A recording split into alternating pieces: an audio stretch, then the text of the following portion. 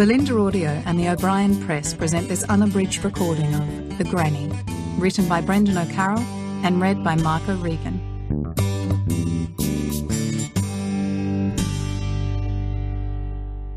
Chapter 1. Dublin, 1980. Rotunda Maternity Hospital. Agnes Browne was no stranger to childbirth. Within 14 years of marrying her now deceased husband Redzer, she had given birth to 7 children. But that was when she was between 20 and 34 years of age, young and fit. Now, at 47, she wasn't able for it. With her eyes tightly closed and her fist clenched, she took a huge breath and let it out in short bursts. Sss, sss, sss, ending with a soft moan. Her son Dermot, one of her twins, her 4th delivery, and now 25 years of age, leaned close to her ear to speak. "Mammy, for fuck's sake, will you stop?" he whispered. "Ah, that's easy for you to say, Dermot. You have no idea what childbirth is like," she answered through clenched teeth. "I'll take your word for it, Mammy. Now give it up. People are staring at us." Dermot was right. Besides Agnes, her sons Rory, Dermot and Trevor, and her daughter Kathy, there were 10 complete strangers in the waiting room. Every eye was staring in wonderment at this woman in a headscarf and trench coat, holding a huge bag of fruit on her lap and going through the motions of childbirth. Dermot's comment prompted Agnes to open her eyes, and she glanced at the strangers, all of whom immediately found things on the walls, ceiling and floor to look at. Agnes gathered herself together and sat up straighter. As she did this, a melon rolled out of the bag of fruit and landed square between her feet with a thud. Everybody jumped. The room was silent for a moment as they all stared at the melon. Suddenly, everyone erupted in spontaneous laughter. "Congratulations, Mammy. We'll call him Pip," Dermot announced, and again the room broke up with laughter. The door of the waiting room opened and the laughter stopped. In through the doorway peered the head of ward sister, Mary Sheridan. She looked around with a scowl on her face. Now everybody was staring at the floor or the walls and trying desperately to act innocent. The ward sister said nothing and closed the door. "My Jesus, did you see the face of that one?" Agnes asked this question of the entire room. Nobody answered. "I wouldn't say she ever needs to buy a yoghurt. She just gets a pint of milk and stares at it." Once again, everyone in the room laughed, but this time they either covered their faces or laughed through their nostrils, so as not to be as noisy. When the laughter died, the room once again fell into silence. After a couple of minutes, Agnes suddenly stood up. "Nobody tells you anything in this bloody hospital," she announced. "Mammy, sit down. If there's any news, they'll come in and tell us," Rory Browne said to his mother. Agnes thought for a moment, and then suddenly said, "I'm going out to ask. That's my son's wife in there, and I'm entitled to know." And with that, she left the room. Mark Browne dabbed Betty's forehead with a cool damp cloth. Betty lay motionless, her eyes closed. She was resting between contractions. The last contraction had been particularly long and painful. With the feel of the cool cloth across her forehead and down her cheek, Betty smiled and opened her eyes to see Mark's smiling face looking down at her. She squeezed his hand. "I'm not doing very well, am I?" Betty spoke in a weak voice. "You're doing great," Mark answered quickly. "Thanks." Mark once again dipped the cloth in the cool water, squeezed it out, and began to dab Betty's face. "Everybody's outside in the waiting room except Simon. He's up in your mother's, waiting for her to come back." Betty's mother was away on a pilgrimage at Knock that day. Her prayers were for a short labour for her daughter and the birth of a baby girl. Betty smiled at the thought of the Browne family sitting out in the waiting room. "It's a wonder your mammy isn't in here with us, cheering me on," she said. They both laughed. But no sooner had Betty spoken Then from behind Mark, she saw the delivery room door open slightly and Agnes Browne's head, wrapped in her headscarf, dart through. Agnes's head bobbed as she tried to check behind the screens around each of the beds in the delivery room. "Jesus Christ!" Betty exclaimed as she turned her head away from the door. Too late, Agnes had spotted her. "Yoo-hoo, Betty! I have some fruit for ye," Agnes called quietly and with a lilt in her voice. Mark swung round. "Mammy, for God's sake, get out!" he snapped. "You're not allowed in here." Before he had finished speaking, Agnes was confronted by Nurse Mary Sheridan, who blocked Agnes's view of the bed and simply said, "Out! I'm just checking out. Just letting her know we're all here. Out!" Nurse Sheridan opened the door and, gripping Agnes's coat, began to usher her out into the corridor. But not before Agnes waved goodbye to Betty with the advice, "Don't push till they tell you, Betty. See you later."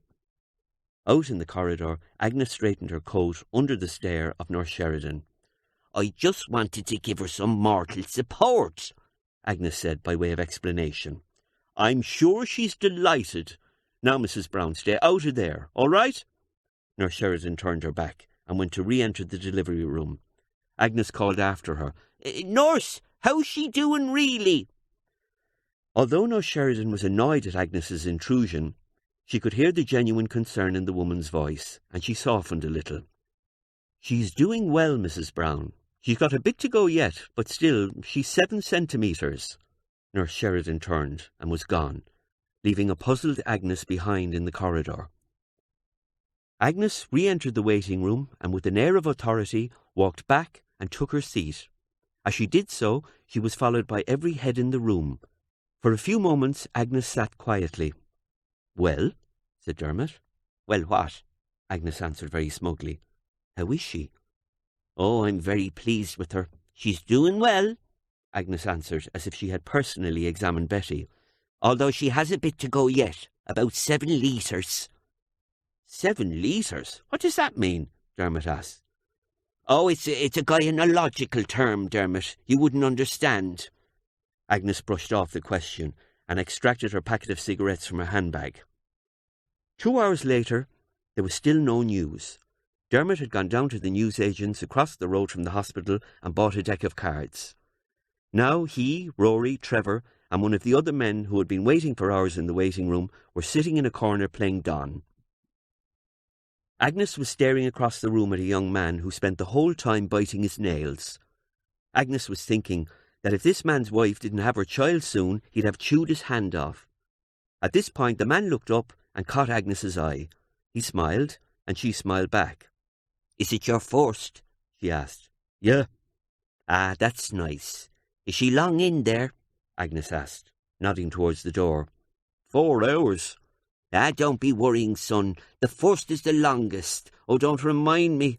On my first, Mark, that's the baby's father inside, I was 96 hours in labour." The man's eyes opened wide, and he gave a short, silent gasp. The man playing Don in the corner with Mrs. Browne's 3 sons muttered softly, 96 fucking hours! Dermot smiled. "I don't mind what she's saying. The first time I heard her telling that story, it was 16 hours. Jesus, by the time I'm having a child, she'll be sitting in the waiting room telling everyone that she was so long in labour that Mark was born with a moustache." The 4 men laughed. Agnes eyed them suspiciously. Finally, the door of the waiting room opened slowly, and in walked a dazed Mark Browne. His blue eyes were glazed, and he had a smile in his face from ear to ear. Nobody moved. Mark looked over at his mother, and his eyes cleared as if he had suddenly woken up. He could see the question in her face. "It's a boy," he said simply. Agnes and Cathy threw their arms round Mark and hugged him warmly as tears streamed down their faces.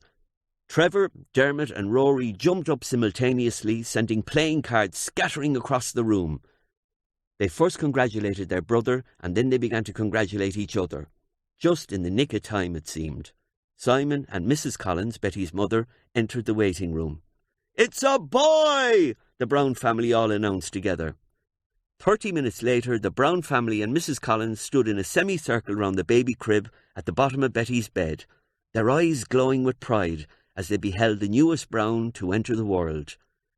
Betty Browne sat propped up by 4 pillows, sipping a cup of hot tea. She was delighted with her new offspring, and thrilled that the event should bring so much joy to so many people. Her smile beamed. Agnes looked at Betty, and she too was smiling in delight. Betty gave her a wink. "Where's Mark?" Agnes asked. Betty pointed at the door. "He's gone to the toilet." "I think I need to go myself," said Agnes. "The excitement is killing me." She got to the door of the ladies, just as the door of the gents on the opposite side of the corridor opened, and Mark stepped out. "You all right, Mammy?"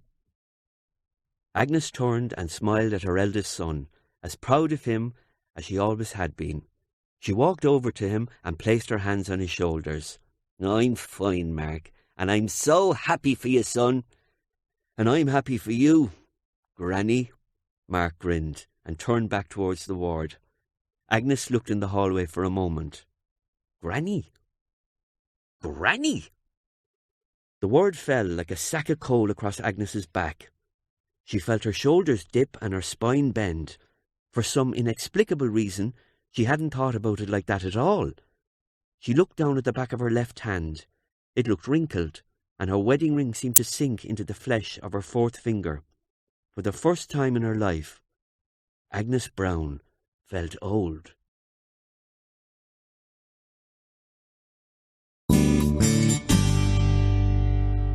Chapter 2.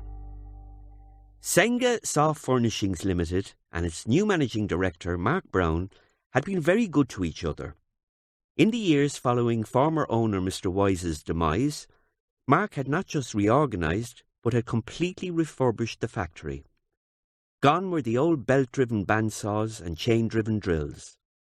The factory now boasted a complete range of high-tech, compact, fast and accurate machines. The new machinery was essential, as the factory now turned out furniture in numbers greater than even Mark had anticipated. The client list for Senga Furnishings now read like a who's who in the department store directory of Ireland and the United Kingdom. Mark's flair for design and his hard work were handsomely rewarded with a new semi-detached home in Baldoyle, just a mile or so from Dublin's beautiful golden coastline. Strangely enough, Mark remained the only Browne to work at Senga Furnishings. Each of the boys, and Cathy, decided to go their own way in life, to strike out and do their own thing, an independent streak they had all inherited from their mother. 7 days after the birth of his child, Mark arrived at the Rotunda Hospital in the company Ford Cortina to take Betty, babe in arms, home to what was usually a peaceful house. Not today, however. The entire Browne clan, along with Mrs. Collins, were waiting at Mark's house. The pink-faced little child with the big brown eyes was greeted with a barrage of oohs and ahs as 10 pairs of eyes ogled him. What began as a family reception for the new child soon turned into a celebration, and by early evening had turned into a noisy party. So much so that Betty and Mrs. Collins decided to slip away with the baby, and the new child spent his first night out of hospital in his Nana Collins's flat, while the Browne clan partied on into the early hours. In the week since the birth, there wasn't a conversation in the Browne household that didn't eventually turn to what the first Browne grandchild should be named. Agnes was plugging for Gerard, a name she had wanted for Mark when he was born, but had lost the battle to her husband Redzer. Dermot fancied James, after the soul singer James Browne. Between the rest of the family, names like Jason, Peter, William, and Rory's choice of Gabriel received various peaks of popularity. Of course, the final choice would be down to Mark and Betty. This is why the morning following the child's homecoming, Agnes stared across the breakfast table at Dermot with a shocked expression. "Arrow? They can't be fucking serious." Agnes was stunned by Dermot's revelation. She filled the kettle, repeating the name, her head still woozy from the cider the night before. She had come down twice during the night to take huge mouthfuls from the pint of cool water she kept in the fridge. Each time she opened the door, the light from the fridge seemed like a prison searchlight, and her head rattled. She'd been feeling a little better until Dermot brought up the subject of the child's name. "That's what Mark told me," he confirmed. "You can't call a baby Arrow. You're not a fucking Apache, for God's sake." Agnes was incredulous. The two sat in silence. The element in the kettle began to heat, and the water surrounding it began to complain. Agnes spoke her thoughts aloud again. "Arrow Browne? In school he'd be registered as Brown Arrow. Good God, it sounds like something a cowboy might find up his arse." Dermot laughed, but Agnes glared at him. She hadn't meant to be funny, so he returned to silent contemplation. And this is how Rory found them when he came down. "What's up?" he asked. It was Dermot who answered. "Mark and Betty are calling the baby Arrow." "Ha! That's great. If he grows up and marries Bo Derek, we'll have a bow and arrow in the family," Rory joked. The two men burst into laughter. "It's not funny," Agnes brought the laughter to a halt. "Arrow Browne? What'll people think? Can you imagine the christening? The priest pouring the water and saying, 'I christened this child Arrow.' I'd be mortified." The christening day was a great affair. After the church service, everybody headed down to the city centre to Foley's pub, the venue for virtually every Browne family celebration for 27 years. Mr. Foley had prepared cocktail sausages and little squares of cheese on cocktail sticks. Everybody was dressed in their Sunday best, and after the preliminary niceties, the evening broke into a sing-song. Agnes sang "The Wonder of You" and accused the band of being 3 beats behind her. The whole old Jarrow neighbourhood, where the Brownes had spent their childhood, was having a great time. Mark moved from table to table, thanking everyone for coming and for the lovely christening gifts. He spied his mother at the bar buying a drink for herself and her boyfriend Pierre, and made his way over to her. "Ah, there you are, Ma." Agnes spun around and hearing her eldest son's voice. "Ah, Mark, love." She gave him a big hug. "Enjoying yourself, Mammy?" he asked, chuckling. "What's the giggle for?" Agnes asked, with one eyebrow raised. "You and the baby's name." Mark began to laugh. Agnes reddened a little. "Oh, yes. Well, how do you pronounce it again?" "Aaron. It's from the Bible." "Aaron from the Bible. I love it." Agnes was thrilled. Anything was better than Arrow. In the background, a glass was being banged off a table, and Agnes and Mark turned to see Pierre standing and holding his hand in the air for silence. "Here we go again. Another fucking speech," Agnes moaned. Mark just laughed. "I'll leave him to it, Ma. He enjoys them."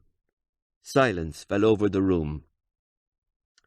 "I would like to make a speech," Pierre began. There was a great cheer from the crowd. When the room fell into silence, again Pierre went on. "All of today you have congratulated Betty, the new mother, Mark, the new father, and, of course, Aaron, the newest child of the Browne family." This was met with a huge cheer. Pierre again held his hand in the air. "But now I would like to propose a toast." Buster Brady turned to Dermot and asked, "What's a fucking toast?" "Toast. He means a toast." "Ah, shut up, Buster." Buster shut up. Pierre went on. "To the beautiful Agnes Browne." All the glasses were raised, and Agnes beamed a smile. But Pierre wasn't finished. "Welcome, Granny." There was a loud cheer. Agnes held her smile, but through her teeth she said, "Sit the fuck down, Pierre." Pierre did, and as he did, he took Agnes's arm and pushed her up to acknowledge the toast. She raised her glass and looked around the room. There they all were, Agnes's little orphans, all adults now. Her entire brood, except for poor Frankie. But at this moment, Agnes wouldn't let herself think about her one stray son who had come to a no-good end. Mark settled and married to Betty, and with a beautiful young son. Rory with his friend Dino, both now top hairstylists at Wash and Blow. Trevor, 1 year to go in art college and soon to be a qualified graphic artist. Simon, now head porter in St. Patrick's Hospital. Cathy there with her fiancé Mick O'Leary, and Dermot there with... Suddenly Agnes's expression changed. The crowd roared in unison, "Congratulations, Granny!" And everyone tossed their drink back. The roar and the action of the drinking served to hide Agnes's change of expression. What had caused Agnes to look worried was that Dermot was there with Mary Carter. Agnes knew the Carter family well. Jack Carter, Mary's father, had left their home in Townsend Street one morning 10 years ago and was never seen again. Helen Carter proceeded to drink herself into oblivion, and the children reared themselves on the streets of Dublin.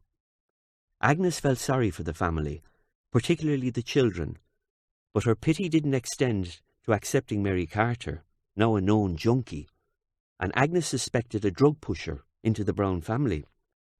She had warned Dermot weeks ago, but he had said it was just a casual affair and it would come to nothing at all. Dermot had noticed his mother's change of expression, and when at last he caught her eye, he gave her a smile and a wink, indicating that she shouldn't worry, everything was okay. Agnes's tension eased, and she returned his smile. It was Dean O'Doyle, Rory's friend, who noticed how sombre Trevor had been all evening. When he said it to Rory, Rory sought out Trevor in an effort to find out what was bothering him. He found him standing beneath the switched-off television, resting his elbow on the cigarette machine alone. "Hi, Trevor. It's great, isn't it?" Rory beamed a smile at Trevor. "Yeah, it's great." "You all right, Trevor? You seem a bit down." Trevor brightened slightly. "No, I'm grand, Rory. Just a little tired. You know, exams coming up and all that. Can I get you a drink?" "No, you're all right, Rory. You go back to Dino. You don't want to leave him roaming around here on his own. He might find somebody else." "Well, if he does, they'll be holding a white stick." Both the brothers burst out laughing, and Rory kissed Trevor on the cheek and went back to Dino. Trevor took another sip from his drink, and his thoughts once again turned to Maria Nicholson. Trevor was by far the quietest and shyest of the Brownes. Although, as an artist, his work was tremendously expressive, when it came to communicating verbally, especially on a one-to-one basis, his mind went blank, his mouth went dry, and he would always beat a retreat as quickly as possible. In the past, it had not been a real problem for Trevor, as he was quite happy with his own company, but lately it had become the source of great pain. The cause of the pain was Maria Nicholson. Maria had joined the College of Art and Design, where Trevor attended, just 1 year ago. She had transferred there from Vancouver in Canada. Although she was Irish-born, from Limerick City in fact, her father was a design engineer, specialising in bridges, and his work took him all over the world. Wherever Daddy had travelled, the family had travelled. Maria was thrilled to be back in Ireland, and although a late student when entering 4th year, she was readily accepted by all. She attended only 2 classes with Trevor, art history and graphic design. But from the very first moment Trevor Browne had laid eyes on her, he knew he was in love. Trevor made several attempts to speak to Maria, but each time not a single word would come out from his mouth. She would tilt her head sideways, tap him on the shoulder and say, "Look, I'll talk to you later, okay?" and be gone. So Trevor had made a decision. He would communicate with her through his art. One day during a free class, Trevor took a length of artist's canvas and cut it into 14 squares, each square 2.5 inches by 2.5 inches. At home, in his bedroom, he set the first tiny canvas on an easel and began to paint with oils. His plan was to paint a miniature copy of works of great artists, signing each miniature with the first letter of the artist's name. Each letter would correspond to a letter in Maria Nicholson's name. Each miniature took 2 weeks to complete, and as each one was completed, he made a little frame for it, parcelled it, and left it somewhere that Maria would find it. Tied to the tiny parcel was a tiny card reading, "For you, Maria." By the day of the christening, Trevor had already completed miniatures of paintings by Monet, Albert, Rembrandt, Ingres, Alston, Neil, Israels, Constable, Hockney, O'Keeffe, and Lancret. He had just 3 to go, actually 2.5, for he was already halfway through Mares and Foals, by the English 18th century painter George Stokes. Trevor had hoped that Maria would recognise his work and seek him out. The truth was that she had been searching, going from student to student during classes in an effort to recognise the artist's hand, but never once did she look over Trevor's shoulder. Trevor was brought out of his daydreaming by a large slap on the back from a very drunk Dermot. "Ah, there you are, Trevor! Great crack, isn't it?" Dermot was dribbling at this stage. By Dermot's side, as if stitched to his hip, stood Buster Brady. He too was 3 sheets to the wind. Dermot opened his arms wide to hug Trevor. Always when Dermot had a few drinks, he liked to hug everybody, especially his brothers.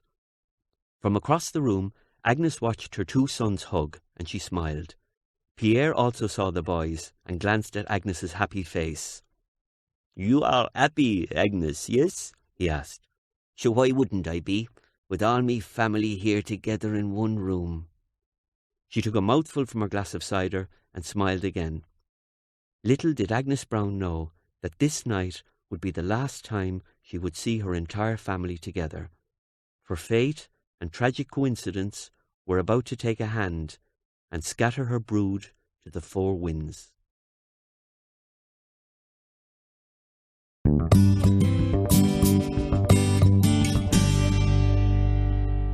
Chapter 3. When Agnes Browne and her 6 children had moved in next door to the Brady family on Wolftone Grove, Dermot, then 14, had befriended the only boy of the Brady family, Buster, also 14. The friendship was immediate and rock solid. They had little in common, certainly not in looks. Dermot was lean, blonde and handsome. Buster was short, stubby, overweight, with a red face that seemed to smile all the time. But what they did have in common was a love of practical jokes, pranks and petty crimes. The suburb of Finglas was divided into 2 halves, west and east. The dividing line was a river, a tributary of the Talca River, known locally as the River. The 2 youngsters spent their early days together roaming the fields and exploring the banks of the river. It was Buster who noticed it first. Dermot was lying beneath a giant chestnut tree set in about 20 feet from the river bank, and Buster was standing down on the edge of the bank, skimming stones along the river when he called out, "Dermot, look!" "What is it?" Dermot answered, half asleep. "A hole," Buster explained. "That's probably a fox's hole." "How would you know?"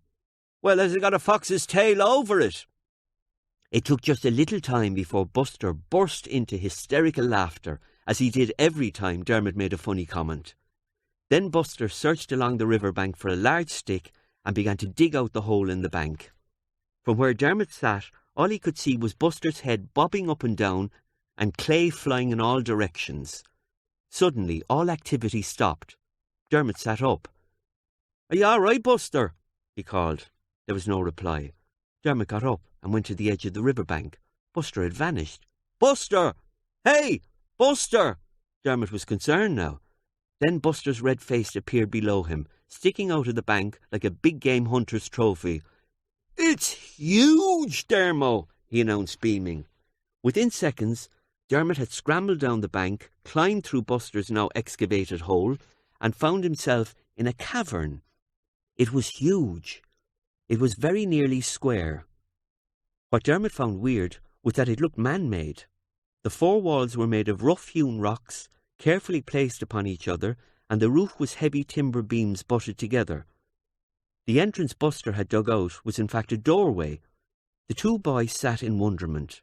This was indeed a magical discovery for 2 14-year-olds. Their imaginations ran wild. Dermot suggested that it might be a hermit's home. Buster asked, "Like Herman's Hermits?" Dermot didn't reply. He just gave Buster one of those looks.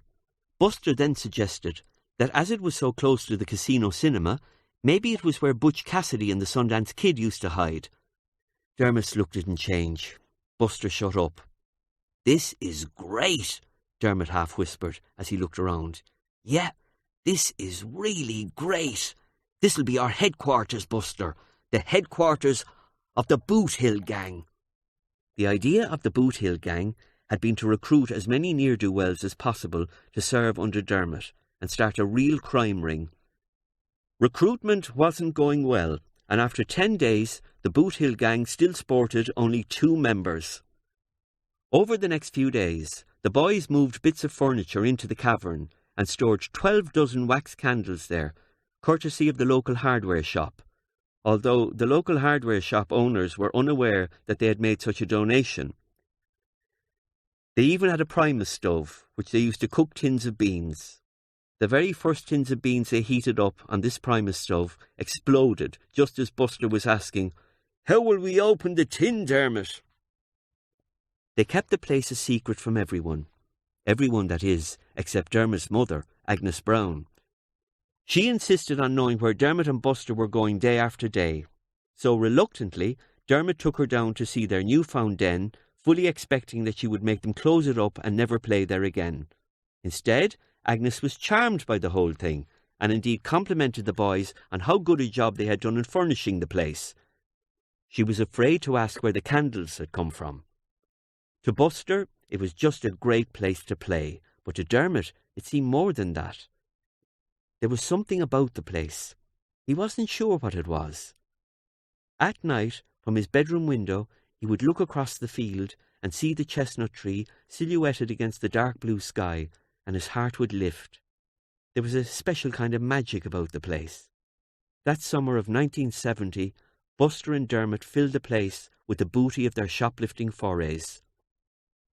On some nights, Agnes would let Dermot stay over, and he would spend those nights making up stories to tell Buster about knights in shining armour and about ancient heroes like Brian Boru and Cuchulainn. Buster would sit with his chin resting on his knees, marvelling at each word that came out of Dermot's mouth. They christened the place Chestnut Hole. In truth, Dermot and Buster were probably the 2 most unsuccessful criminals in Ireland. They ran all of their operations strictly in accordance with Murphy's Law. Anything that could go wrong usually did. For instance, Buster once had a brainwave that they should run a street raffle. The idea was that he and Dermot would buy a book of cloakroom tickets, and they would go door to door, street by street, selling the tickets for 10p each, and offering a prize of £5 to the winner. The scam was that there would actually be no winner. They would simply tell the residents of Wolfetone Park that somebody on Wolfetone Grove had won the prize, and they would tell the residents of Wolfetone Grove that somebody on Wolfetone Park had won it, and they would keep the £10 for the Boot Hill gang. Sales began well, with 1 customer for every 3 calls. When asked what cause the raffle was for, Buster would simply say, "Silver Circle." Every school at that time had a Silver Circle raffle to raise funds for sports and such things. Within a couple of hours, 99 tickets for the raffle were sold, and the £9.99, nearly all of it in coins, had Dermot Browne's trousers nearly falling round his ankles. They made 6 more calls in an effort to sell the last ticket, number 100, and after leaving the 6th store, Dermot finally said, £9.90 is enough. Come on, we'll call it a day." But Buster, now full of enthusiasm that his scam was working out, insisted on carrying on. "Just 1 more call, Dermo. Just 1 more. Come on. We'll try this one here." The house he had picked was number 57 Wolfetone Park. It had an overgrown garden that looked like a jungle. Someone had once taken the trouble of planting a privet hedge right around the garden, but it obviously hadn't been cut for many years, and was now as high as one of the fences in the Aintree Grand National. Dusk was falling, and as the 2 boys walked up the path, the garden seemed gloomy. The front door had once been painted buttercup yellow, but now the paint was faded, cracked, and peeling. The solid brass door handle and knocker were the same as those on every house in Wolfetone Park and Grove. They were usually polished, with pride, by most of the housewives, but here they were dull to the point of being black.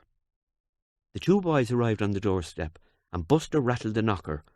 For a few moments there was no sound, and Dermot, with a nudge to Buster and a nod of his head, indicated that they should leave. Just as they were about to turn away, they heard the sound of a chair being dragged across the floor to the door. Through the bubble glass windows of the side panels of the doorway, they could see a tiny figure climbing up on the chair, and then they heard the clank of a bolt as it was pulled back. The tiny figure climbed down again, and the boys could hear the sound of the chair being pulled back from the door. Another clank indicated that the bottom bolt was now being pulled back, and after a little fumbling at the Yale lock, the door creaked open. The tiny elderly woman that peered through the crack in the door had more lines on her face than you'd find on an AA road map. She had 2 tiny little grey eyes, no eyebrows that the boys could see, and frizzy hair that seemed to grow in patches on her head. Buster later remarked that she looked 150 years old. She wasn't. She was 93. Her name was Nan Sheridan, and she had been moved out to 57 Wolftown Park 5 years previously from her tenement in Frederick Street. Nan had met and married Robert Sheridan in 1903, and she soon gave birth to 2 sons, both of whom she reared with great care. Shortly after her second boy was born, her husband Robert died in Blanchardstown Hospital of tuberculosis. So over the next 5 years, Nan held down 4 to 5 cleaning jobs per day and used the money to educate her 2 boys. The 2 boys, Nan would proudly tell anyone who would listen, went on to become a solicitor and a doctor. They both married beautiful girls, and Nan remembers the wedding days as being 2 of the best days of her life.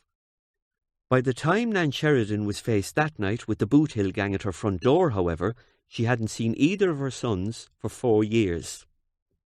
"Do you want to buy a raffle ticket, missus?" Buster asked in his polished sales tone. "A raffle ticket? What for?" "For the Silver Circle." "And what would I do with a Silver Circle?" "No, it's for £5, Buster tried to explain. £5 a ticket? Jesus Christ, that's very dear. Dermot could see that this wasn't going too well, so he interjected in an effort to straighten things out. Look, missus, the tickets are 10p each. The prize is £5. The money is going to the Silver Circle. Now, do you want one or not?" 10p? No, that's different. That's very reasonable. Come on in, boys. The 2 boys entered the house, and Nan Sheridan ushered them through the hallway into the front room. Apart from the 3 bodies that had just entered it, the front room contained just 2 armchairs and a china cabinet. On top of the china cabinet were 2 wedding photographs. "Wait there now, boys. I'll get you the 10p, Nan said, and she vanished into the kitchen. "Holy fuck," Dermot explained. He was looking up at the ceiling where a bare bulb hung from the cable. "She is nothing." Nan soon emerged from the kitchen, opened her hand, and into Buster's palm she dropped 7p. The 2 boys looked at the 4 brown coins.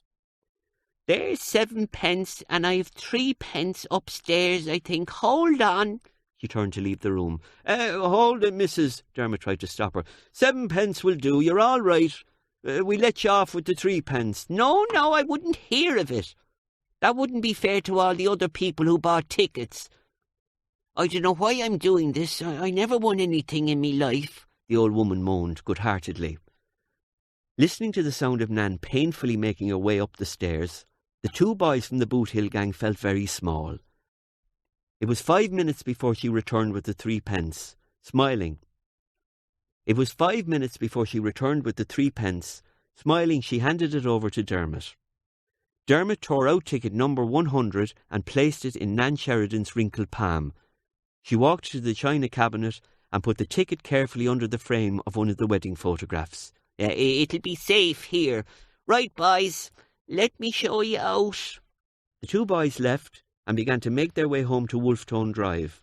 At first, neither of them spoke. Eventually, when conversation did start, it was stilted. "Good scam, eh?" Dermot said. Yeah," Buster sounded decidedly unenthusiastic. £10? It's not to be sneezed at. We could do this every week and get away with it." "Yeah, Dermot, it's great, isn't it?" "I feel bleeding terrible," Dermot announced eventually, and he stopped and leaned against somebody's railings.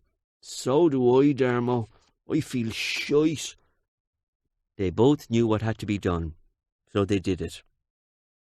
"I couldn't believe me luck," Nan Sheridan told the girl in the post office next day. "Honestly, I thought they said £5 of a prize, but I got a hamper and £5. And you know, I never won anything before in me life."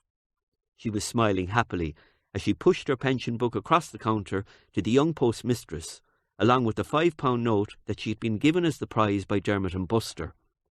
The young girl stamped the woman's pension book, both on the voucher and on the stub, tore out the voucher and began to count out the £8.75 cash.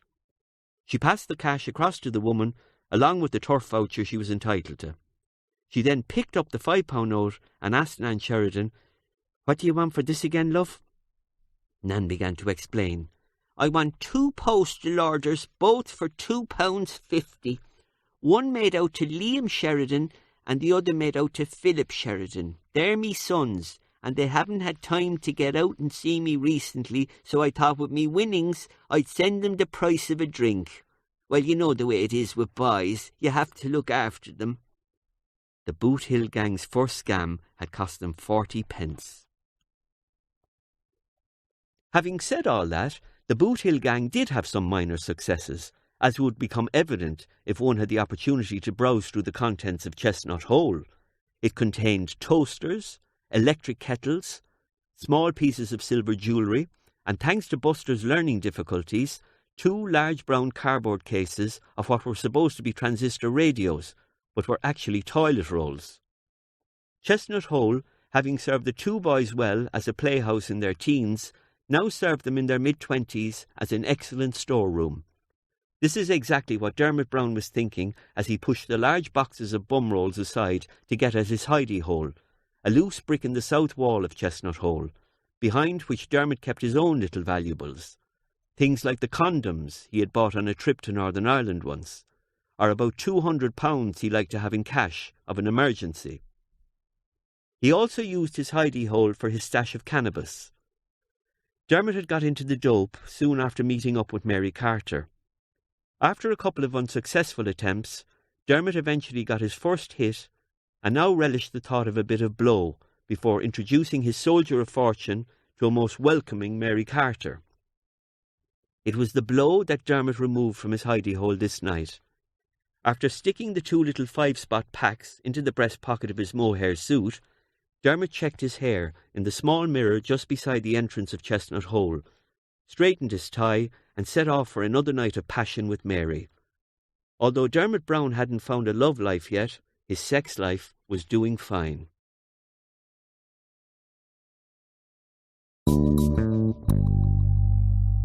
Chapter 4.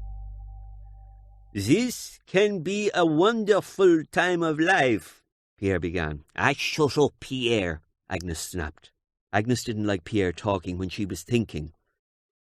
There were 4 people sitting in the kitchen of Agnes Browne's home in Wolftone Grove. Along with herself and her beau Pierre, on the far side of the kitchen table sat Agnes's daughter Cathy and her own beau, Garda Mick O'Leary. For a few moments there was silence. Then Mick coughed, one of those coughs that you know is going to be followed by a sentence. "It's the way my work is, Mrs. Browne. Guards get transferred all the time. I suppose I'm just lucky that it's Wicklow and not Donegal, somewhere real far away." "That's exactly me point, son. Just because you're getting transferred is not a good enough excuse for the 2 of you to get married. I mean, where will you live down there?"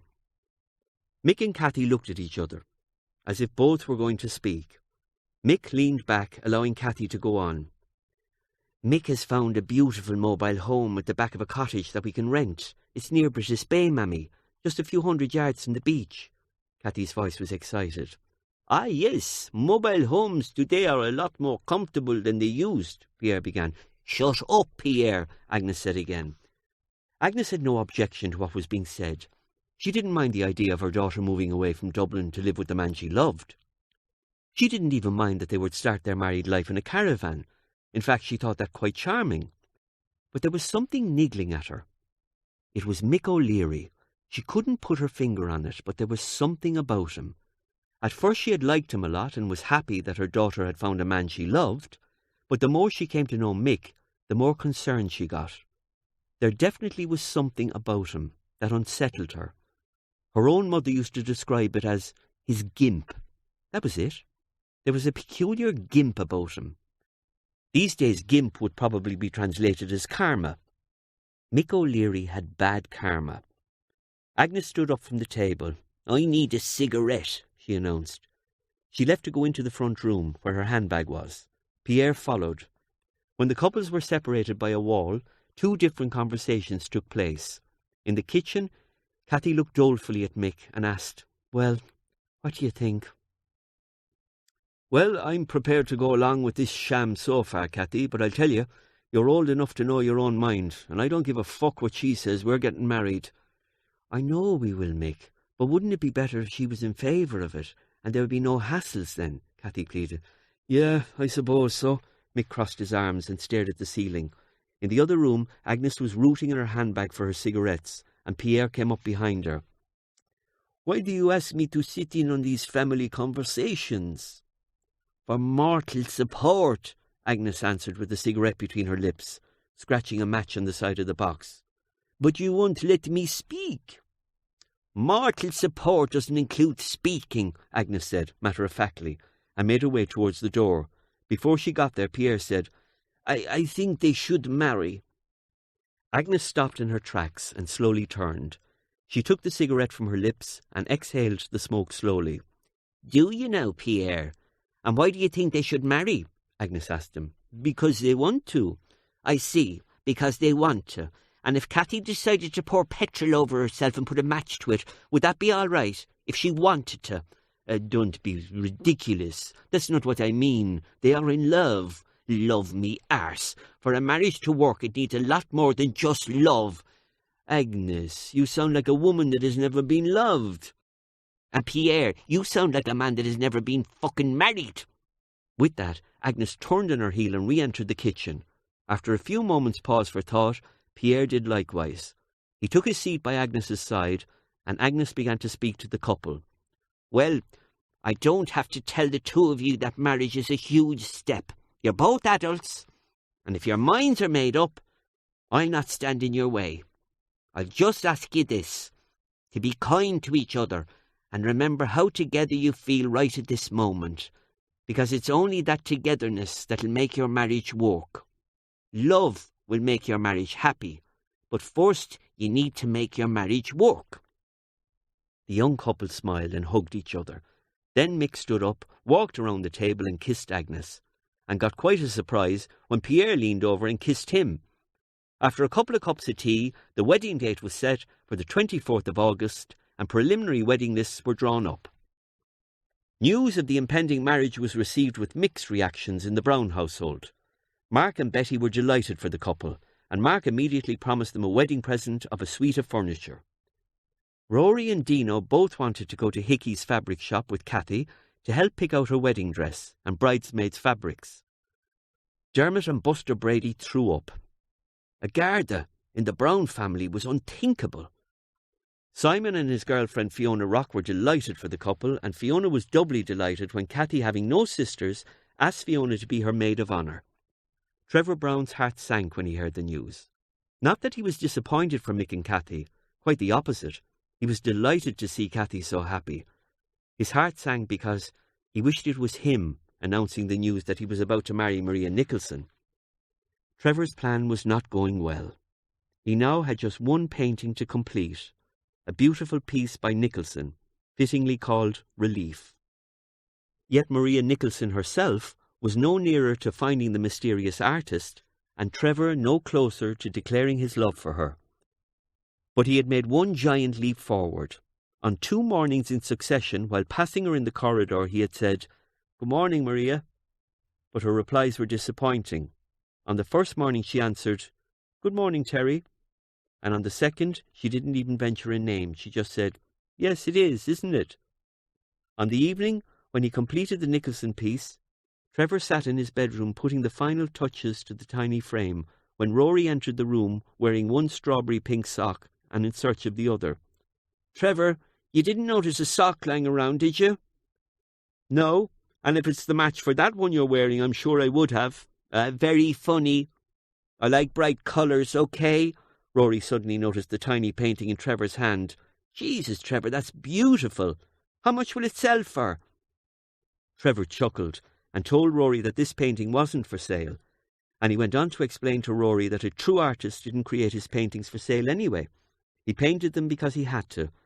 This is why so many painters died penniless. Well, if you're not going to sell it, what are you going to do with it? I'm going to give it to someone. Who? A friend of mine. A friend? Oh, a friend. Who is she? Rory sat down opposite Trevor on the bed, ready to be filled with gossip. It's a long story, Rory. It doesn't really matter. Trevor tried to brush Rory off, but Rory wasn't having any of it.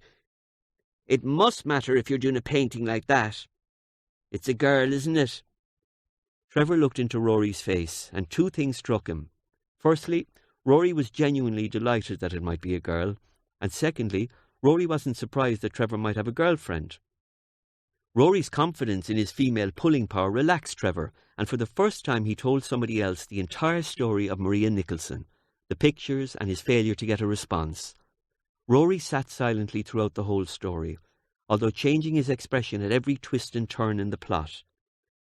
By the time Trevor had finished, Rory sat, his circular glasses sliding down his nose and his mouth agape. Trevor indicated the end of the story with a shrug of his shoulders. Rory almost attacked him. Jesus, Trevor, you have to tell her. I can't. I just can't. You have to. Jesus, Trevor, that's beautiful. I nearly feel like riding you myself. The two young men laughed, but as soon as the laughter died down, Rory returned to the attack. I'm serious, Trevor. You have to take that girl, Maria, is it? You have to take her aside and tell her how you feel. I can't tell you how many of my gay friends before they came out were in love with people and didn't tell them, and every single one of them regrets it to this day. Some of them are still depressed about it years later. For God's sake, don't let this chance go by. So what do I do, Rory? I just walk up and say I love you? Rory thought for a moment. No, Trevor. After all you've done so far, all you have to do is give her this picture yourself. You don't have to say anything.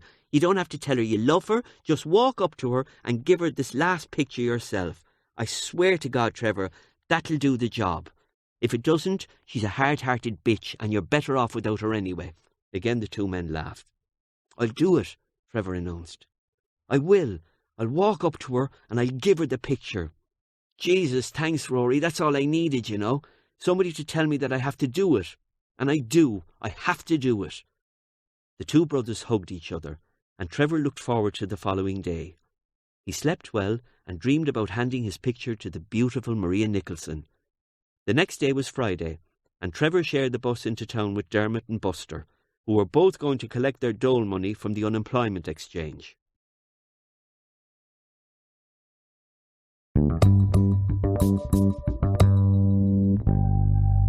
Chapter 5.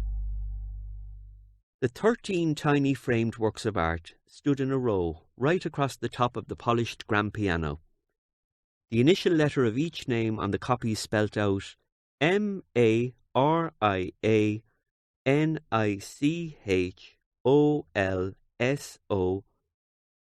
Maria sat on the arm of the couch, engrossed in the parade of tiny masterpieces.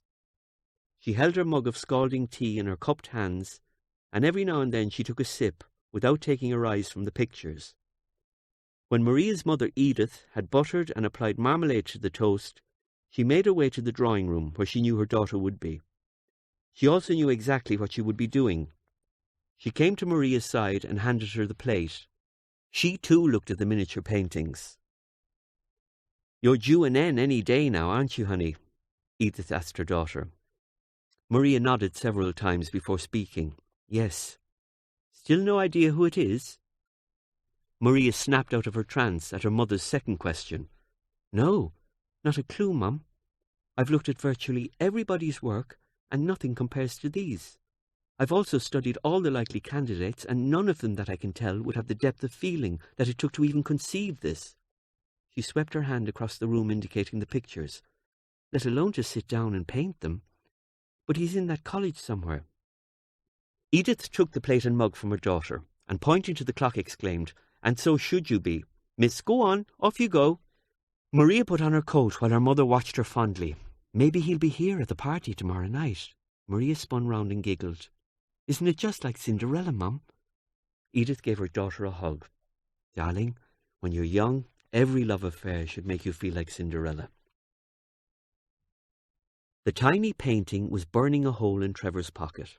Every minute that he didn't see Maria Nicholson, the little picture felt heavier, and he became more terrified. The psychological weight of the picture became so great that Trevor even began to limp, as if he were carrying a huge object in his pocket. He had hoped to catch her eye in the corridor sometime between the first two classes. The first two attempts didn't go well. After the first class, she was nowhere to be seen. After his second class, he saw her, but as he made his way towards her, she slipped up a couple of flights of stairs to a classroom.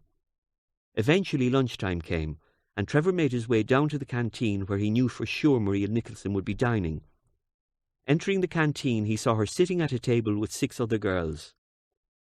He very nearly walked straight over and placed the picture down in front of her, but instinct told him to wait, and instead he went to the self-service counter where he got himself a mug of coffee and a chocolate eclair. He paid for his goodies and made his way to a table where he sat with a few guys who shared some classes with him. All of the time his eyes were on Maria Nicholson. One of the boys noticed his stare and nudged him. "Nice, isn't she?" he said. "What? Yeah, I suppose, yeah, she's beautiful," Trevor blushed. "Where are we all going to meet before the party?" one of the others inquired. "What party?" Trevor asked. It was Noel King who answered. "Tomorrow night, at Maria Nicholson's house. Her party.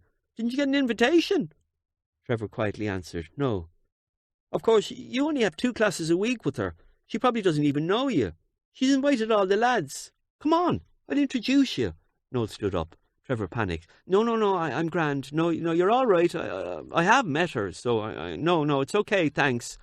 He got up from the table and hurried out of the canteen, leaving half a cup of coffee and an untouched chocolate eclair. "I can't just gate-crash somebody's party." Trevor threw his hands in the air in frustration and walked away from Dino and Rory, who were sitting in 2 empty stylist chairs in an empty wash-and-blow hairdressing salon. The shop had been closed for an hour. "I would," Dino Doyle explained. Trevor spun around. "Well, of course you would. You don't give a shite what people think about you." "Oh, I don't mean it in that way, Dino. You know what I mean. You've got lots of confidence." "I'm not taking it the wrong way, Trevor. I don't give a shite what people think about me, but that's not the point here. I guarantee you that if this girl knew that if you were the one that had painted those pictures, you would be top of the invitation list. Am I right, Rory?" "You're dead right, Dino." "He's right, Trevor. You have to gate-crash the party." Rory and Dino stared at Trevor. After a few moments' hesitation, Trevor dug his hands into his pockets and asked, "Okay, so how do I do it?" Rory and Dino were delighted, and Rory squealed, "Oh, come on, Dino, let's make a plan." The plan, as it turned out, was very simple. Trevor would simply arrive the following night at Nicholson House on Belgrave Square. He would knock at the door while the party was in full swing. Whoever opened the door would simply accept that he was one of the students and allow him in. Immediately on entering, Dino and Rory insisted Trevor was to find Maria Nicholson, no matter where she was, walk straight up to her, hand her the unwrapped picture and say, "Add this to your collection, Maria." Dino and Rory made Trevor rehearse it in the mirror. At first he sounded like John Wayne trying to feign a tough guy image. Rory and Dino said that although they found it attractive, they thought it was a little shallow. After a few more attempts, Trevor eventually sounded like Trevor, and Rory and Dino were satisfied. Saturday morning breakfast in the Browne house was always a big attraction. It was the morning when Mammy cooked her famous fry. Every member of the family would sit down to a red-hot plate of black pudding, white pudding, grilled tomatoes, mushrooms, Hafner sausages, and narrow-back rashers. They would have a choice of toast or fried bread and copious amounts of scalding hot, strong-leaf tea. None of that tea bag stuff for our Agnes. Now, Rory Browne was a great brother. He was also a wonderful friend and lover, as Dino could testify. But he had one flaw, and it was his mother who always pointed it out. Rory couldn't hold his piss. This was Agnes's euphemism for not being able to keep a secret.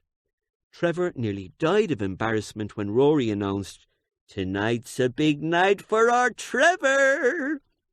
Knives were slowly put down, mugs were settled, and 1 or 2 cigarettes were lit up in the silence that followed Rory's announcement.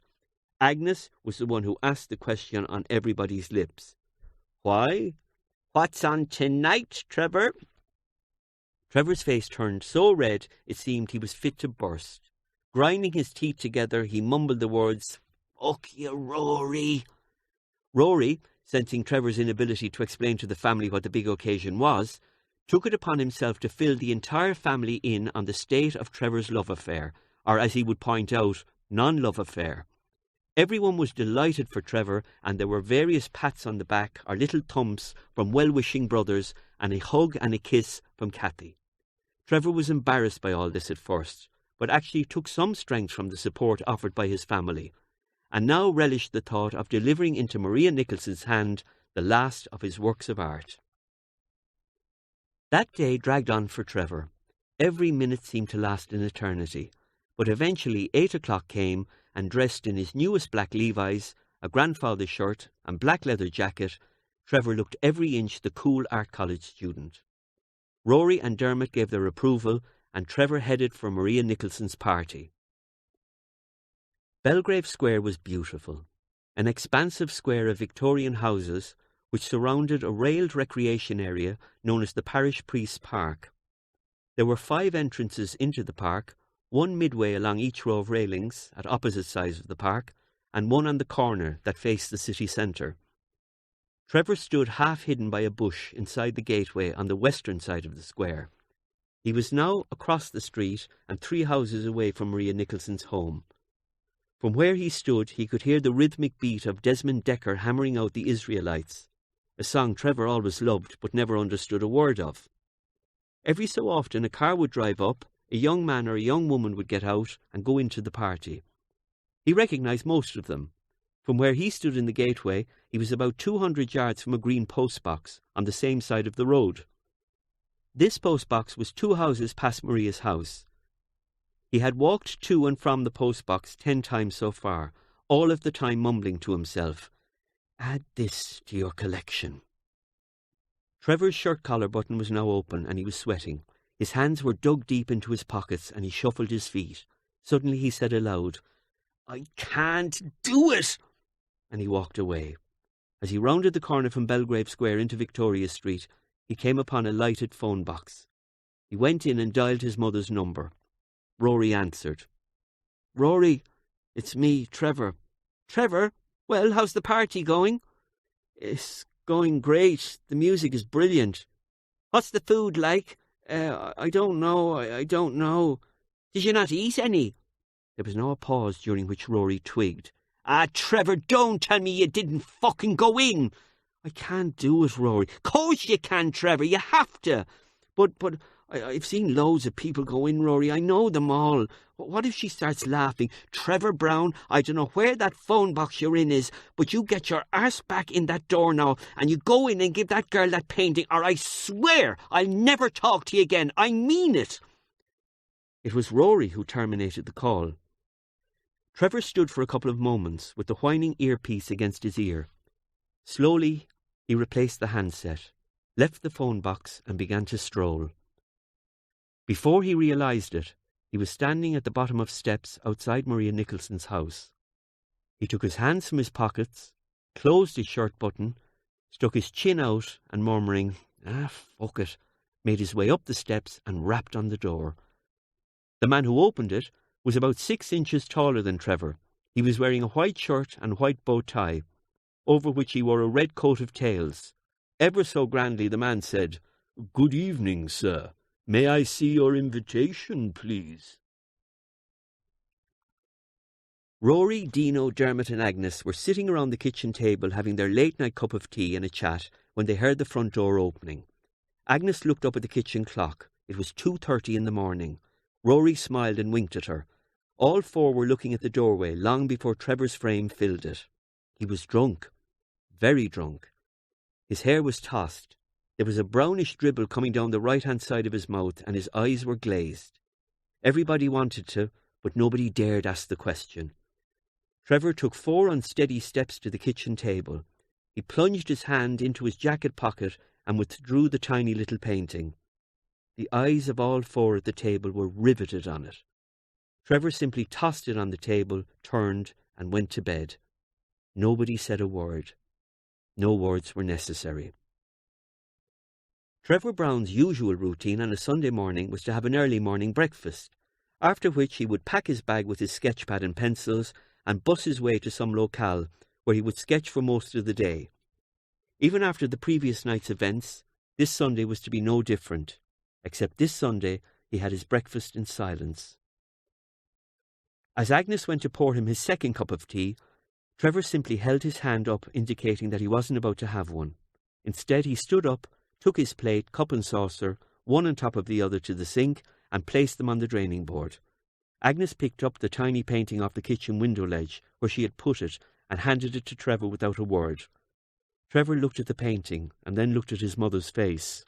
He smiled and said, "I don't want it, Mammy. You keep it." Then he left for his day's sketching. Agnes was disappointed and upset for her son, and her heart was heavy for most of the day. However, it lightened as tea time came, for she had arranged to go to Mark and Betty's for tea, after which Mark and Betty were going out and Agnes would have baby Aaron all to herself. He was such a good child, a real joy to look after. When Mark and Betty had dressed and left to meet their friends, Agnes cleaned up the kitchen and tidied around the sitting room a little. She then heated Aaron's bottle to body temperature, fed him and changed his nappy, but instead of putting him back down in his cot, she turned on the Sunday night movie and lay on the couch with baby Aaron lying on her chest. She looked down at the tiny little face, his eyes fluttering now and then. Nothing, she thought, could replace the sweet smell of a baby's breath as it slept. Mark and Betty returned at a respectable hour, and the car was still nice and warm when Agnes got into it for the journey home. It had been a lovely evening for Agnes, quiet and peaceful and in the company of her grandson. So lovely, in fact, that by the time she rose the next morning, she had almost forgotten about Trevor's disappointment. Almost, that is, until she saw the picture on the window ledge as she was putting the kettle on. Her sadness was short-lived. Trevor entered the kitchen with determination in his walk. He made his way straight to the kitchen sink and plucked the painting from the ledge. Agnes stared into his face. There was a fire in his eyes, and his chin was set in grim determination. Trevor simply said, "Maria Nicholson is getting this picture whether she fucking likes it or not, Mammy," and he left the house. By tea time that evening, Agnes had related Trevor's entrance and exit to the entire family. They sat at the tea table awaiting his return. Dermot had even foregone a date with Mary Carter in anticipation of the celebrations to come. They all knew as soon as he entered that whatever had happened that day, it wasn't what Trevor had expected to happen. Trevor sat at the only empty chair round the table, and as his mother poured him out a cup of tea, he said, "Before any of you ask, no, I didn't give the picture to Maria Nicholson, but wait, it's not because I didn't want to, or I wasn't going to." Trevor began to tell them the story. It hadn't even dawned on Trevor to wonder why Maria Nicholson should be having a party. Was it her birthday? He didn't know. He didn't want to know, because all that was on his mind on that Saturday evening was how he was going to give her his picture. When he got to college that Monday, he went from classroom to classroom looking for Maria Nicholson. He didn't find her, and when he inquired at the reception desk, they said they hadn't seen her come in that morning. It was Noel King who told him what the story was. Maria's father had received a contract from an Irish-based company, but to do a job on a bridge in New Zealand. The party was a going-away party. After college that day, Trevor made his way to Belgrave Square. The house was empty. Maria Nicholson was gone. The family listened to Trevor's story in complete silence. Trevor hadn't told it in a frustrated manner, nor in an angry manner. He told it in a manner which made you believe that this is what he had expected to happen. When he had finished his story and his tea, Trevor went to his own bedroom. He removed the frame from the picture and carefully took the staples from the canvas. He then placed the tiny canvas flat in his wallet, where it would remain to remind him that if love ever came knocking on his door again, he should indeed grasp it with both hands.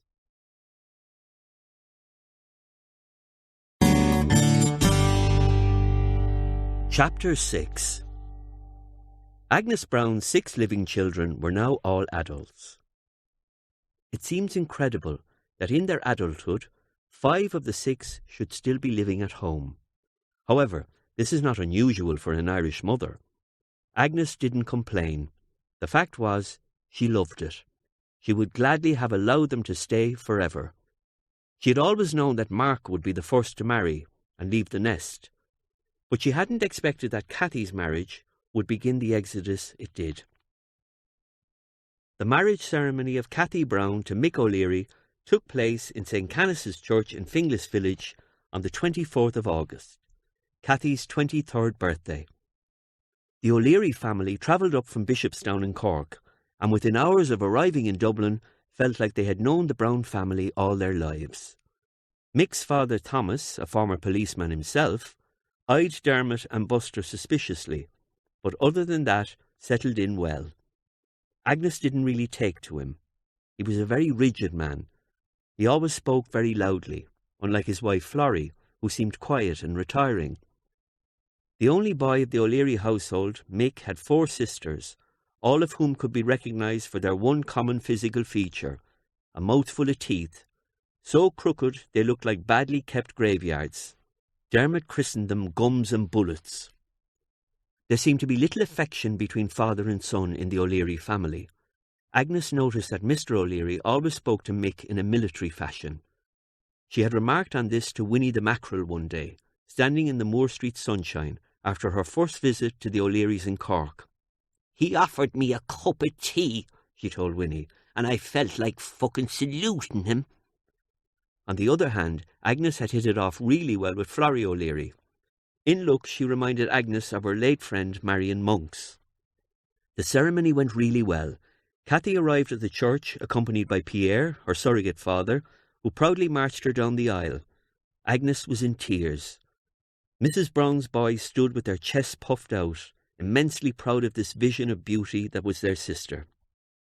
The wedding reception was held in Barry's Hotel, on Gardner Row in Dublin city centre. The food was piping hot, and there was plenty of it, and the music was provided by Billy Hughes, who lashed out the Tom Jones numbers one after the other. It was a wonderful evening, and all of the guests, without exception, had a fabulous time. Kathy would always remember one small incident from the entire day.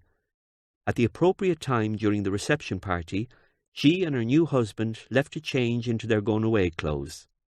When they returned to the reception room to be greeted by both families, there were hugs and kisses all round.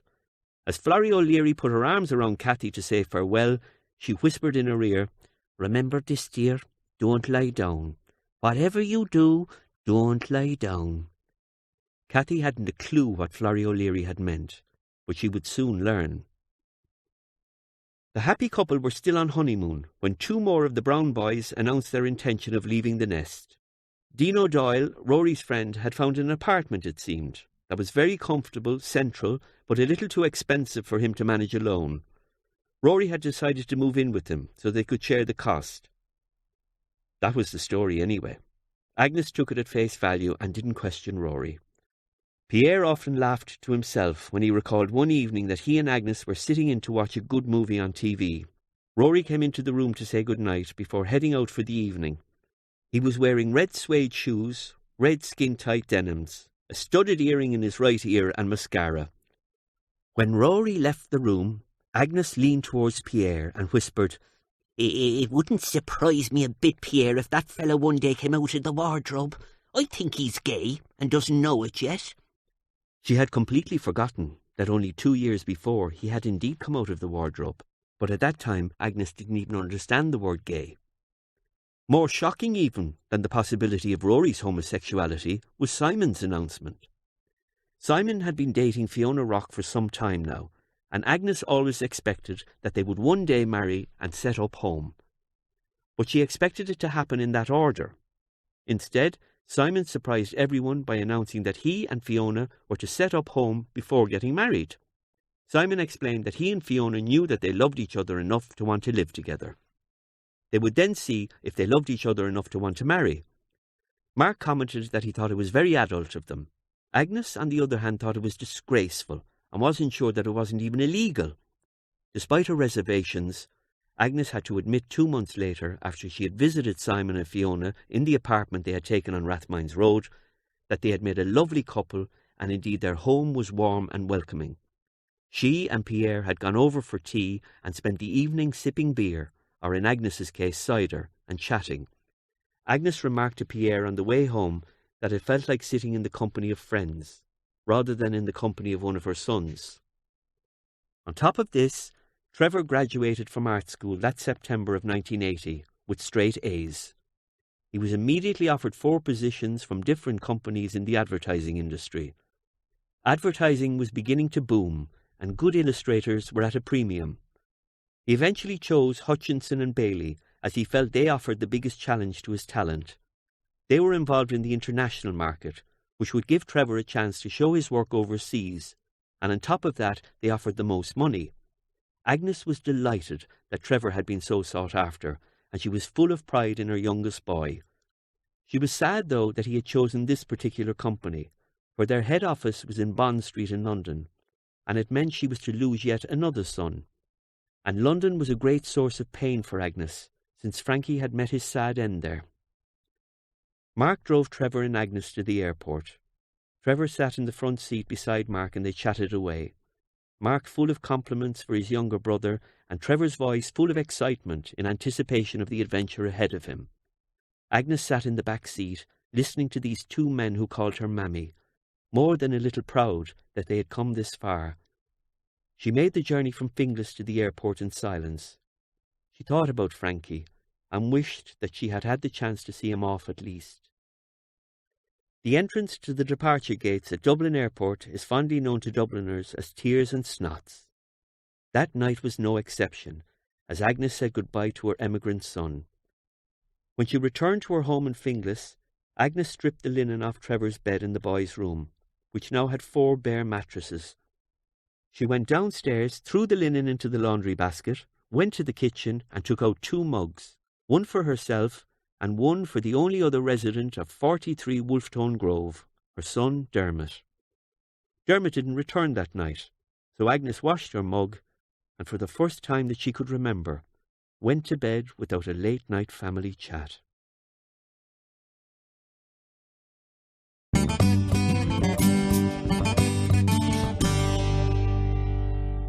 Chapter 7. During his first month in England, Trevor wrote a letter home every single week. The following month, Agnes received just 2 letters. Then it was down to 1 a month. And by the time her 48th birthday came, on the 7th of July 1981, Agnes would expect a letter from Trevor when she saw one. But she received a birthday card from him on that day, as she did from all of her other children, and from her grandson Aaron. Aaron was soon to be joined by 2 more grandchildren, for Fiona had discovered just days before that she was pregnant, and Cathy was due to have her first child in 5 weeks. There was no party for the birthday. Instead, Mark and Betty had taken Agnes and Pierre out to dinner to a fancy restaurant called the Potpourri in Parliament Street. All of the waiters spoke French, so Pierre felt right at home. They had a lovely evening, and when she returned to Wolfstone Grove, Agnes invited Pierre to stay the night. He readily accepted, and was delighted at the thought of rattling off a couple of organisms. They had a quick cup of tea, and then Pierre headed up the stairs to the master bedroom. Before going up to join him, Agnes read her birthday cards again. The cards were lovely, she thought, but it's not the same as having your children around you. She spent a moment thinking about Frankie. Then she climbed the stairs with a heavy heart, but brightened when she saw Pierre standing in the bedroom wearing only a pair of G-string underpants, which made him look a little like an undernourished sumo wrestler. They made love for 3.5 hours, and Agnes Browne entered her 49th year a satisfied woman. With just 5 weeks left to the due date of her first birth, Cathy was excited. She was so looking forward to being a mother. She also hoped the baby would improve things and bring her and Mick closer together. She was trying so hard to please him. She would do anything to make him happy. The trouble was, she couldn't be sure what it was that made him happy. He would tell her to dress up nicely when they were going out with his friends and their wives. He would check her over before they left, telling her to take this off and put that on. Without argument, she would always comply with his wishes, and when he was happy with how she looked, they would leave for the evening. But then after a few pints, Mick would completely change and tell her she looked like a slut. Later he would accuse her of making eyes at his friends or even at strangers in the pub. When they returned home from these evenings, Mick would explode into a furious temper. The more she denied his accusations and declared her love for him, and him alone, the worse he would get. She learned to stay quiet. She learned that regardless of whether she denied his accusations or apologised, the beatings would still come. Then there would be periods when he wouldn't beat her. Instead, he would call her a fool or snap at her to shut up if she began to try and make conversation. What had happened to the man she had fallen in love with and married? Cathy became very quiet and left the house only if she had to. She liked the house. It was better than the mobile home, which had become very cold in the winter. It was a rented house in Arklow town, but it was a start, she told herself, and she kept the place spick and span. She didn't have many friends. No, the truth was, she didn't have any friends. Mick didn't like her to have friends. He told her the townspeople weren't to be trusted, and he didn't want his business to be discussed with them. But the baby would change everything, she knew that. There would be walks on sunny days with the pram, and her tiny child gurgling up at her. She prayed it would be a boy, as she knew this would make Mick happy. A son to make his father proud, and she as the bearer of that son would share the glow of that pride, she hoped. No, not hoped, she was sure. Since she had become pregnant, Mick had treated her with kid gloves. In fact, by his standards, she was being positively spoiled, and he seemed in much better humour now, even when he was drunk.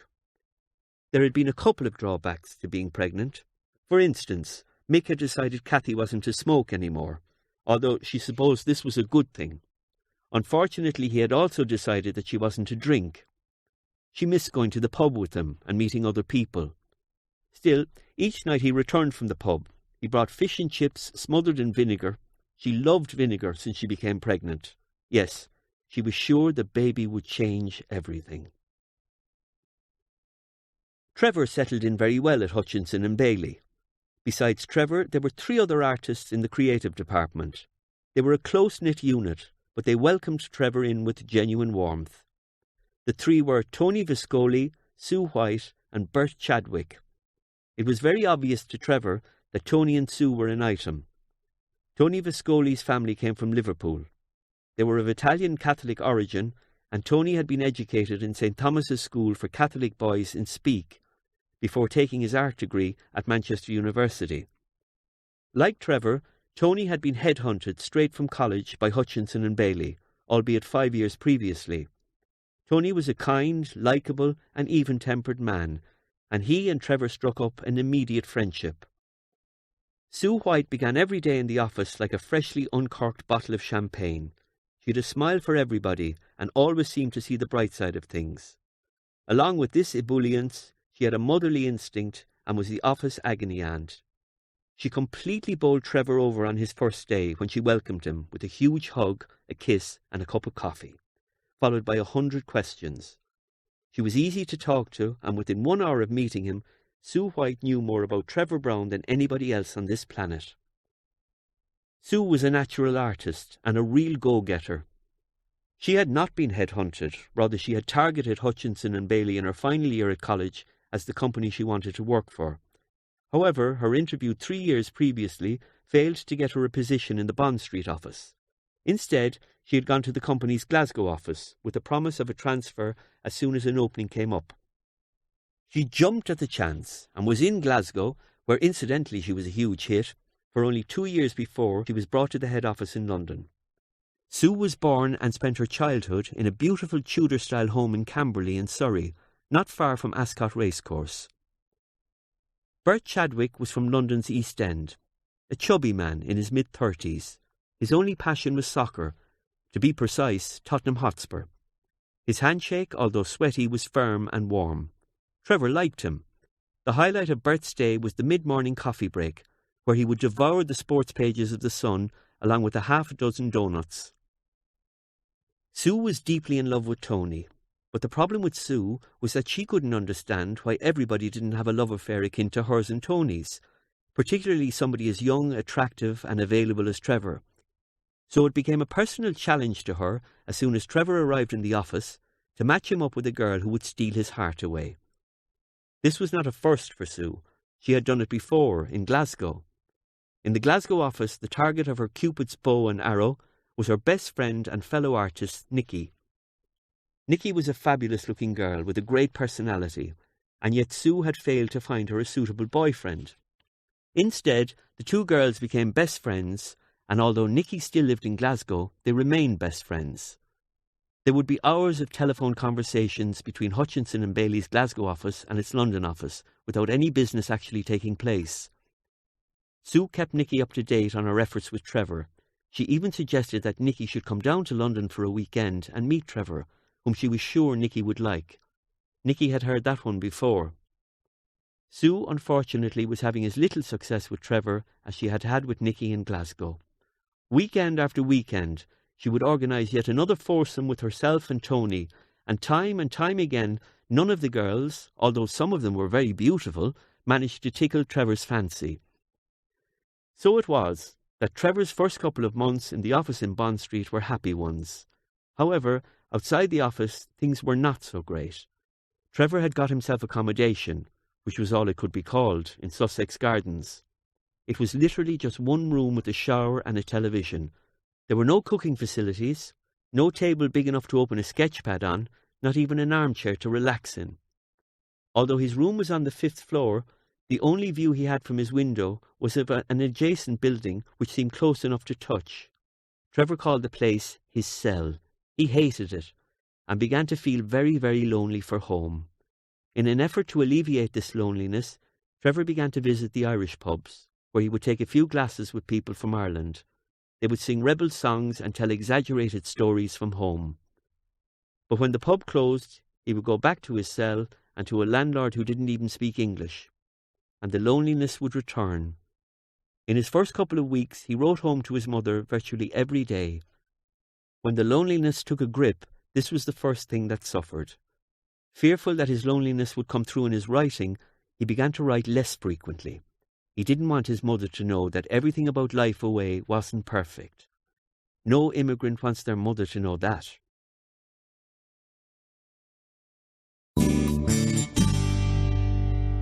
Chapter 8. It was 3 a.m. Dermot and Buster were crouched behind the wall in the darkness. They rose slowly together and peered over the wall. The house was in darkness, as Buster said it would be, and it looked deserted. Slowly they sank back down into their crouched positions. Burglary was not their forte. In fact, it was hard to find a crime that was their forte. "You're sure they're on holiday, Buster?" Dermot whispered. "Yeah, Dermo. They're a circus family, and they tour all summer. Then they take the winter months off. They're gone away for a month. And there's no security, no alarm." Dermot felt uncomfortable. This was all too easy, he thought. Buster just shook his head and answered with a simple "Nope." "Right then, let's go," Dermot announced. The two men vaulted the wall and the Boot Hill gang went into action. The Garibaldi home was a large 6-bedroomed house. It had taken the Garibaldis many years of working on the road with their circus to be able to afford such a home. They were indeed away for a month's holiday in Italy, leaving their home in the charge of 2 workmen who came every morning, checked over the house, mucked out the stables and fed the animals. Dermot and Buster made their way slowly along a line of fir trees which led up to the outer buildings of the residence. When they came to the end of the trees, they made a 10-yard dash on tiptoe to the corner of the larger building. It looked like a storeroom of some kind. "I wonder what's in here," Dermot said softly to Buster, tilting his head towards the door of the building behind which they were hiding. "I don't know. It must be valuable enough," Buster answered. "Why?" "Because there's a lock on the door. Why would you lock a door if there was nothing valuable inside?" Buster declared with a thief's logic. "You're right, Buster." The 2 men made their way slowly to the door. Gently, Dermot lifted the lock and examined it. He chuckled. "It's an ordinary bleeding barrel lock. I'll pick this quicker than picking me nose," Dermot said, as he took a tiny sliver of metal from his breast pocket and began to work. Within seconds, the lock clicked open. "You're a genius, Dermo," Buster said, full of admiration. "I know," Dermot simply smiled. The interior of the building was pitch dark, but warm. The 2 men felt around inside the doorway and could find no light switch. They began to search the building by touch. "You go that way, I'll go this way," Dermot whispered. "OK, Dermo," Buster answered, and then added, "Dermot." "What?" Dermot asked impatiently. "Which way am I supposed to go? I can't see which way you're pointing in the dark." Buster felt himself being turned around by the shoulders and pushed. "That fucking way. OK." Dermot had a box of matches in his pocket, but didn't want to strike a light unless he had to. As he felt his way around, he felt some things that were familiar. A bale of straw, a rope of some sort, a shovel which he nearly fell over. Suddenly Buster called him from the far side of the room. "Bingo! Dermo!" "What? What is it?" "I'm after finding a fur coat," Buster answered gleefully.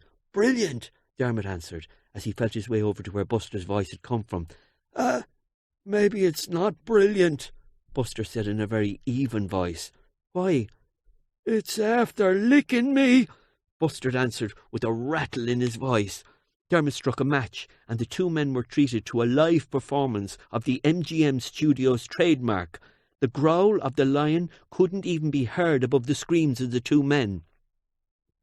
Luckily for the Boot Hill gang, Clarence, the Garibaldi family's oldest lion, had been fed that day. He didn't want to eat the men, he just wanted to play with them. Unfortunately for the Boot Hill gang, lions have claws. Shortly after being admitted to casualty at St. Patrick's Hospital, Buster Brady was rushed to the operating theatre, where Dr. Pat Watson spent the next 3 hours performing very delicate surgery upon him. By the end of it, Dr. Watson was very pleased with his work, and was able to tell Dermot Browne that, given time and a bit of rest, Buster would make a full recovery. The only lasting sign of the evening's escapade would be that the Boot Hill gang, from that day onward, would boast only 3 testicles between the two of them. Dermot first phoned the Brady family and informed them that he and Buster had had an accident, but that everything was all right and that Buster would be fine. He then phoned Mark and asked him to come and collect him from the hospital and drive him back to Finglas. There was little conversation in the car during the trip home. Mark simply shook his head and said, "One of these days, Dermot, I'm telling you, you two are going to go too far." Dermot didn't answer. He just stared out the window into space. Back in the recovery room in St. Patrick's Hospital, Buster Brady too stared into space. Dr. Watson had just broken the news to him, and Buster was trying to work out what a testicle was.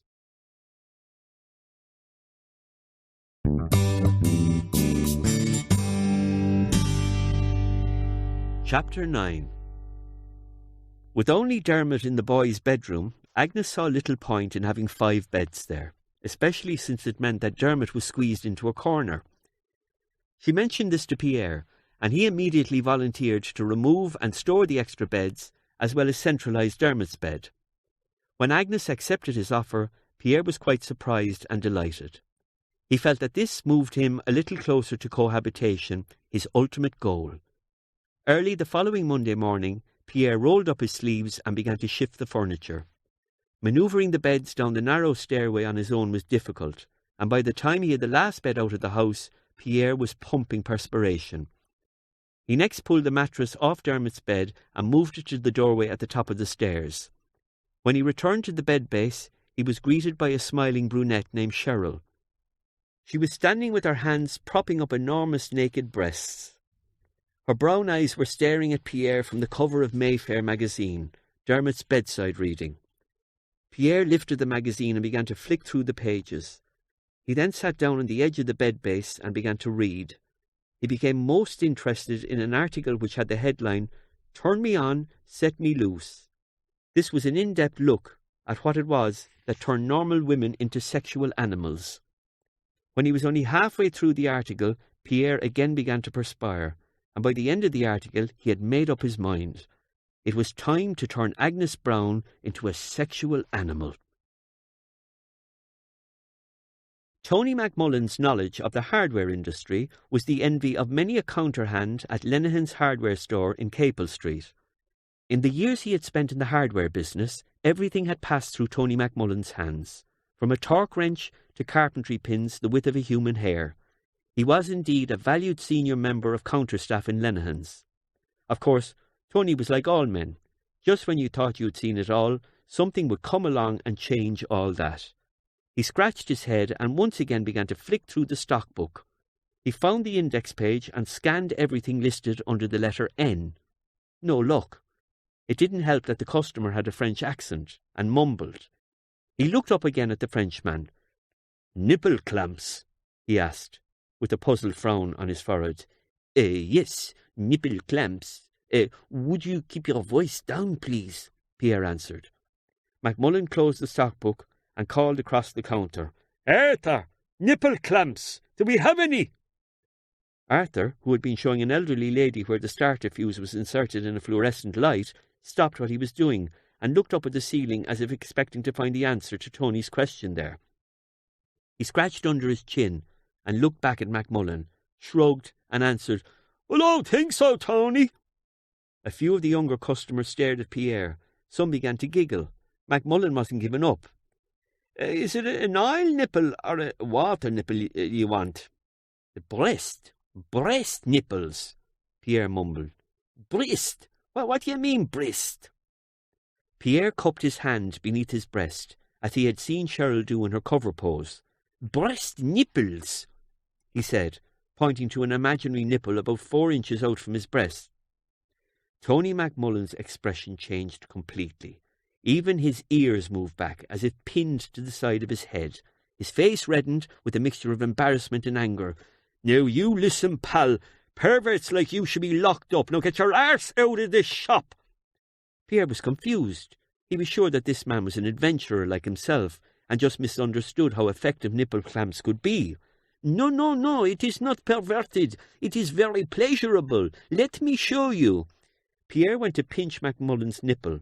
Macmullen slapped his hand and now came round the counter. "You try that again and I'll box the fucking head off you. Now get out!" he roared. Pierre beat a retreat. He was more than a little shaken following the events in Lenihan's. However, he had less trouble purchasing the other items he needed from the costume shop and saddlery. With all the pieces in place, except for the nipple clamps, of course, Pierre looked forward to transforming Agnes into a sexual animal. He even had an idea for replacing the nipple clamps, which he believed was quite creative, and was very proud of his lateral thinking. Pierre arrived that evening at Agnes's house with 3 bottles of champagne cider, a bouquet of flowers, and smelling like the Avon lady's briefcase. Agnes was thrilled by this gesture. It was just what she needed. Her mind had been preoccupied of late by the disintegration of her family, and she was feeling very low and, to be honest, unwanted. The evening began wonderfully. They put on some soft music, and the first 2 bottles of cider vanished quickly. Agnes poured her heart out to Pierre, about how she felt her family were falling apart and how she blamed herself. Pierre tried to explain that this is the way families are meant to go. Children become adults, and adults must go their own way and make a life for themselves. His explanations fell on stony ground, for Agnes argued that it was possible for them to become adults and still retain the family unit, even though that they were scattered or married or whatever. As the evening wore on, the fire in the hearth began to die, and Agnes's thoughts turned to bed, exactly where Pierre's thoughts had been from the moment he had walked in the door. Agnes drained her glass and, collecting up her purse, cigarettes and lighter, stood up. "Are you going to stay the night, Pierre?" she asked. "I would love to," Pierre answered, with a playful leer in his voice. "Oh, I see," Agnes answered, equally playfully. "Well, come on then, lover boy," and she giggled. "You go up first. I will follow." Pierre was getting excited, for his moment was coming. "What?" Agnes was puzzled. "Go on. I have a little surprise for you." Agnes went on up to the bedroom. She was tickled with anticipation. She stripped and changed her underwear, donning her good Playtex bra. She got into bed and settled herself. When she could hear Pierre's footsteps ascending the stairs, she turned towards the wall, leaving her back facing the door.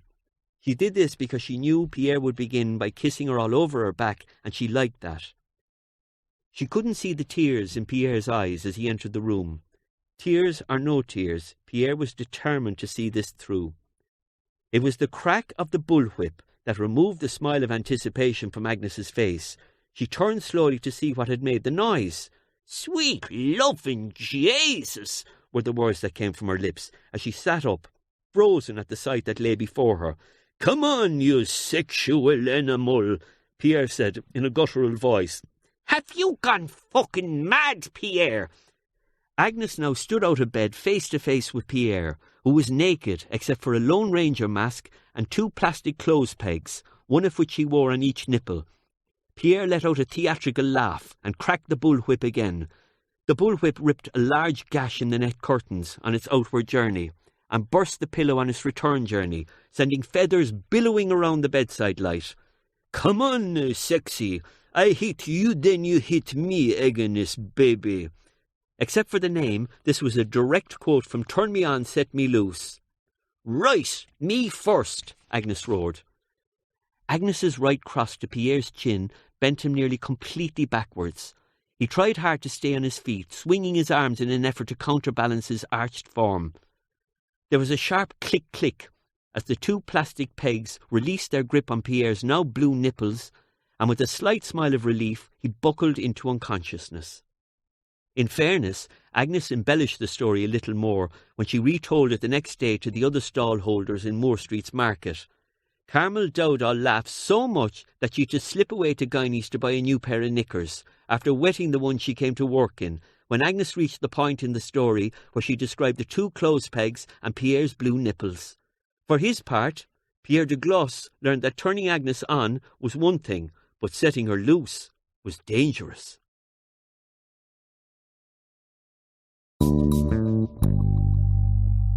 Chapter 10. Trevor was sitting alone in the art room. It was lunchtime. He had decided not to take a lunch break, but instead to finish the illustration he was working on. It felt weird to be working on Christmas scenes while the autumn sun was beaming through the window. But in the advertising world, today was old news. Everybody worked on tomorrow. The ring of the phone on Sue White's desk was like a fire alarm, and jarred Trevor's thoughts awake. He let it ring for a few moments in the hope that whoever it was would realise it was lunchtime and hang up. They didn't, so he answered the phone. It was Nicky, in Glasgow. "Hello?" Trevor said softly. "Hello, who's that?" Her voice was nice. "Hutchinson and Bailey," Trevor answered. "I know that. Who are you?" Sorry, it's Trevor Browne. I'm an artist here." "Ah, so you're Trevor," the young woman laughed. I beg your pardon? I'm sorry, Trevor. This is Nicky in Glasgow. I was looking for Sue." "Oh, she's not here. She's gone out, I'm afraid." Nicky. For no reason, Trevor blushed. "She's probably gone looking for another date for you," Nicky announced. This time they both laughed. "Oh, she keeps you up to date then, Nicky," Trevor relaxed. "I know exactly what you're going through, Trevor. I was her victim for 2 years while she was still here in Scotland. She means well, though. She really does." Oh, I know that, in fact. And don't tell her this. Some of the girls were really nice. It's not them, it's just, well, you know." "You wouldn't believe how I know. Listen, Trevor, tell her I called and that I'll call her later, okay?" "Okay," he answered with a smile. Slowly, Trevor returned the handset to its cradle. He liked her. Sue was the last to return to the art room from lunch. Whatever had happened on her lunch break, it had her in a very happy mood. Then she and Tony had a few quiet words, and that seemed to change her mood completely. Trevor wondered what it was that had made her so happy and now so sad. At the 4 o'clock tea break, he would find out. "I spent my lunch hour," Sue began, "driving out to look at a place in Cookham. It's gorgeous, Trevor. A 3-bedroomed house right behind a country pub called the Swan Uppers. The back garden sweeps down to the Thames, and it's right beside a golf course. You know how much Tony likes golf." Sue really was enthusiastic. "Yes, I do. It sounds great. So what's the problem?" Trevor's question stopped Sue in her tracks. She hung her head for a moment, and when she brought it up again, she looked across the room at Tony with the expression of a child who had just had her favourite toy stolen. In a disappointed tone, she announced, "Tony says it's too expensive to rent." "And is it?" Trevor asked. Sue looked at him like he had just joined the enemy ranks. "Yes." The conversation was over. Trevor had arranged to have a drink with Tony and Sue after work that evening. They often did this. Straight after shutting down for the day, they would head around the corner to a tiny little pub called Mrs. Muffin's. There they would have a few drinks, a few laughs, and talk shop for a couple of hours. Trevor wasn't looking forward to this evening. Tony and Sue were fabulous company, unless they were fighting. When quitting time came, Sue was not in the art room. She had gone up to Mr. Bailey's office to make a presentation on a new soft drinks concept she had. She had already been up there for 2 hours, which generally meant the presentation was going well. Tony left a little note on her desk saying that he and Trevor would be waiting in Mrs. Muffin's, and the two men headed off to the pub. 2 pints of mild, Tony called, before returning to the main topic of conversation with Trevor. £125 a week is just out of the question, Trevor. Oh, we could manage it all right, but then I wouldn't be able to save. If I can't save, then there would be no money for our own place, for when we get married. You two are getting married? Trevor asked the question, not because he was surprised that Sue and Tony might marry, but the way Tony had said it, it sounded like they were getting married the next day. Well, yes, eventually, I hope. I haven't asked Sue yet, but I'm sure we will. What do you think? He asked. Trevor got a little flustered at being asked such a momentous question by someone who, to all intents and purposes, was a stranger. So he drew on one of his mother's sayings. I'll tell you, Tony, when God made you two, he matched you. Then he raised his glass to Tony. Maybe it was the clink of the glasses, or maybe Trevor really did hear a little bell going off in his head. Whatever it was, what was about to happen next was totally out of character for Trevor. He was not a spontaneous man, yet on this occasion, as the thought struck him, he spoke it out loud. Maybe I could help. Tony was in mid-mouthful, and he swallowed and wiped his lips. What do you mean? Trevor had started, so now he had to finish. What if I were to share in this house in Cookham? I could chip in £40 a week, no problem. You could actually be doing me a favour, because I hate the kip I'm living in now. I wouldn't be in the way or anything, would I? Tony slowly ran his finger round the rim of his pint glass and stared into the froth. After a few moments, he looked up at Trevor. You wouldn't be in our way. But are you sure you want to do this? I mean, this place is a 1-year lease. That would mean you're stuck with us for a year at least. If I have to be stuck with someone for a year, I can't think of anybody else I'd rather be stuck with than you and Sue. As if by magic, at the mention of her name, Sue entered Mrs. Muffin's. The presentation had obviously gone well, and she seemed to have got over her mid-afternoon disappointment over Cookham. Once she had a drink in her hand, Tony wasted no time. Sue, if we are to move to this place in Cookham, we really can't afford it on our own, but we could take in a lodger. Thanks, Tony. I know you mean well, but I've been thinking about it. You're right. We can't afford it, and as much as I love the place, I don't fancy living with a stranger. Trevor wanted to speak, but was stopped by a sharp wink from Tony. What if, Tony began, the stranger was our Trevor here? Tony was only short of pushing his tongue into his cheek as he spoke, for he already knew the reaction this would bring from Sue. Sue didn't speak. Instead, she snapped a look at Trevor. Trevor simply smiled and nodded his head. There followed a burst of laughter from the three and a group hug.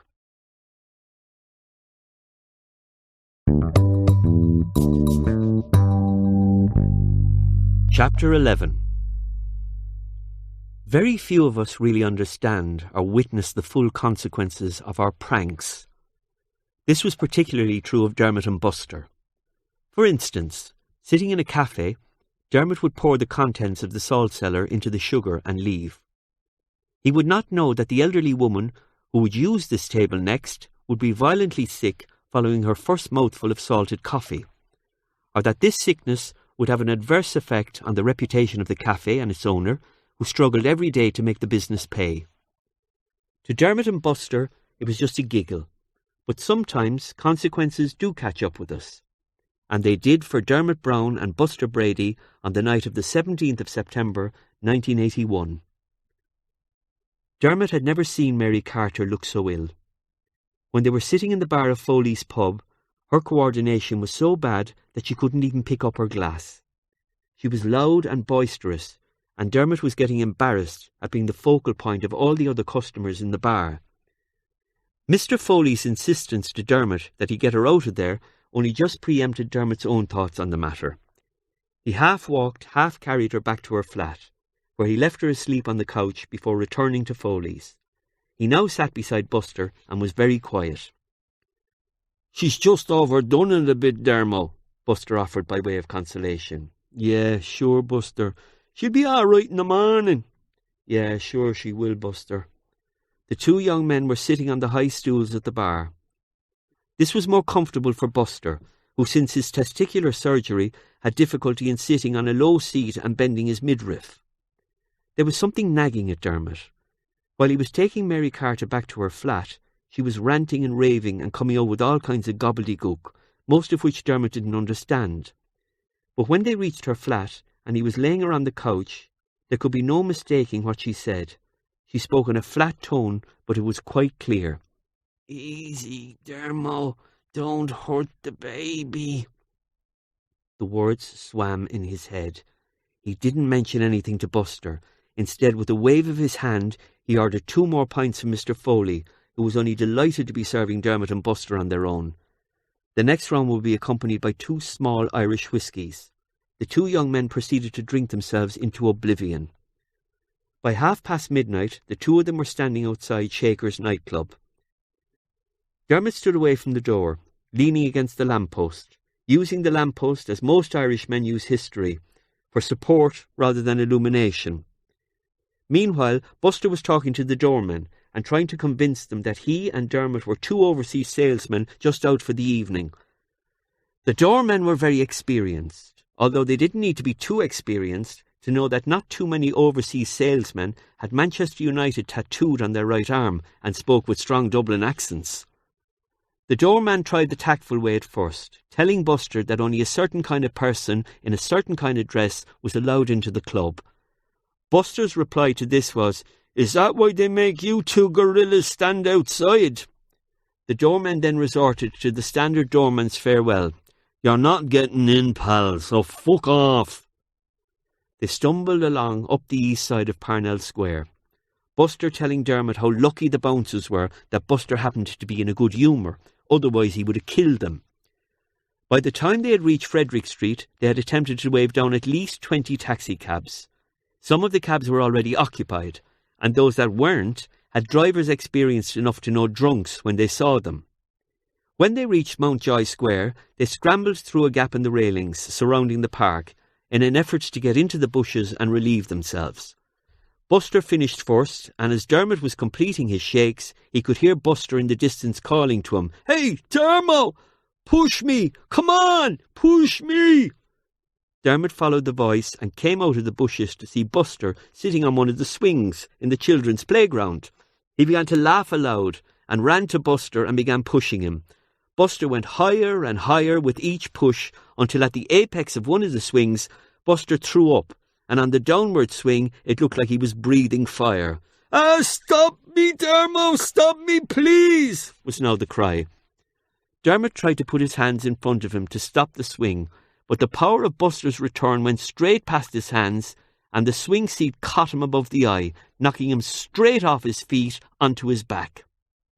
Buster, in an effort to turn in the swing to see what had happened to Dermot, shot straight off the seat and landed 20 feet away from where Dermot lay. The 2 men groaned for a while, and then raising themselves onto their elbows, looked across at each other. The burst of laughter was spontaneous. Buster's face was grazed all down the left side, and Dermot had a bump in the top of his forehead the length and width of a good Havana cigar. They got to their feet and made their way out of the park laughing. They leaned against the park railings until the laughter subsided. Then Dermot had the idea. He raised his left arm and pointed. "Buster, do you see what I see?" Buster's gaze followed Dermot's fingers. "What?" Buster asked. "The bus depot." "So? Where there's a bus depot, there's buses." Dermot's voice was now slurred, but still Buster understood what he meant. Still, he repeated his question. "So? So let's go and get ourselves a bus." And Dermot headed off into the night. Buster stood for a moment with a frown on his face, and then it dawned on him. He gathered himself and tottered after Dermo. "That's a great idea, Dermo! I want to be the conductor." Although it was the early hours of the morning, a few of the walkers tried to stop the bus as it wove its way along the Glasnevin road. Dermot had had a bit of difficulty in hot-wiring the bus, but once he had it up and running, he found it as easy to drive as a truck, and even more fun. Buster was upstairs with a handful of coins, walking up and down the seats, clicking the coins and talking to imaginary passengers. Every now and then he would ring the bus bell and roar down the stairs, "Plenty of room on top!" sending Dermot into fits of laughter. Dermot had driven big trucks before, but he had never driven anything with power steering. He tended to overcompensate on the turns, and this caused the bus to weave. At the bottom of Glasnevin Hill, they were really moving. The road took a sharp right as it went over the Tolka River Bridge and up the hill onto the Finglas Road. As he rounded the bend, Dermot overcompensated, and the bus swung to the left. He pulled the wheel sharply to the left in an effort to straighten the swing. He pulled the wheel too much. The bus went into a spin and skidded sideways. Buster toppled head over heels and got wedged between two seats, which probably saved his life. Smoke billowed from the wheels, which were now locked with Dermot's foot firmly on the brake. The rear wheels mounted the curb first, which made the front spin round faster. The front wheels hopped up onto the curb. It seemed like the bus was never going to stop, but it did. It all felt like slow motion to Dermot. He saw the block wall come towards him, and the bus crashed into it at an angle right at the driver's feet. 5 of the upstairs windows had shattered when the bus mounted the curb. All but 2 of the remaining windows in the bus went into smithereens as soon as it crashed into the wall. Then there was silence. First of all there was darkness. Then in the distance, Dermot heard the ding-ding of a bell. Then he could hear Buster's voice, but couldn't make out what the voice was saying. He had a sharp pain in his right leg. He shook his head as if to clear it, and it worked. He could hear Buster's voice much more clearly now. Buster was still upstairs in the bus, talking to his imaginary passengers. "This is as far as we go, folks! Everybody off here!" Buster was crying out loud as he made his way unsteadily down the stairs. "Dermo! Dermo, are you all right, Dermo?" Dermot was wondering the same thing himself. He felt around his body and nothing seemed to be broken. There was blood on his face from the tiny cuts that the shattering glass had made, but other than that there seemed to be nothing serious. His right leg was wedged in the buckle metal just above the pedals. It wouldn't move. Within seconds, Buster was by his side. I'm stuck, Buster," Dermot said. "Where?" Buster asked. Dermot pointed downwards to the bottom of his right leg. Buster half lay down, manoeuvring his foot in behind Dermot's leg to where the buckle metal was. With a grunt, he pushed as hard as he could on the metal, held it for as long as he could, and then relaxed. "Any good?" "Yeah, I think it'll work. Try again." Dermot was in more than a little pain. Buster tried again, this time putting all of the weight that he could onto the metal. With a jerk, Dermot's foot came free, but without the shoe. They climbed off the bus. There was still total silence all around them. "Let's get the fuck out of here, Buster. The law'll be here any minute, over there across the field." Dermot was pointing to a gap in the ditch. The 2 men made their way to the gap, negotiating the ditch, and found themselves in a field that ran behind a dairy. Slowly they made their way home. It could have been nerves, but after about 20 minutes walking, the 2 of them started to giggle. "There's no doubt about it, Buster. When we do it in style," the 2 men laughed. "Janie, Dermot, when the manager of that bus depot comes in the morning, he won't be too happy." The fact was, in the morning there would be very few people happy, for Mark Browne's prediction about his brother's pranks was about to come true. John Cullen had been a barman for 51 years. He had started when he was just 14 years old in Miley's pub in Galveston, his home village just outside Mullingar. In the half-century his career had spanned, he had worked in bars in virtually every county in Ireland, before his current position as assistant bar manager in the Widow's Public House in Main Street, Finglas. For his 65 years he was a fit man. He attributed his fitness to the fact that he drank little, smoked only pipe tobacco, and cycled to and from work every day. John Cullen had a full driving licence, although he never thought he would use it now. He was wrong. The owners of the Widow's Public House and its long-standing customers had had a fundraising drive and had raised enough money for a new second-hand car to present to John on his retirement in 2 weeks' time. Cycling, John would tell anyone who would listen, had its advantages. There was no traffic problems to contend with. It was good for your health. And, he would add with a laugh, If you were caught short, all you had to do was park your bike somewhere and find a bush or a wall to relieve yourself behind. This is exactly what he had done on that night coming home from the widow's. He was standing behind the block wall, one arm up against it, with his head down to ensure that he wasn't soiling his shoes, when he heard the tyre screeches across the road. This was followed by 2 loud bangs and the sound of breaking glass. "What the hell is that?" were the last words that came from the lips of John Cullen as the bus crashed through the wall, which disintegrated on top of him. His death, his widow was later told, was immediate.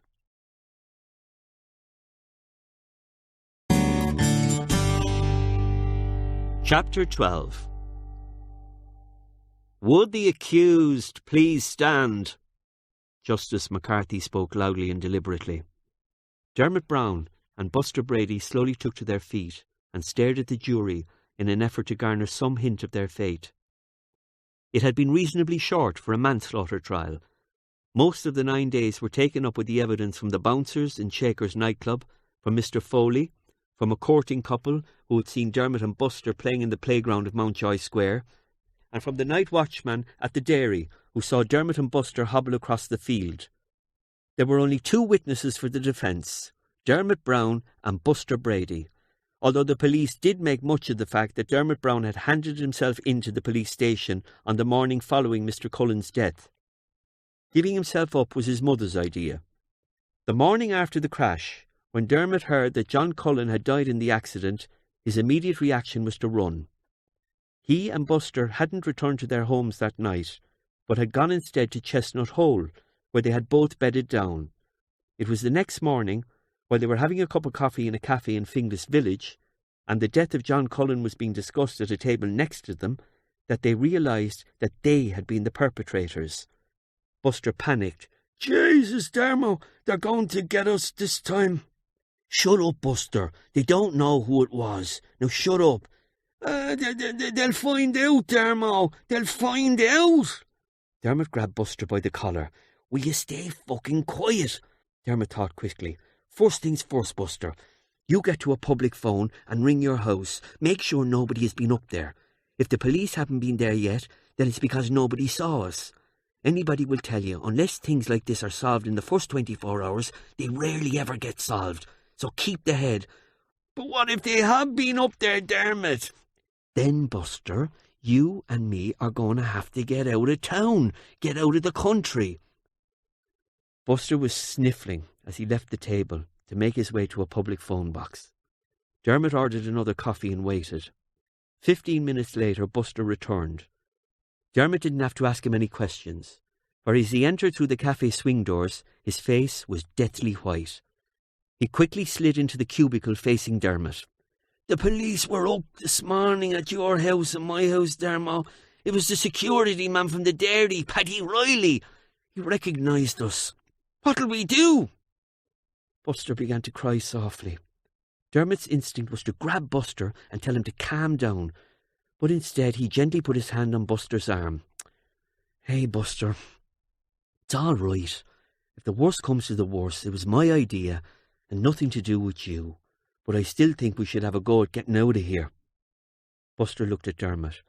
He felt as if he were going to be physically sick. Dermot paid for the coffees, and they left the cafe, making their way back to Chestnut Hole, the long way through Mackey's Field, so as not to have to go past the police station. When they got to Chestnut Hole, Dermot went to his hidey hole to see how much money he had to go on the run with. He raised his hand to remove the brick, but noticed that it was already halfway out. Someone had been at his hidey hole. He took the brick down, and there in front of him, at eye level, was an envelope marked Dermot. "What's that?" Buster asked. "I dunno," Dermot said, softly as he tore the envelope open. The first thing that caught his eye was the bunch of used pound notes. There was £175 in all. The money was accompanied by a letter. Dermot opened the letter and began to read. It was from his mother. "Dear Dermot, this is a dreadful thing that has happened. The police were here at 6 this morning, and they spoke about you like you were scum. I told them you were at times a little devil, but that you would never hurt anyone on purpose. They wouldn't listen, they didn't want to know, and they talked about you as if you were a murderer. Dermot, I know this was an accident, and I know as well you're probably thinking of running away now. I'm asking you, as your mother and somebody who loves you dearly, to do the right thing and give yourself up, as everyone will know that this was an accident. But it's up to you. You're a big lad now. If you decide not to give yourself up and go on the run, I've enclosed all the money I could lay my hands on. I hope it'll help you. Wherever you go, please get in touch with me and let me know that you're okay. Mammy, P.S. They're looking for Buster too. Dermot slowly lowered the letter. His eyes were filled, but not one tear fell. Buster looked into his face questioningly. "What'll we do, Dermot?" Dermot put his arm round Buster's shoulder and softly said, "Come on, Buster, let's go home." He returned the money to his mother, gave her a hug and a kiss, and by midday he and Buster had surrendered themselves at Finglas Garda Station. "We, the jury, find the defendants Dermot Browne and Patrick Brady guilty of manslaughter in the 2nd degree." Dermot and Buster had both been expecting a guilty verdict, but it was like having somebody you love on their deathbed for a long time with a terminal illness. When the death finally comes, it isn't any easier. The word guilty echoed through Dermot's mind. He took a look across at the gallery to see his family's reaction. Agnes was distraught, and her head was buried in Mark's shoulder. Mark stared at him. He was angry. His sister Cathy stood with a blank look on her face. Her husband Mick half sneered at Dermot. Dermot's twin brother Simon was pale and sad-looking, and Rory was shaking as he was being consoled by Dean O'Doyle. 2 seats away from his family was a sight Dermot hadn't expected to see. Mary Carter stared at him, her eyes wide and tears streaming down her face, and when she saw that he was looking at her, she gave him a little wave. Dermot just shrugged.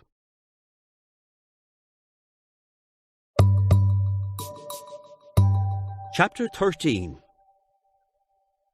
Trevor slowly put his mother's letter down on the bedside table. He felt awful. The letter was full of bad news. 7 years! He spoke Dermot's sentence out loud. He was glad for once that he wasn't at home. He couldn't imagine the anguish his mother must be going through, as well as Dermot.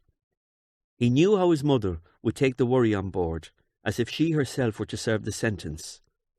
Cathy was due her baby any day now, and Agnes had hinted in the letter that all was not well there either.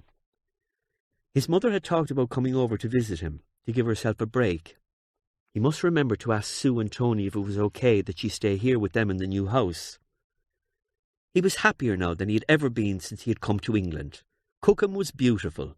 The move so far out of the city had meant that they all had to rise a lot earlier to get the early train into London, but it was worth it, for at the weekends Trevor would spend his time walking for miles and miles through the golf course or along the banks of the Thames. He would park his easel in a different spot every Sunday and paint until the sun went down. Sue and Tony loved the place. Although Sue wasn't quite becoming the mother hen that Tony thought she would. She filled the house with her childlike giggles, and Tony would get tense and ask her to behave more like an adult. Sue would simply shrug and tell Tony to get a life. Still, most of the time the two were just simply in love, and although Trevor sometimes felt like the odd man out, he never felt like a gooseberry. 7 years. Jesus Christ. Trevor lay back on the pillow, his hands behind his head, and stared at the ceiling. 400 miles away, in Mountjoy Prison, Dermot Browne was also lying on his back, staring at the ceiling. He could just about make it out, for the cell was in darkness. It was way past lights out, and Dermot still wasn't asleep. There are no words that can describe the downward tumble you feel when your world goes from encompassing everything you see to 12 foot by 6 foot of mass concrete. The tiny window from Dermot's cell in C Block overlooked the exercise yard. This would be his view for the next 7 years. Not since the day he was first locked up had Dermot initiated a conversation with anyone, not even with Buster, who was in the same block but a floor below. His nights were spent mostly lying awake. If he was lucky, he would get 1 or 2 hours sleep. Instead, he spent his nights just thinking. He thought about his mother. He would imagine her every night taking out the mugs, pouring the tea, and settling herself down at the kitchen table for the nightly chat with them all. She had no one now. He thought about his sister, Kathy, how unwell she had looked in the courtroom, and the pale colour of her face. He tried not to worry that her husband was treating her badly. He couldn't afford to worry. In prison, you just can't allow yourself to worry, because you can do nothing about what's happening on the outside. He thought about Buster, 3 years as an accessory. He'd be out in a little over a year. Dermot was glad that Buster had got it a little easy. He thought about his brother Mark, and how everything always seemed to go the right way for him. But mostly, he thought about Mary Carter. The baby couldn't be his. He was sure he wasn't the only one Mary Carter had slept with in the past few months, and yet the thoughts of her being with another man filled him with rage. He couldn't understand this. He didn't know what caused it, but he told himself that the baby just couldn't be his. These were the things that filled all of his thoughts each night, except for one more thing. At the end of each night, he would think of a woman alone, the widow Cullen. She would be alone tonight, and every other night for the rest of her life, because Dermot had gone too far. Dermot closed his eyes and sobbed quietly. As is often the case with long-term prisoners, Dermot refused visitors for the first few weeks. The majority of long-term prisoners would usually have had a couple of short-term visits to prison before a big sentence for smaller crimes before the big one. This enabled them to get used to prison life before they had to serve a long sentence. But this was not the case for Dermot. He had a dreadful time settling in and became completely withdrawn. It was sad for Buster, for if ever he needed his best friend, it was now. When he found himself ignored by Dermot, he felt alone and afraid. However, Buster took to prison life a lot quicker than Dermot did.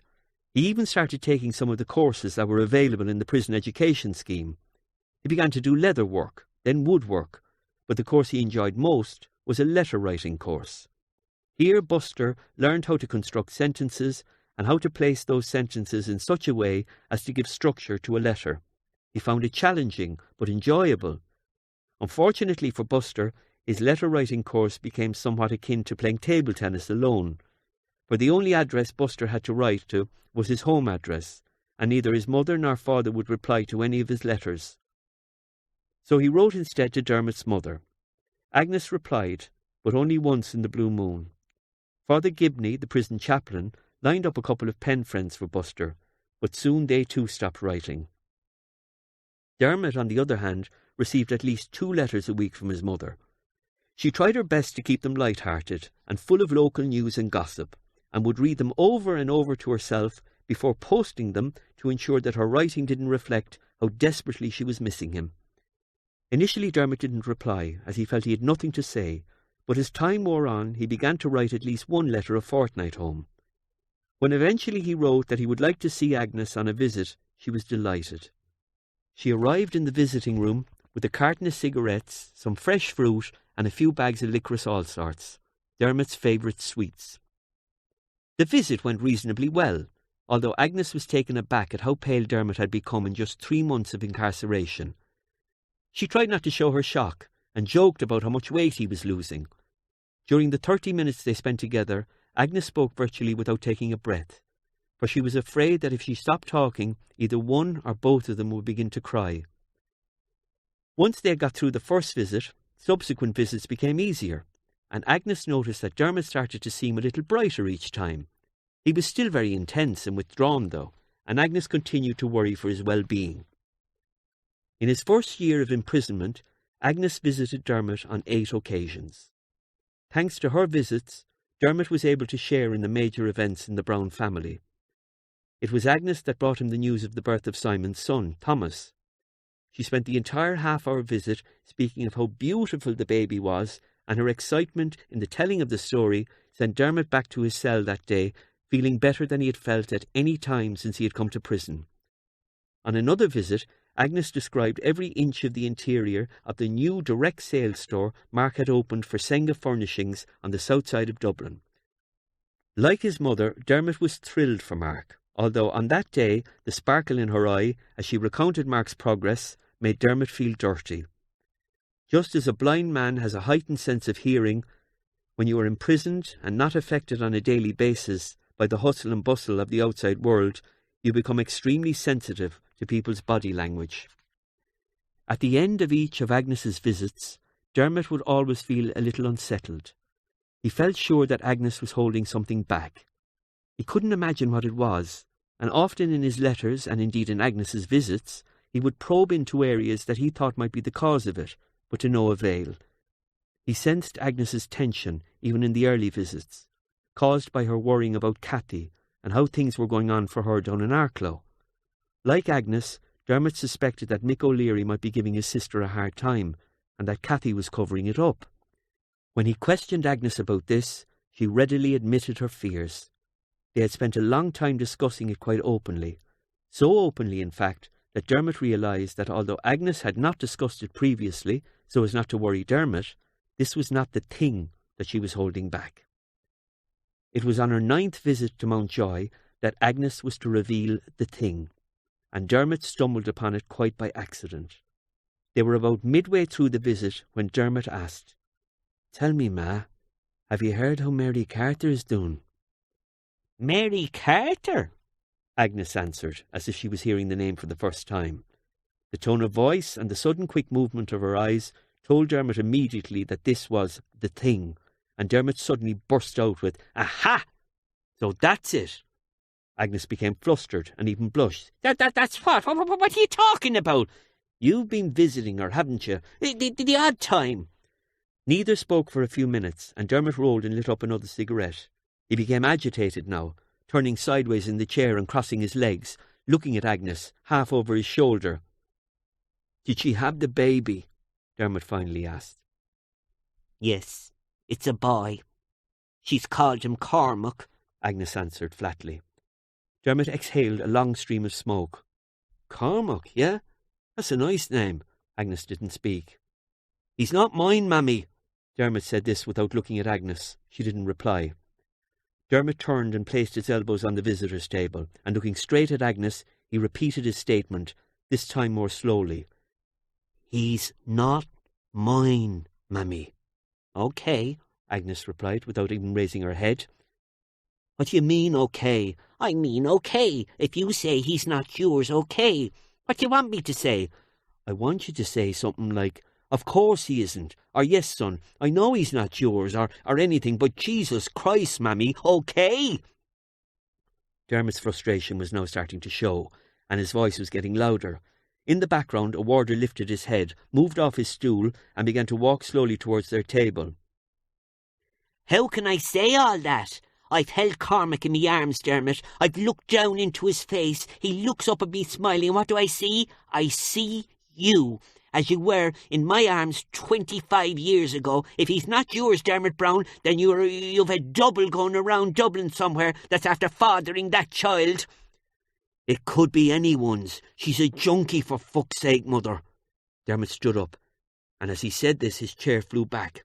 His voice was near screaming pitch. Agnes also stood up and pushed her face across the table towards his. "Yes, she is. God love her. But she's trying her best to be a mother, and with no help from anyone, the least she could expect is a little decency and recognition from the father of her child." The warder was now standing behind Dermot, but didn't know what to do. Dermot lowered his tone. "Oh, you'd love that, wouldn't you? You'd love me to be just like Mark, wouldn't you?" "No, son, I don't want you to be just like Mark, but I don't want you to be just like your father either," Agnes cried. Dermot drew his arm back as if to swing a punch. Now the warder knew exactly what to do. He flung himself at Dermot, and in one practiced movement threw Dermot to the ground, lying on top of him.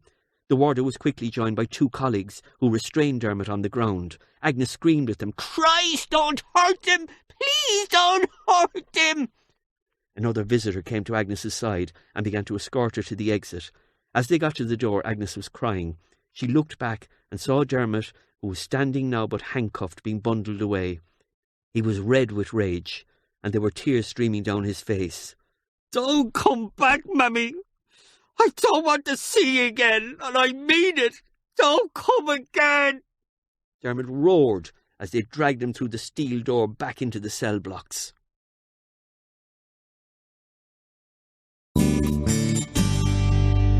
Chapter 14. Over the next few weeks, Agnes wrote a total of 10 letters to Dermot. In each one she apologised for her behaviour and for upsetting him, but emphasised that she did not apologise for what she had said. She received no reply, until one morning the postman delivered a large brown envelope with a Mountjoy prison stamp on it. When she opened the envelope, she found all her letters inside, torn in half but unopened. She never wrote to Dermot again. Instead, she began writing to Buster Brady, explaining to Buster what had happened and asking him to keep her informed of Dermot's progress. She asked Buster not to tell Dermot that she had been asking, lest he and Buster fall out. Buster's letters kept Agnes abreast of how Dermot was doing, and although she missed the direct contact, she was always glad of any news Buster had to impart. From Buster's point of view, it was a great arrangement. His letter writing was coming on, and he looked forward to sitting down and writing a letter to which he knew he would get a reply. Although Buster's letter-writing skills had improved, his grasp of the English language was still very loose, as indeed was Agnes's. This led to some rather peculiar exchanges, copies of some of which, to this day, can probably be found in the miscellaneous drawer in the Mountjoy Prison Censor's office. For instance, the following exchange of letters took place over a period of 2 weeks. C Block, Mountjoy Prison, North Circular Road, Dublin 7, February the 23rd, 1983. Dear Mrs. Browne, I am in receipt of yours of the 18th inst. Thank you for the receipt for gourd cake, which I've passed on to Hatchet Flanagan in the kitchen. Dermot is doing well. As I have said before, he has his up days and his down days. Today is one of his up days. I can tell, because this morning when I said good morning, Dermot, he didn't tell me to fuck off. I've been here a long time, and I still don't like it here, but would like to be home. It is difficult to make friends here. It's like you're just getting to know someone, and they're gone. This pie roll is a pain in the arse. I hope this letter finds you, as it left me, in good health. Yours sincerely, Buster Brady. Agnes read this letter over and over again, but still couldn't figure out what pie roll was.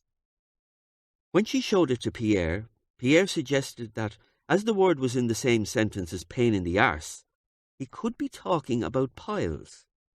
Agnes was delighted that Pierre had figured out the puzzle, and that she could do something about it. 43, Wolftown Grove, Finglas, Dublin 11, February the 27th, 1983. Dear Buster, thank you very much for another letter. They are so important and I look forward to them.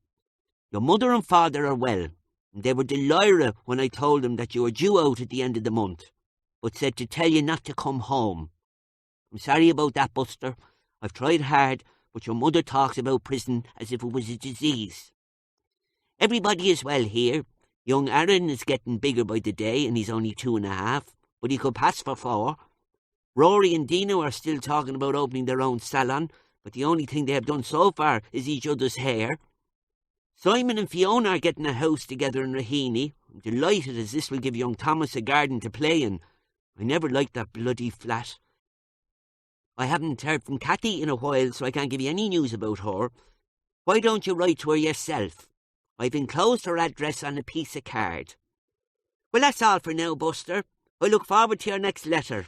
All my love, Agnes. Oh, P.S. I'm sorry to hear about your pie roll. Nothing is worse than a pain in the arse. I sent a package with this letter containing some suppositories. These should make you feel better. C Block, Mountjoy Prison, North Circular Road, Dublin 7, March the 3rd, 1983. Dear Mrs. Browne, I'm in receipt of yours of the 27th inst. Many thanks for the wine gums. You were right, they did make me feel better. Good news. Father Gibney has talked Dermot into taking an English course here in the prison. This is the first course he has taken since we got in here. He is at last beginning to settle down. I'm going to join the class too. Thank you for Cathy's address. I've already written a letter to her, so I hope she writes back. I couldn't remember her daughter's name, so I just put the baby. I hope she doesn't mind. Best wishes to everyone and Pierre. Yours sincerely, Buster Brady.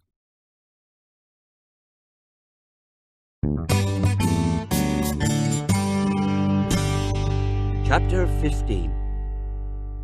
You can tell him to go and shite. Sue White roared in from the other room. She had picked this phrase up from Trevor.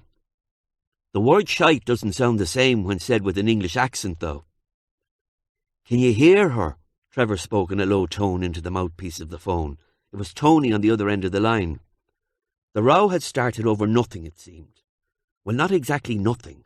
It was a small sculpture, actually. Its title was Dreaming Wolf, although Dermot thought it looked more like Sleeping Red Setter. What it looked like wasn't important. The row had erupted over what it had cost, £300. Sue had seen it, she had liked it, so she bought it. Tony went ballistic. A screaming match had followed, with both sides using the usual ammunition. Words like irresponsible, stingy, childish. The row culminated in Tony's screamed promise that he was walking out that door and never coming back, and finally the slamming of the door. This was followed by some very loud crying and smashing of ornaments against the wall. When the crashing and banging died down, and the crying was reduced to just a soft whisper, Trevor felt it was safe to come out of his bedroom. He made Sue a cup of coffee and tried to console her as best he could. That had been 3 hours ago. Sue had stopped crying now, but was still angry. Tony told Trevor that he had only called to see that Sue was all right. He had no intention, he reiterated, of returning. Trevor spoke again into the mouthpiece of the phone. Look, Tony, you stay in that hotel tonight. I'll call you first thing in the morning, okay? Now, good night. He hung up the phone and returned to the room. So what did Scrooge have to say for himself? Sue asked, full of drama. He's going to stay in a hotel tonight. A hotel? Ha! No, Trevor. He'd probably sleep in a cardboard box in Piccadilly Circus. Not a hotel. Not all Tony. Hotels cost fucking money. You don't think you're being a bit hard on him, Sue? Sue turned to Trevor. No, I don't think I'm being hard on him, Trevor. He's a tight-fisted bastard. He doesn't want me to spend any money because he doesn't want me to have a good time. He wants me to sit in. He wants to save. He wants to be careful. He wants to get married, Sue, Trevor said very evenly. Sue stopped in her tracks. She ran her hand through her hair and slowly sat down and lit a cigarette. Trevor sat down beside her and began to speak softly. He wants a nice wedding reception. He wants a semi-detached house in Surrey. He wants 2 cars. He wants all of that for you and him. And he knows that that takes money. Sue's hand shook as she put the cigarette to her lips. When she had digested Trevor's words, she suddenly stood up and turned her back to him. Well, he can go and shite, she said defiantly. Don't do this, Sue. Do what? Don't throw it all down the toilet. He loves you. Sue didn't reply, nor did she turn round. So Trevor spoke to her back. The 2 of you are going to blow probably the finest relationship I have ever seen.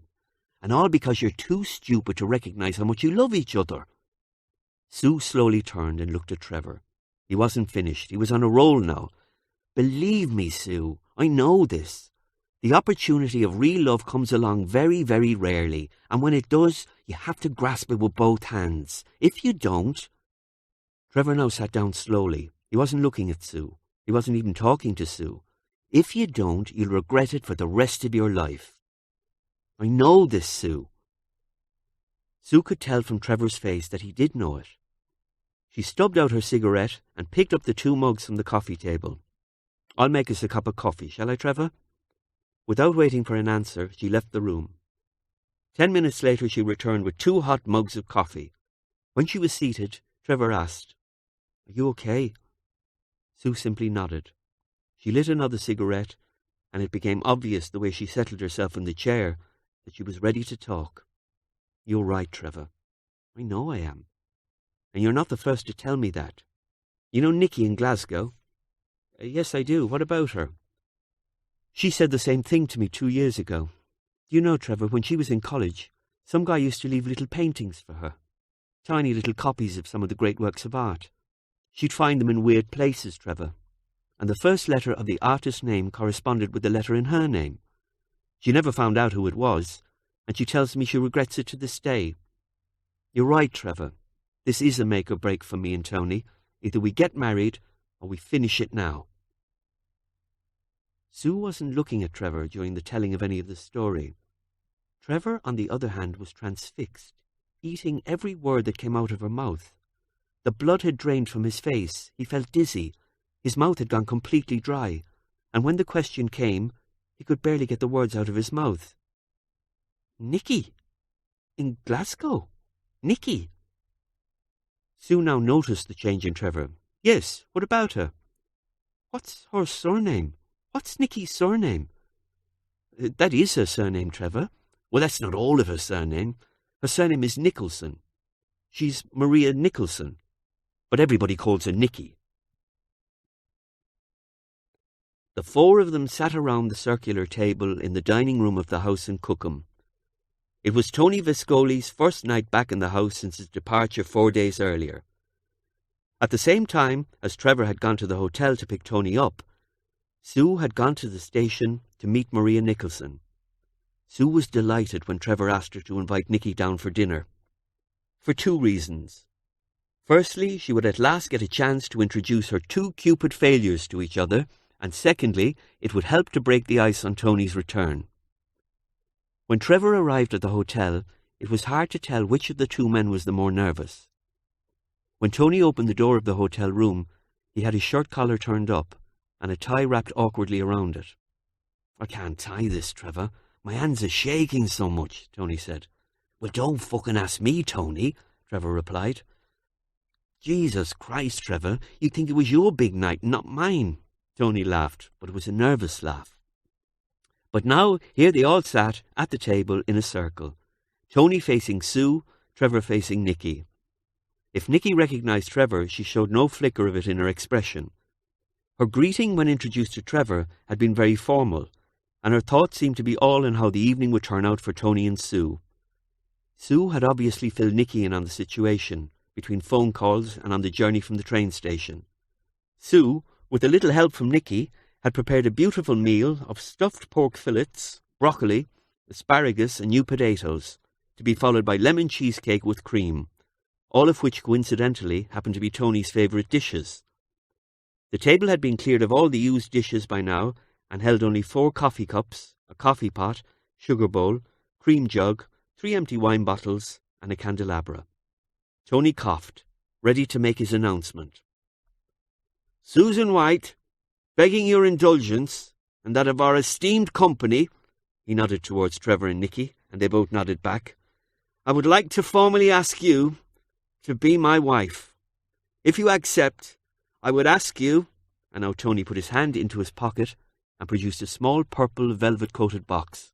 He opened the box to reveal a beautiful 3-stone engagement ring. "To wear this ring as a sign of our engagement." The proposal was very formal, although Trevor expected nothing less from Tony. Sue stared at the ring for some moments before she removed it from the box. Slowly she slid it on her wedding finger and looked up at Tony with a beaming smile on her face. "I love you, Tony Viscoli." "I love you too, Sue White." As Tony and Sue kissed, Trevor and Nicky clapped.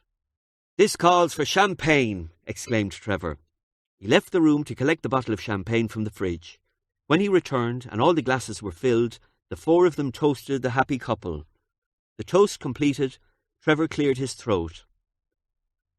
"I feel it would be a terrible travesty to have 2 beautiful women at a table and have gifts for only 1, he announced.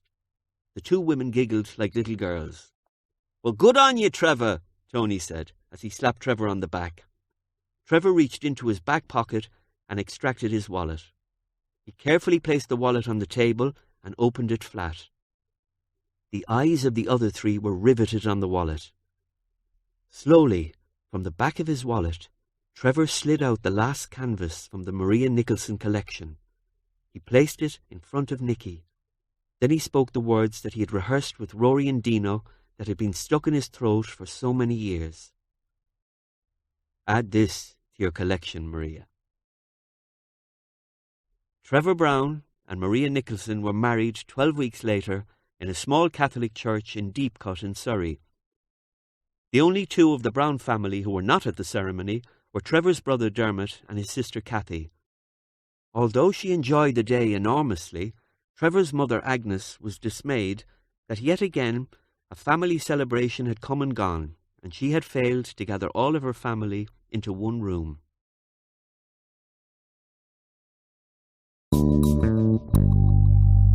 Chapter 16. Kathy was delighted when she received Buster's letter. It had been a long time since anyone, either in the written word or verbally, had asked her how she was.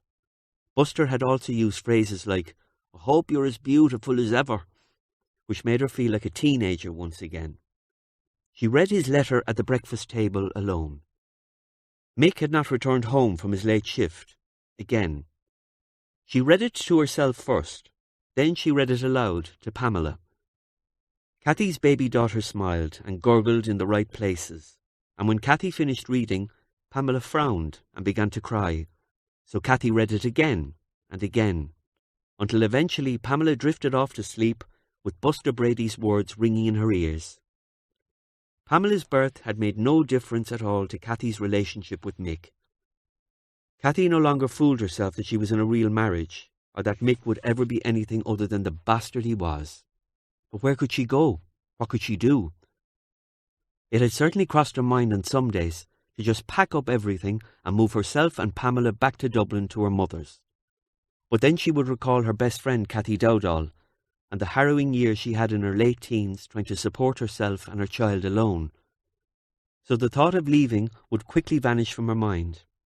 Instead, she kept a good home and poured all of her energies and attention into Pamela.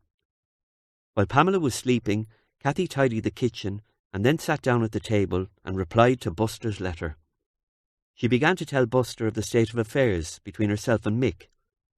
It was the first time she had ever told anyone what was going on, and when the letter was posted, she felt strangely lighter. Kathy O'Leary knew she was trapped. She knew she couldn't change Mick O'Leary. She knew she couldn't change circumstances.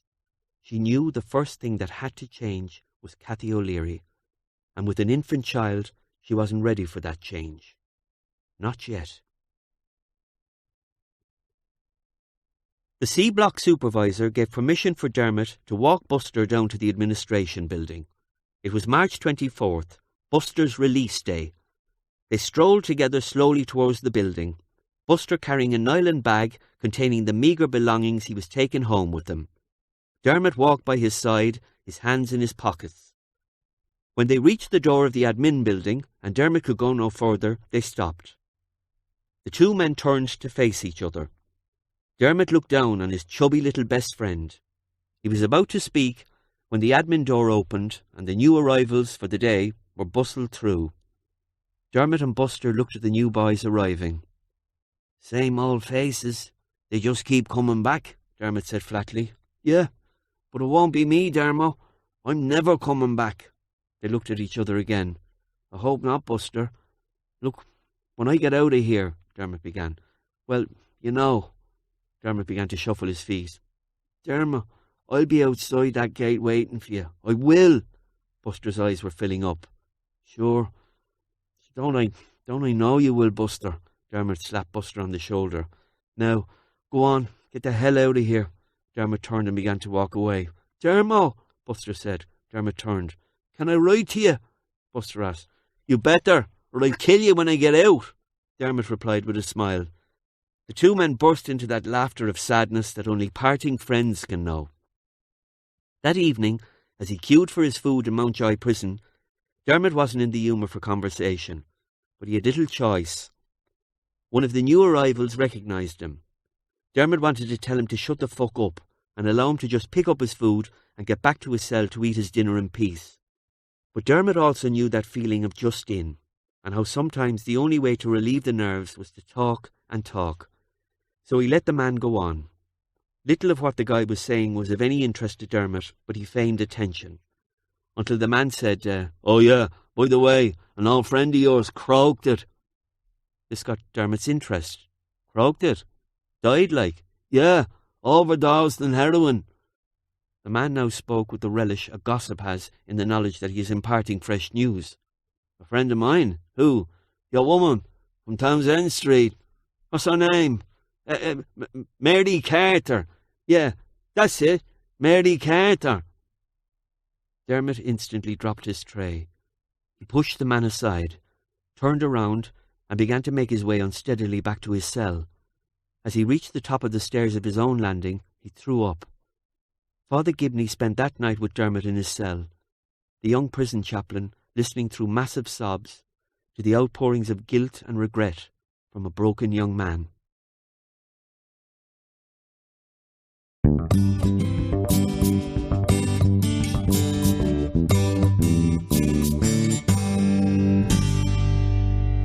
Part 2. Chapter 17. December 1988, Dublin City. Because St. Christopher's National School was smack in the middle of the city centre, the high railing that surrounded the play yard was essential. This kept the children from straying from the school and onto the busy city streets.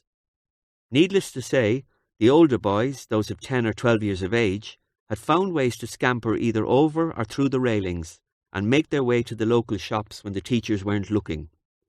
However, the railings kept the younger boys in.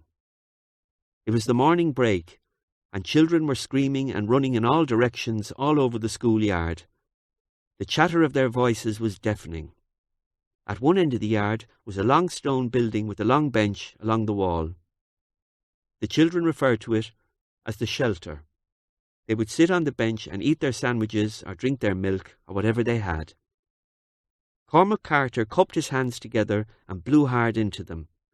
For a fraction of a second they warmed, and they went cold again. It was freezing. He repeated the action 3 or 4 times before pulling his hands apart and sliding them up the sleeves of his duffel coat. This is how his Aunt Margaret taught him to warm his hands. Cormac lived with his aunt in one of the new inner-city houses built in the Jarrow. Aunt Margaret had 5 other children, and they all got to call her Mammy. Cormac had to call her Aunt Margaret. Cormac did not have a mammy. He once had a mammy. Aunt Margaret told him, but he could not remember her. Aunt Margaret said that she had died. Cormac didn't really understand died. With his hands warm, he leaned against the end wall of the shelter and slowly inched his face out until just his eye was looking out from the schoolyard. The eye wandered for a little and then focused on its target. He was here again.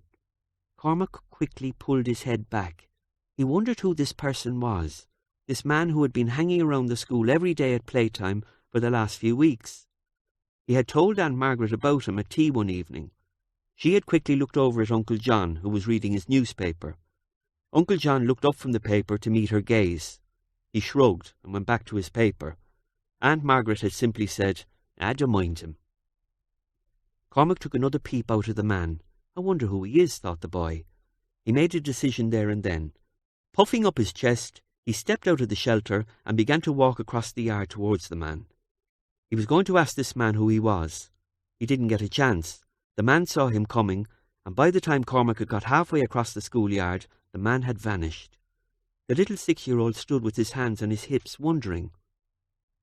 "Jesus, that was close," Dermot said aloud. His words were punctuated by puffs of steam as his warm breath met the icy air. He would have to give this up now. He was 6 weeks out of prison, and every weekday for the last 4 weeks he had come to the school. It had taken just one day and a couple of questions to some of the older children to find out which one was Cormac Carter. He had watched him every day since, as if hoping in some way that in a gesture or a movement, Cormac would confirm to Dermot that he was indeed his son. He hadn't seen anything. He knew Cormac was living with Margaret Carter, a bitch, but good with kids. She was Mary's eldest sister.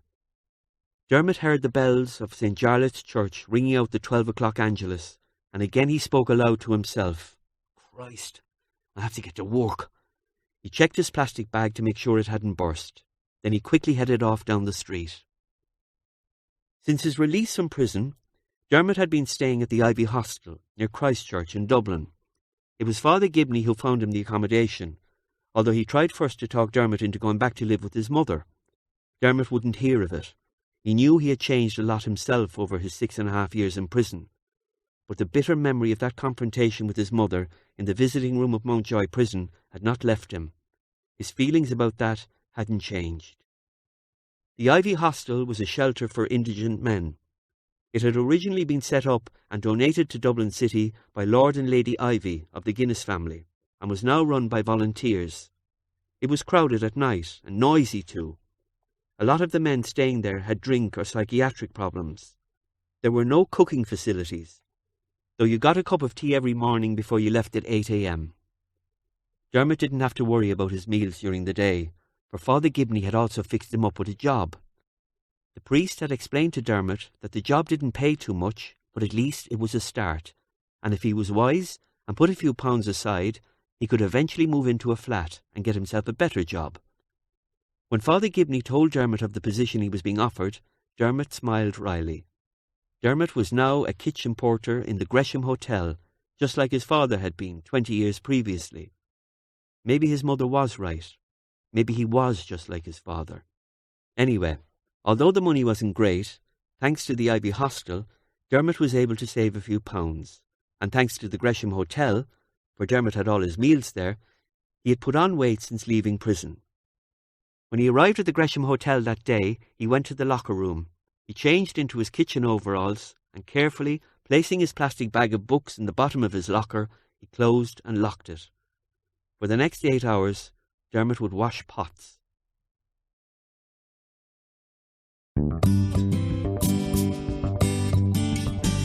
Chapter 18. No matter what way Trevor juggled the figures around, once he added them up, it made for depressing reading. There was no escaping the harsh reality. Nicholson Books Limited was in big trouble. It was going to be a bleak Christmas for the company's 2 directors and sole shareholders, Trevor and Maria Browne. They had founded the company just 2 years previously. It was an idea Maria had had for a long time, to publish a selection of children's books containing the highest standard of illustration. They had certainly achieved this. Everyone agreed that the illustrations in Nicholson's books were among the finest in the United Kingdom. But despite this, the books weren't selling. Their first 3 publications, King Benny, Lady Esther's Adventure, and Jenny and Jane, had done reasonably well, and even turned a little profit. However, they were followed by 6 very mediocre books. The last 2 they had published, Louis the Lawnmower and Pauli's Folly, were unmitigated disasters. Trevor sighed heavily as he put his pen down.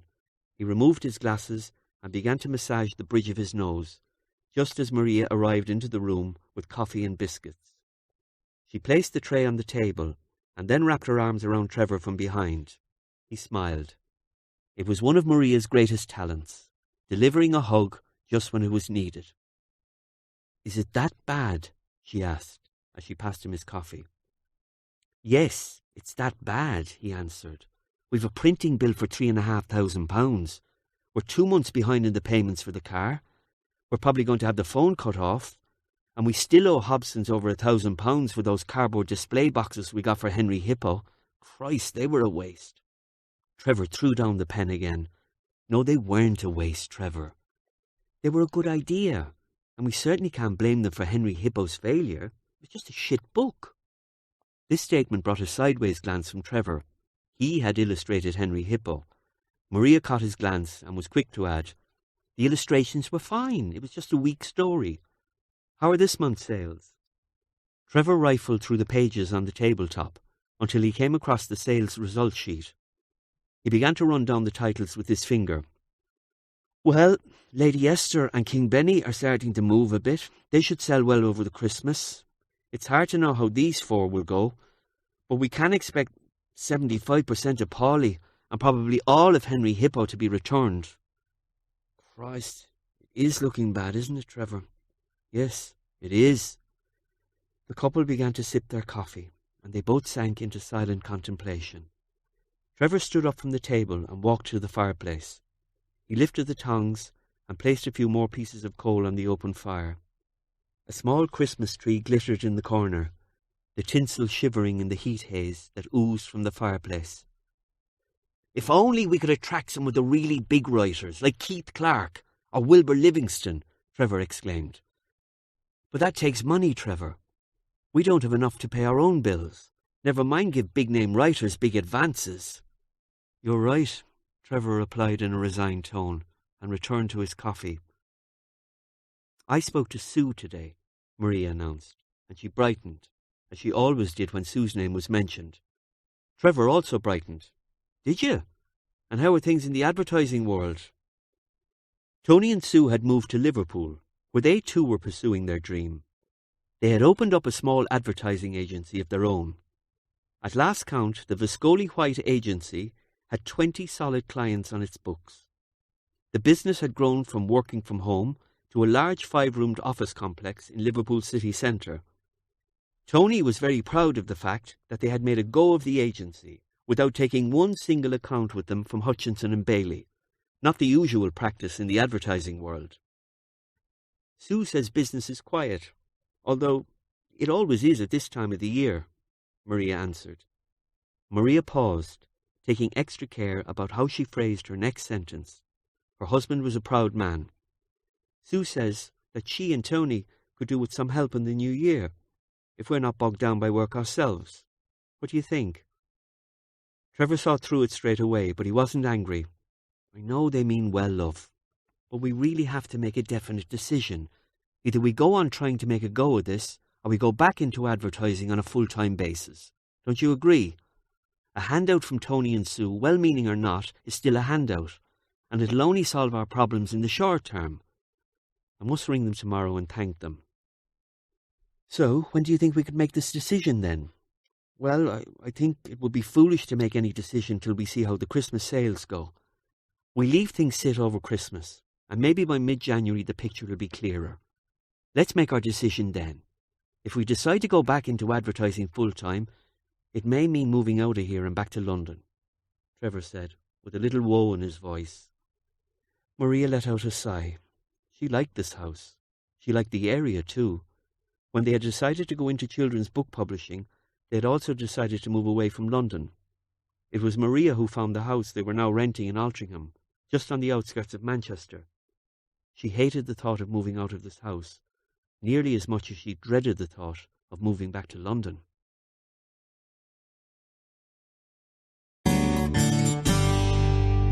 Chapter 19. Pierre opened the front door of 43 Wolftown Grove. Agnes Browne stood before him in a dreadful state. Her hair was ragged and dripping wet from the rain. Her coat was soaked and covered in mud all down one side. Her wool-lined suede boots were covered in so much mud that you couldn't see the zippers.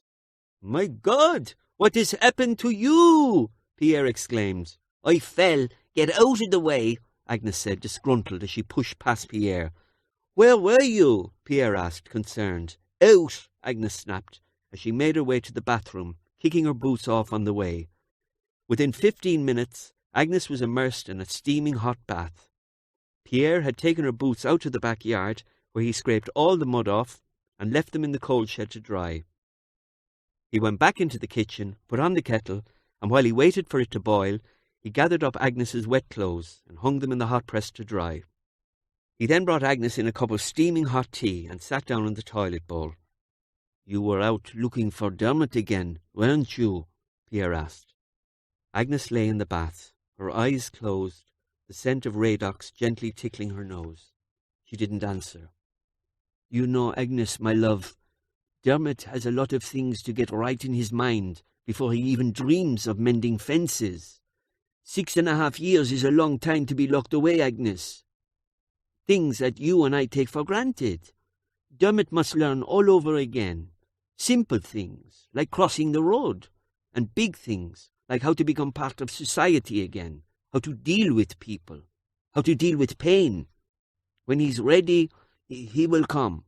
Pierre finished. Agnes didn't move. Her eyes didn't open, nor did her expression change. Pierre, leave me alone, please. Agnes's voice was tired.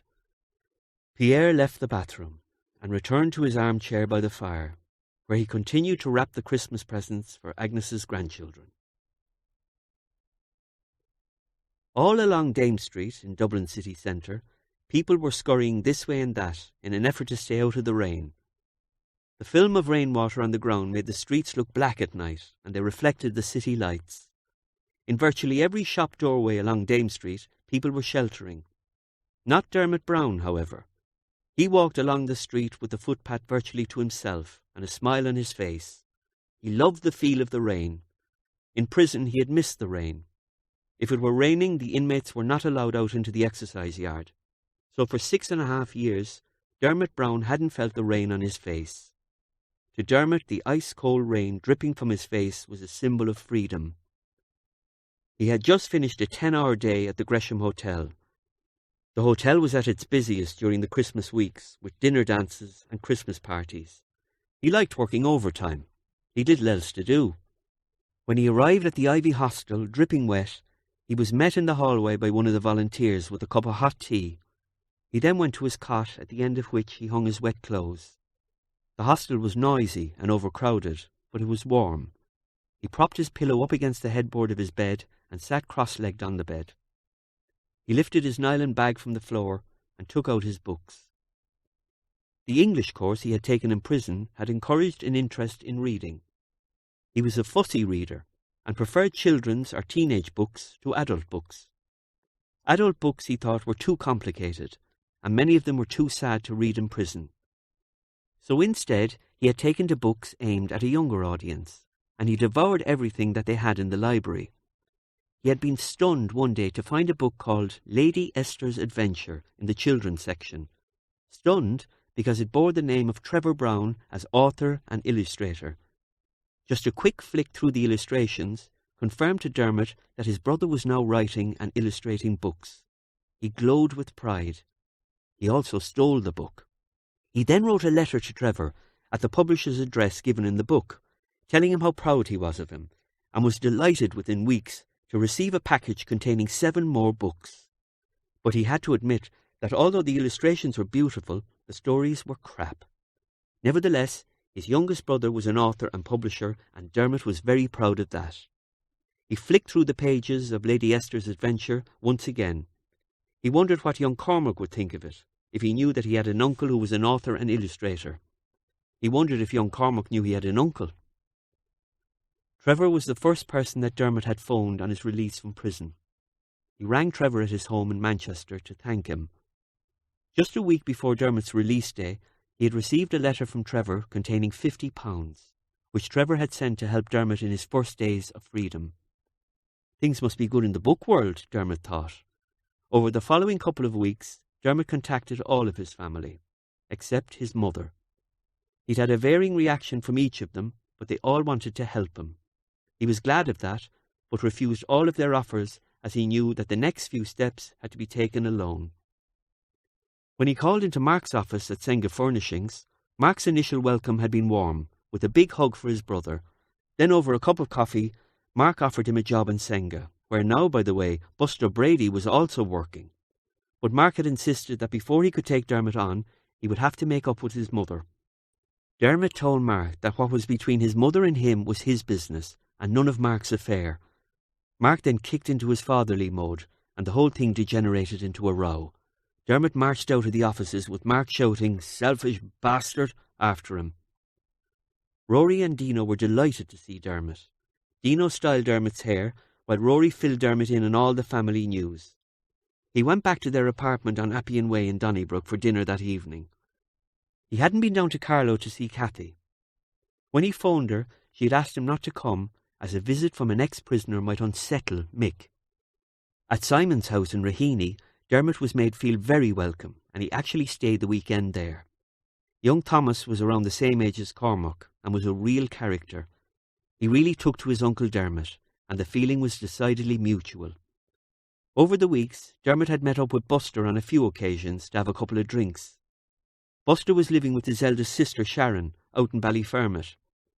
Buster told Dermot he was getting on well in Senga Furnishings and had started saving in a building society account in the hopes of someday getting a mortgage to own his own house.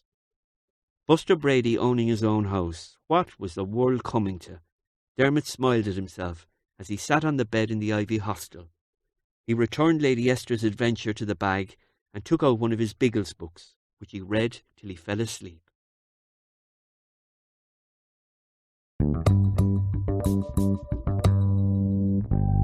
Chapter 20.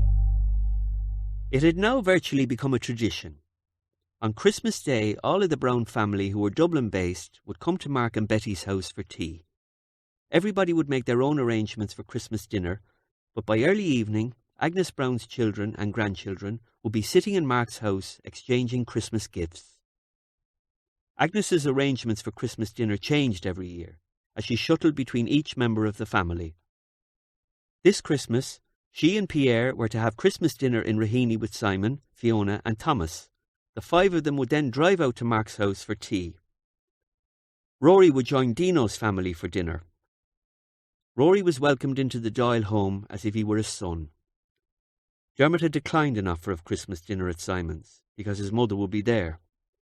He'd also declined the evening party at Mark's for the same reason.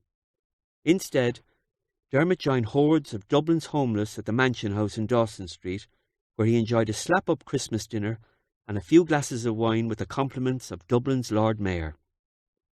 He left the Mansion House around 7 p.m. on Christmas night, a little tipsy. He didn't want to go straight back to the Ivy hostel, so instead he walked the streets of Dublin. In Arklow, Cathy O'Leary was enjoying her best Christmas since the day she was married. She had made the excuse to her husband that Pamela was too ill for the long drive to Cork. Undeterred, as soon as Christmas dinner was finished, Mick loaded gifts for his parents into the car and took off alone for Cork, where he would stay for the next 3 days. Thanks to his departure, Cathy was having something on Christmas night that she had not had for many years. Sex. Pamela was asleep in her cot in the other room after a wonderful day, and now Cathy, smelling of Chanel No. 5, a gift from her lover, was kneeling naked on her double bed. She was bent over her exhausted sleeping lover, her long black hair sweeping across his stomach. She gently rolled her tongue around his nipple, and even in his sleep he smiled in recognition of the pleasurable sensation. "Fuck you, Mick O'Leary," was Cathy's thought, as she snuggled into her lover's arms. At 9:30, Agnes made the excuse to her family that she was feeling tired and that Pierre was going to drive her home. After lots of hugs and kisses, she and Pierre pulled away from Mark's house.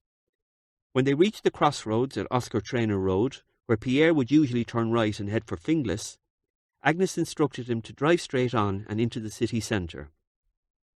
She had an errand to run. 15 minutes later, Pierre's car pulled up outside 26 Michael Collins Court in the Jarrow. Pierre unlocked the boot of the car and gave Agnes a box wrapped in Christmas paper. As Agnes made her way to the front door, Pierre sat back in the car and waited. The door was opened after the second knock.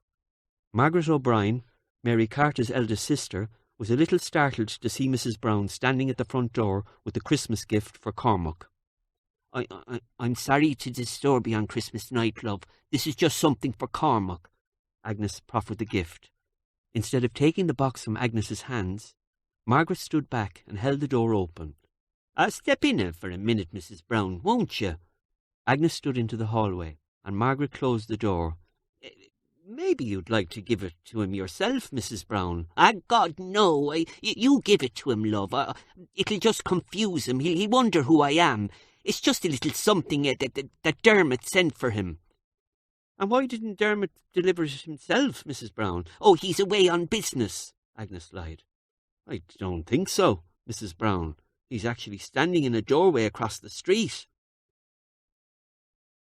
After walking up and down across the street from 26 Michael Collins Court for an hour, Dermot had begun to think he was going mad. What the fuck am I doing? He asked himself aloud. He stood into a doorway directly across the road from the house. From where he stood, Dermot could see a crack of light come through the side window of number 26, where the curtain was slightly parted. If I could sneak over there, I could probably peek in through the crack and see the boy, he thought.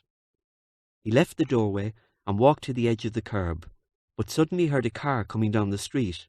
He turned quickly and stepped back into the shadow of the doorway. He would wait till the car had passed. But it didn't pass. Instead, it pulled up outside number 26. Dermot recognised the driver. It was Pierre. "What the fuck are they doing here?" Dermot exclaimed. When Dermot saw his mother step from the car, his eyes filled up and he began to gag a little.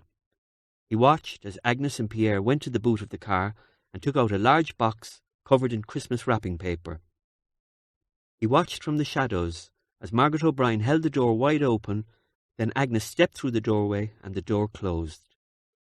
20 minutes later, Agnes emerged from the house, and she exchanged words with Margaret O'Brien before the door closed once more.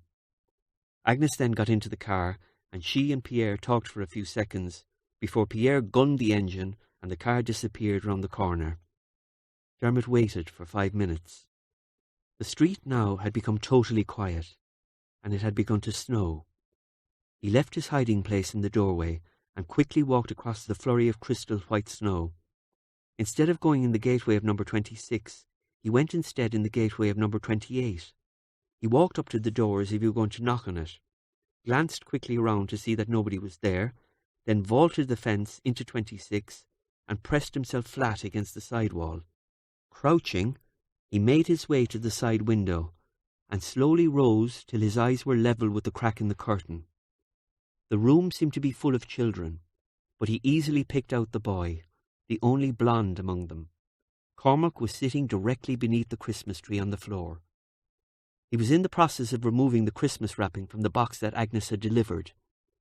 With the wrapping paper gone, he then tore the cardboard box itself to shreds, eventually extracting a shiny red fire truck. Suddenly David, one of Margaret O'Brien's children and 2 years older than Cormac, walked over to where Cormac was sitting. Dermot couldn't hear what was being said, but it was obvious that the older boy wanted the fire truck, and just as obvious that Cormac wasn't parting with it. The older boy made to snatch the truck from Cormac, but Cormac held on. Cormac stood up, and the truck now became the subject of a tug-of-war between the two boys. Cormac was strong for 6 years of age, and holding on to the truck with one hand, he swung the other arm round, catching David with a full-fisted blow to the cheek. David released his grip on the fire truck and left the room in tears. Having won the battle of the truck, Cormac then did a strange thing. Instead of retreating to his previous sitting position and playing with the truck, he walked to the side of the fireplace, where Martin O'Brien, another of Margaret's children, but this time 3 years younger than Cormac, was sitting. Cormac presented Martin with the truck. The two children smiled at each other, and Martin began to lick the truck. "Now that's my fucking kid," Dermot exclaimed. Despite the freezing cold and the falling snow, Dermot Browne hadn't felt as warm in a long, long time. He vaulted the fence onto the street and briskly made his way back to the Ivy Hostel. When Dermot had left the street, the shadowy figure of a woman emerged from the doorway that Dermot had been using earlier as a hiding place. Quickly the woman scurried round the corner and vanished from view. Within seconds, a car engine could be heard starting, a car door slammed, and the sound vanished into the night. Agnes Browne considered that the first sighting she had had of her son Dermot in nearly 6 years was the finest Christmas present she had received that year. When they returned to Wolftone Grove, Pierre Douglas received his nicest Christmas present too. No clothes pegs were necessary. In Trevor's house in Altrincham, everybody was very cosy. Sue and Tony had arrived there at about 8 p.m, and when the snow started to fall, they decided to stay overnight. By midnight, Nicky and Sue were in nightclothes drinking eggnogs, and Trevor and Tony were 3/4 of the way through a bottle of brandy. "So, from what you're saying," Tony began, as he poured himself another brandy into the snifter, "nothing short of a miracle will save the company." Tony wasn't being malicious, but the two couples were friendly enough to be able to discuss these matters without having to beat around the bush. "That's about the size of it," Trevor said, his speech slightly slurred. Tony sat down beside Trevor again and clinked his glass against Trevor's glass. "Well, Trevor, my son, miracles do happen." Tony smiled, and Sue chirped in, "Yes, they do, especially at Christmas." And as the snow gently and quietly laid a blanket across Altrincham, the four toasted each other's health. It is the tradition in Dublin that all pubs close on St. Stephen's Day, 26th of December. However, if one is in the know, one can always find a pub that's open. When Dermot tapped with a coin on the window of Foley's Lounge Bar in the Jarrow, he wasn't sure what kind of a reception he'd get. He needn't have worried. Mr. Foley welcomed him with open arms and indeed stood him his first pint. Over the drinks that followed, Dermot told Mr. Foley of all that had happened since that night nearly 7 years ago, when he and Buster had left Foley's bar and stolen the bus. By the time Dermot reached the part of the story where he admitted to Mr. Foley that Cormac was indeed his son, he had had about 14 pints. "And I'm going to get him, Mr. Foley, I am. I'm going to take him to live with me," Dermot announced this last part to the whole bar. "What do you think, Mr. Foley?" Dermot asked. "I think, Dermot, you should have a bit of dinner and a cup of tea. Come on inside." Mr. Foley lifted the flap of the bar, and Dermot made his way unsteadily into the back room. After he had downed 2 cups of coffee, Monica Foley placed a plate of dinner in front of Dermot that was big enough to feed an army. When the meal was finished and Mr. Foley had brought him another cup of coffee, Dermot felt a lot better. A little less drunk, but not entirely sober. He was grateful for the Foley's hospitality. "I meant it, Mr. Foley," Dermot suddenly said. "What's that, Dermot?" "The boy. I'm going to have the boy live with me, and I'll be a good father too."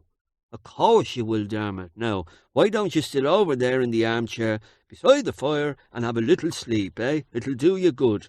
Mr. Foley puffed up the cushions on the chair, and Dermot relaxed into it, and within minutes was asleep.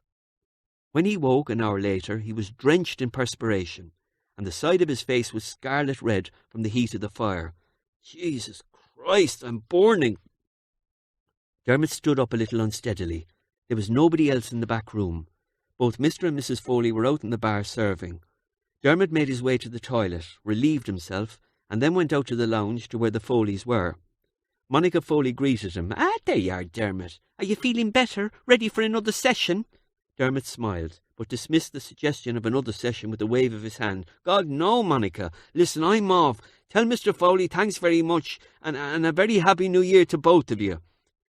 Dermot banged his head, climbing under the flap of the bar, and seconds later he was standing outside in the snow-covered street. He had a feeling that he had something to do. He couldn't remember what it was, but he knew he had something to do. Then it dawned on him. 5 minutes later, he was knocking on the door of number 26 Michael Collins's court. Margaret O'Brien opened the door, and Dermot enjoyed the look of surprise on her face. "What do you want?" She made it sound like an accusation rather than a question. "I want the boy," Dermot declared. "Which boy would that be now? I have 4 of them," Margaret O'Brien said sarcastically.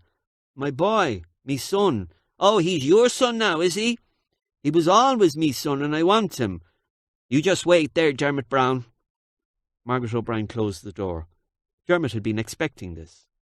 She was gone to get John, her husband. Dermot knew John O'Brien. He wasn't a bad sort, decent lad, but if he had to, Dermot would beat the crap out of him. Dermot rolled his sleeves up to his elbows and awaited his opponent. 15 minutes later, he heard the latch begin to turn. He stood back from the door and struck a John L. Sullivan pose. When the door opened, Dermot's opponent was a lot smaller than he had expected. Slowly, Dermot lowered his fists. Cormac stood in the doorway, with a puzzled look on his face. He was wearing his grey duffel coat.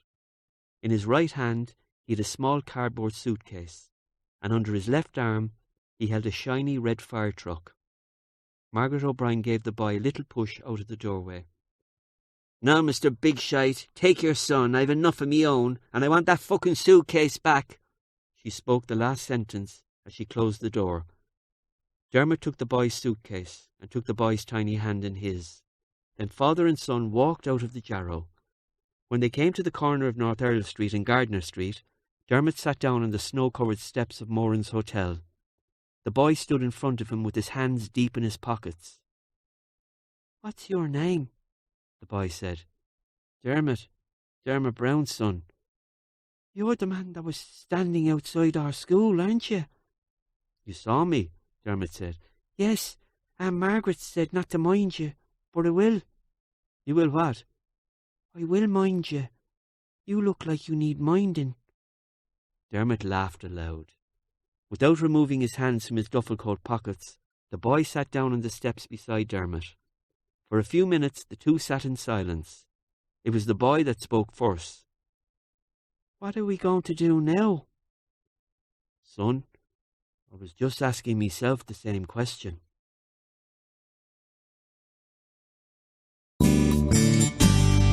Chapter 21.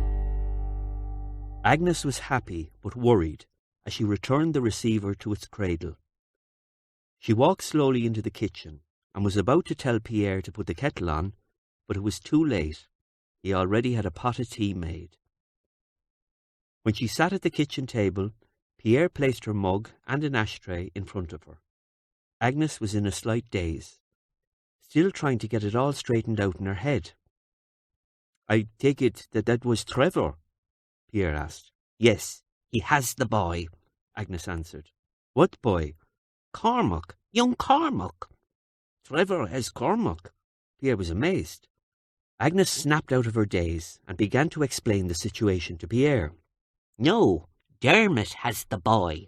He took him from Margaret O'Brien yesterday. He got on the phone to Trevor and said he's coming over with the boy to stay with Trevor for a while." "Why?" "He told Trevor that he'd nowhere else to go." "Sure, he could come here, for God's sake," Agnes exclaimed. Pierre didn't answer. He knew that Dermot wouldn't be coming here. He also knew that Agnes knew it, so he made no comment. Agnes looked over at the kitchen window. Outside she could see the swirling snow. It was a cold, nasty night. "Christ, I hope they'll be all right travelling in the weather." It was a harrowing journey. The boat trip to Holyhead was wild and uncomfortable. The boat was packed with people returning from their Christmas trip home to the old sod. The train journey to Manchester felt like it was going to go on forever. They changed at Crewe from a chilly train into a freezing train. On the way, Dermot discovered a lot about his newfound son. For instance, he liked to talk, and questions. The kid loved questions. Not just ordinary questions, like how fast does the train go, but questions from left field. Cormac asked Dermot 3 questions in succession that had no relation to each other. The first one was, "Is God in England?" Dermot had little trouble in explaining to Cormac that God was everywhere, wherever you wanted him to be. Next came, "Why does Aunt Margaret shave under her arms?" Dermot told him it was because she had to shave somewhere, and she didn't have a beard. Dermot went into hysterics when Cormac replied, "Yes, she does." Also, Cormac was not happy to be pawned off with simple answers, which made his next question all the more difficult. "Who made you, my daddy?" Dermot thought about this for a few moments. He looked out the window of the train into the dark English countryside as if searching for an answer. "I did," he finally said. "How?" It's always the one-syllable questions that are the most difficult. Dermot held up the index finger of each of his hands and held them about 6 inches apart, and he began to explain. "Let's say this finger is a man, and he has lots of love to give. And this finger over here is a woman, and she has lots of love to give." Dermot now pushed the 2 fingers together. "So they get together, and they give each other lots of love. But they soon find out that they have too much love to give, so they need somebody to share it with. Along comes a little baby boy. And that boy is you." Dermot smiled as he said this last bit, and poked his 2 fingers joined together into Cormac's ribs. The boy laughed. It was the first time Dermot had heard the child laugh, ever. He liked the sound of it. "And did you have lots of love for my mammy?" the boy asked. Dermot looked into Cormac's eyes. In them he could see Mary Carter, except without the pain. "Yes, I did." Dermot stood up. "I'm going to the toilet. You stay here and don't move." Dermot walked the length of the carriage and locked himself in a little triangular-shaped toilet. Looking in the mirror, he ran his fingers through his hair. He then sat on the toilet bowl and began to count his money again. He had £410. If he could bum his accommodation off Trevor for just 2 or 3 weeks, and in the meantime get himself fixed up with a job, he would have enough to get a flat. After that, he decided he would just take it day by day. When he came out of the toilet, Dermot went to the buffet counter and bought 2 cups of Bovril and 2 bread rolls. He returned to the seat and virtually had to force-feed the boy the Bovril. When Cormac eventually finished his cup, there came more questions. "Do I have to call you Daddy now?" "You don't have to do anything." "You want to call me Daddy?" Cormac thought for a moment or two and then said, "No." "All right then." But Dermot was disappointed. "Why don't you call me Dermot until we get to know each other better? And then if you want to call me Daddy..." "All right?" "Yeah, that's all right." The boy seemed satisfied. The questions continued for the next 45 minutes, and Dermot was relieved when they eventually reached Manchester. They alighted from the train and walked down the platform. As the ticket checker was taking the tickets from them, Dermot was glancing around the crowd to see if he could spot Trevor. He very nearly didn't recognise him. "Dermot! Over here! Dermot!" came a voice from the crowd. Dermot followed the direction of the voice with his eyes, until they fell upon a handsome, robust young man with sandy blonde hair, wearing a navy business suit. Dermot's immediate thought was, what has happened to my scrawny little teenage brother?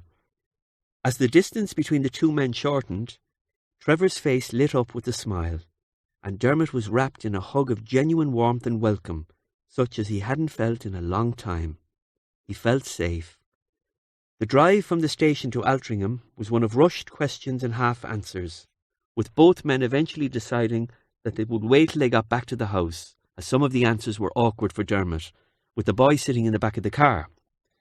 One tricky item that arose was when Dermot said to Trevor, "I don't want you to tell Mammy I'm here, or that I have the boy.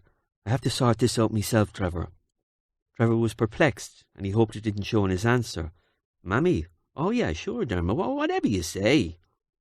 Within 40 minutes of leaving the station, Cormac was stripped, washed, and tucked up in bed in the spare bedroom of Trevor's home. Within 1 minute of being tucked up, he was asleep.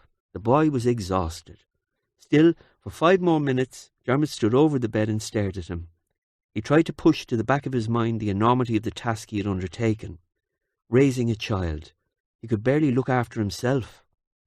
Dermot left the bedroom and went downstairs to the brightly lit kitchen. Maria was busying herself at the table, preparing a place for Dermot and putting some food down on it. "Oh God, Maria, you shouldn't have bothered cooking anything," Dermot said half apologetically. "Nonsense, it's just a cup of tea and a toasted sandwich. Sit down, Dermot. I've heard so much about you from Trevor. Prison life can't be easy. Must be great to be out and about again." Dermot was taken aback by the openness and frankness of the girl. She had managed to convey in one sentence that she knew Dermot had been in prison for a long time, and there was no need for him to tiptoe around the subject. He relaxed. He liked her, and he envied Trevor. The 3 of them sat at the kitchen table, and Trevor opened up the conversation with, "So, bring me up to speed on what's been happening." Between mouthfuls of toasted sandwich and over 4 mugs of tea and uncountable cigarettes, Dermot relayed his experiences since he had left Mountjoy. He told them of his row with Mark. He tried to explain what he was trying to achieve in making these first steps out of prison alone. He touched on the bitterness he felt against his mother, whom Trevor was tempted to defend, but catching a sideways glance from Maria, he let it go. Dermot told them of how he was drawn to the boy, and his realization that the boy was his son. He even made them laugh when he described his collecting the boy from Margaret O'Brien's. When he was finished, it dawned on Dermot that this was the longest conversation he had had with anyone in nearly 7 years. "So what now, Dermot?" Trevor asked. "I don't know. Take it a day at a time, I suppose. Got to get a job. and try and get a place of me own, with the kid, of course. God, I have to think about getting the kid into a school. But first things first. Dermot put his hand into his back pocket and withdrew his bundle of money. He peeled off 5 £10 notes and pushed them across the table to Trevor. Maria's eyes lit up. "There's the 50 quid you sent me. I really appreciated it. Thanks a lot, Trevor." No, that was a gift, Dermot, not a loan." Trevor pushed the money back. "I'd feel better if you took it, Trevor, I really would."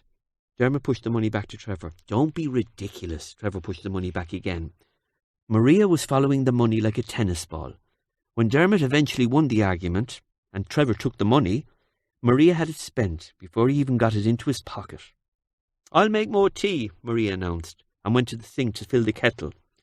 The kitchen door creaked as it opened, and there, standing in the doorway, wearing only one of Maria's T-shirts as a nightshirt, and rubbing his eyes, stood young Cormac. He was disorientated and a little frightened. "What are you doing down?" Dermot asked. The boy walked to Dermot, and Dermot picked him up and sat him on his lap. Maria looked over her shoulder and smiled at the scene. It was nice to have a child in the house. Her smile died when the boy asked Dermot, "Dermot, where's me mammy?" Dermot became uncomfortable. He looked from Trevor to Maria and then back at the boy. The boy's pale face was turned towards Dermot. He expected an answer. "Your mammy died, Cormac," Dermot answered, averting his eyes from the boy's gaze. "What's died, Dermot?" the boy asked. How do you explain died to a child? Dermot thought. The quiet in the kitchen was broken by the clicking sound of Maria turning on the kettle. She leaned her back against the kitchen sink and crossed her arms as Dermot sat the boy up on the table facing him. Died is like changing from what you are into something better, more beautiful. The boy's face was puzzled. Once upon a time, Dermot began, there was a pond, and in this pond there lived many, many different things. Things like frogs, little fish, spiders, and right at the bottom of the pond lived lots and lots of grubs. Growing right out of the middle of the pond, from the bottom right, through the water, out into the sunny air, was a long blade of grass. Dermot could see he had the boy's interest, so he went on. Every now and then, one of the grubs would climb up the blade of grass, right up to the top and out of the water, and would never be seen again. So one day, all the grubs got together and decided that one of them should go up the blade of grass, out of the water, see what was there, and come back and tell the rest of them, so that they'd know. One of the little grubs stepped forward and said that he would go, and all the other grubs clapped at his bravery. He set off on his journey, crawling up the blade of grass. He was so tiny that he didn't even move the grass as he climbed along it. Halfway up, he looked down to see all his little friends staring up at him, eagerly waiting. He climbed some more. Just as he came to where the grass left the water, he turned to look at his friends one more time. They were waving and smiling, and he waved back. Then, taking a big breath, he climbed up the blade of grass, out of the water. At first, he felt no different, so he climbed on until he got right to the top of the blade of grass. Then, in the blazing sunshine, a wondrous thing happened. The little grub changed into a magnificent dragonfly. He was green and yellow and blue and had 4 wings. At first, he didn't know what the wings were for, but when he flapped them, he took off and began to fly. He flew around the pond, and frogs would look up and say, "Look at that beautiful dragonfly." But now he couldn't get back into the pond to tell his friends. Still, he knew that they would find out for themselves some day. So flapping his wings, he took off into the warm sunshine with a great big smile on his face. So you see, Cormac, that's what died is. Your mammy has become a dragonfly. When the story ended, Cormac smiled. "Oh, goody!" he exclaimed as he threw his arms round Dermot's neck. "Now, son, it's bed for you." And Dermot carried the boy back upstairs. Within minutes the boy was asleep again, and Dermot returned to the kitchen. When he sat down, he sensed the riveted attention of both Trevor and Maria. He looked from one to the other, eventually holding his arms in the air and asking, "What? What's wrong?" Where did you hear that story, Dermot?" Trevor asked. I just made it up." "Why?" Trevor didn't answer. Instead, he turned to Maria and said, "Maria, this is it. The real thing." But Maria was already on her way to the writing desk to get some paper. They asked Dermot to write the story out exactly as he had told it to young Cormac. An air of excitement filled the kitchen.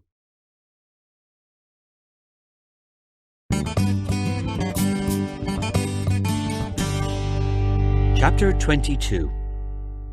It was at Pierre's 60th birthday party in Wolftown Grove that Betty announced she was expecting her second child. Agnes was thrilled at the thought of a fifth grandchild. The gathering in the kitchen included Agnes, her sons Mark, Rory and Simon, her daughters-in-law Fiona and Betty, and her friend Carmel Dowdall, and the kitchen was now abuzz with baby talk.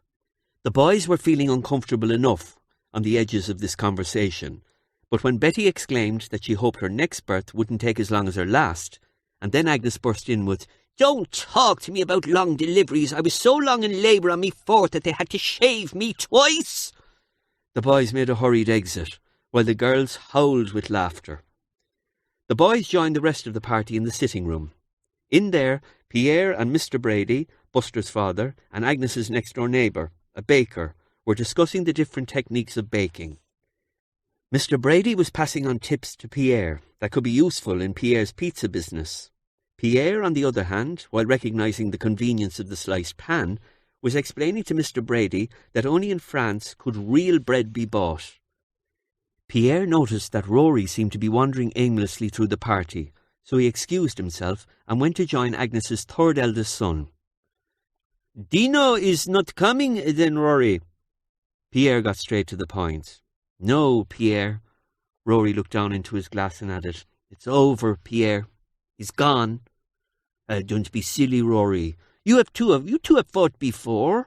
You will see in a few days. Everything will be all right."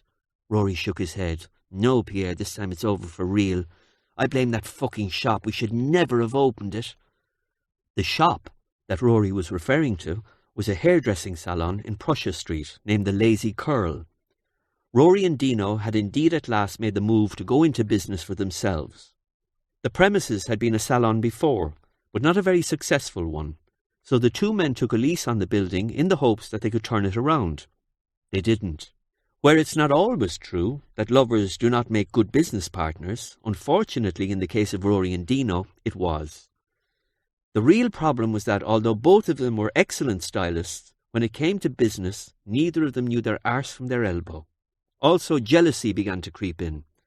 The salon was unisex, and any man that came in to get his hair done by Rory would find himself attended to by Dino also, who would be sweeping up imaginary hairs from under the man's feet, at the same time poking in little comments at Rory like, "God, that man's hair must be very difficult. It's taken you so long." And if Rory was engaging a man in a friendly conversation, Dino would pop by and say, Rory, it's great to hear you laughing. You go on ahead, don't mind me, I'm just going to unblock the toilet." After which the toilet door would slam. While Rory tried to convince Dino that what he was doing was called PR and was essential for business, Dino insisted that what Rory was doing was called flirting. Eventually the bills outweighed the profits, the shop closed after only 10 months, although both men went straight into good positions in other salons. This was the first time in 10 years that the two men had been parted during working hours, and the parting began to put a strain on their relationship. They had one or two rows, after which one or the other would leave, but then return the next day, and the making up would nearly make the row worthwhile. But this last row was serious. Rory knew it was the end when Dino began dividing up the CDs, most especially when Dino insisted on keeping all the Leonard Cohen ones for himself. In a deep depression, Dino moved out into an apartment in Rathgar, and Rory returned to his mother's. When Rory had recounted the latter part of this story to Pierre, Pierre's face was very serious. "He took Leonard Cohen's? That is serious, Rory." They both smartened up when they were joined by Agnes. "How he is? Great nice, isn't it?" she said brightly. Yes, the two men answered, virtually in harmony. "And Betty pregnant? Do you hear the whining out of her? Jesus, at her age I was on me 7th. Ah, mammy, couples today aren't like that. They don't have as many children," Rory exclaimed. "Yes, that's true, Rory. And they don't have as much fun in bed either." Now Pierre winked at Agnes, and the two of them began to giggle like teenagers. "I hear you two are making me sick," was Rory's parting shot as he went to mingle. "He seems a little bit down," Agnes commented to Pierre, when Rory was out of earshot. "Yes, he is a little. Oh, I'm sure everything will sort itself out." "So, are you enjoying yourself, Agnes?" "Of course I am. Jesus, Pierre, 60. Where did the time go? It's a pity Cathy didn't make it tonight. Still, I'll have her home in the morning." As the party was in full swing in Finglas, Cathy O'Leary and her boyfriend were loading her luggage and the baby's things into a car in Arklow. Her intention was to move herself and Pamela in with her mother for a few months until she got herself sorted. Mark had promised her a job in Senga Furnishings, and Agnes had agreed to take Pamela during Cathy's working hours. Once settled, Cathy intended to get herself a place of her own, or cohabit with her boyfriend. She hadn't decided yet. One thing she had decided was that Mick O'Leary was about to become a bachelor again. The breaking of the news to Mick had been one of the shortest conversations Cathy and Mick had ever had. "I'm moving back in with me mother, and I'm taking Pamela with me," Cathy had declared. Her husband was sitting on an armchair with his feet on a footstool. He had a newspaper on his lap, and the television was switched on with the sound turned down. Mick's eyes were fixed on the screen as he watched a boxing match. He seemed to enter into the match himself, going with every punch, his muscles tightening at each throw. Mick did not respond. He didn't even turn his head. Cathy awaited some kind of reply. "I couldn't give a shite," Mick eventually said, telling his wife the truth for the first time in many years. Cathy sat in the front passenger seat of the car with Pamela sleeping on her lap as they sped through the night towards Dublin City. Between the towns of Rathnew and Bray, Cathy had a silent cry. Her boyfriend and driver looked straight ahead, not wishing to intrude on the beginning of the woman's healing.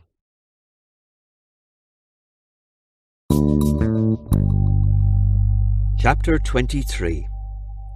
When you consider the eventual success over the next few years of Dermot Browne's stories, it's hard to believe how close Dragonfly came to not happening.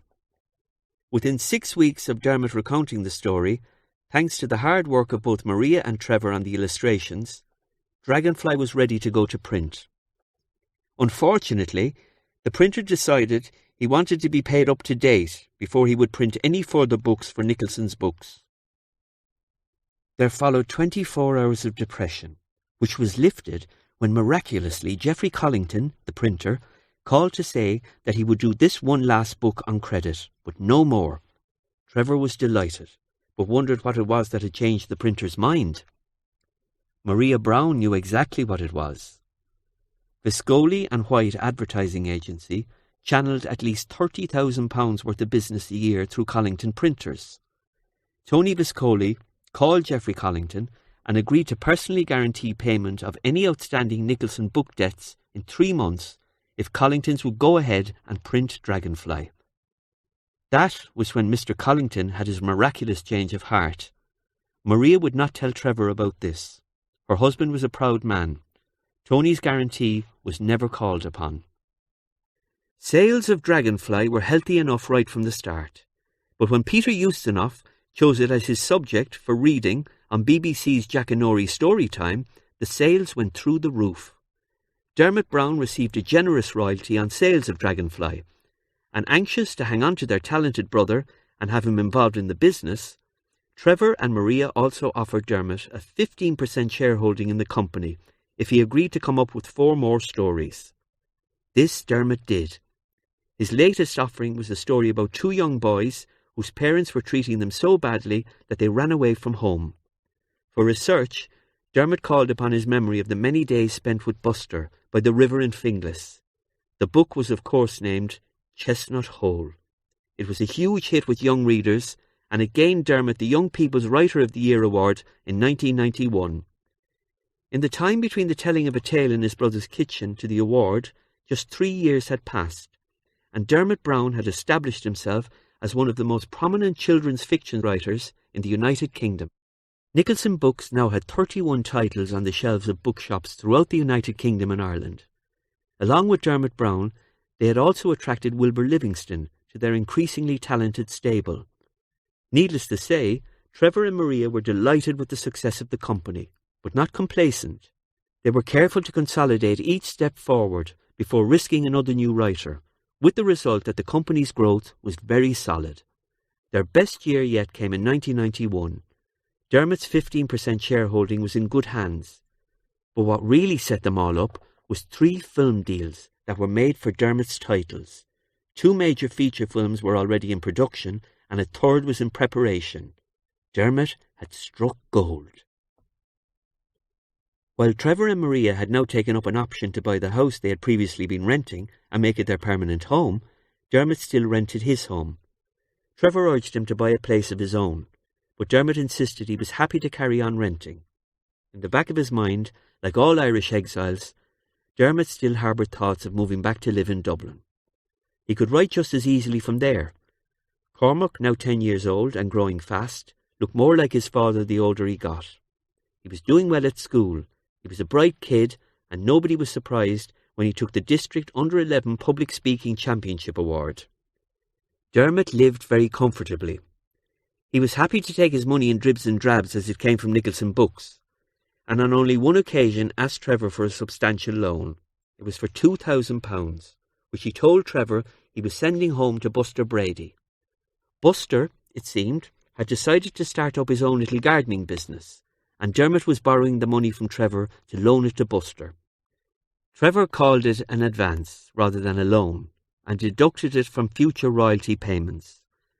Buster, Dermot told Trevor later, paid back the loan within 18 months. The business was going well for Buster.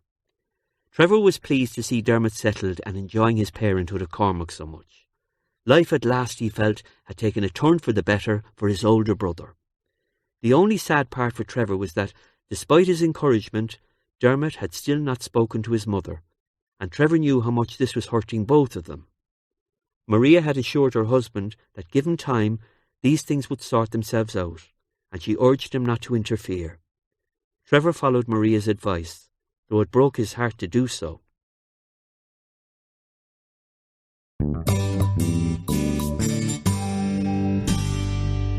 Chapter 24. It is said that there is a child in all of us. Or is it, maybe, that for brief periods in our time as adults, we return to our childhood?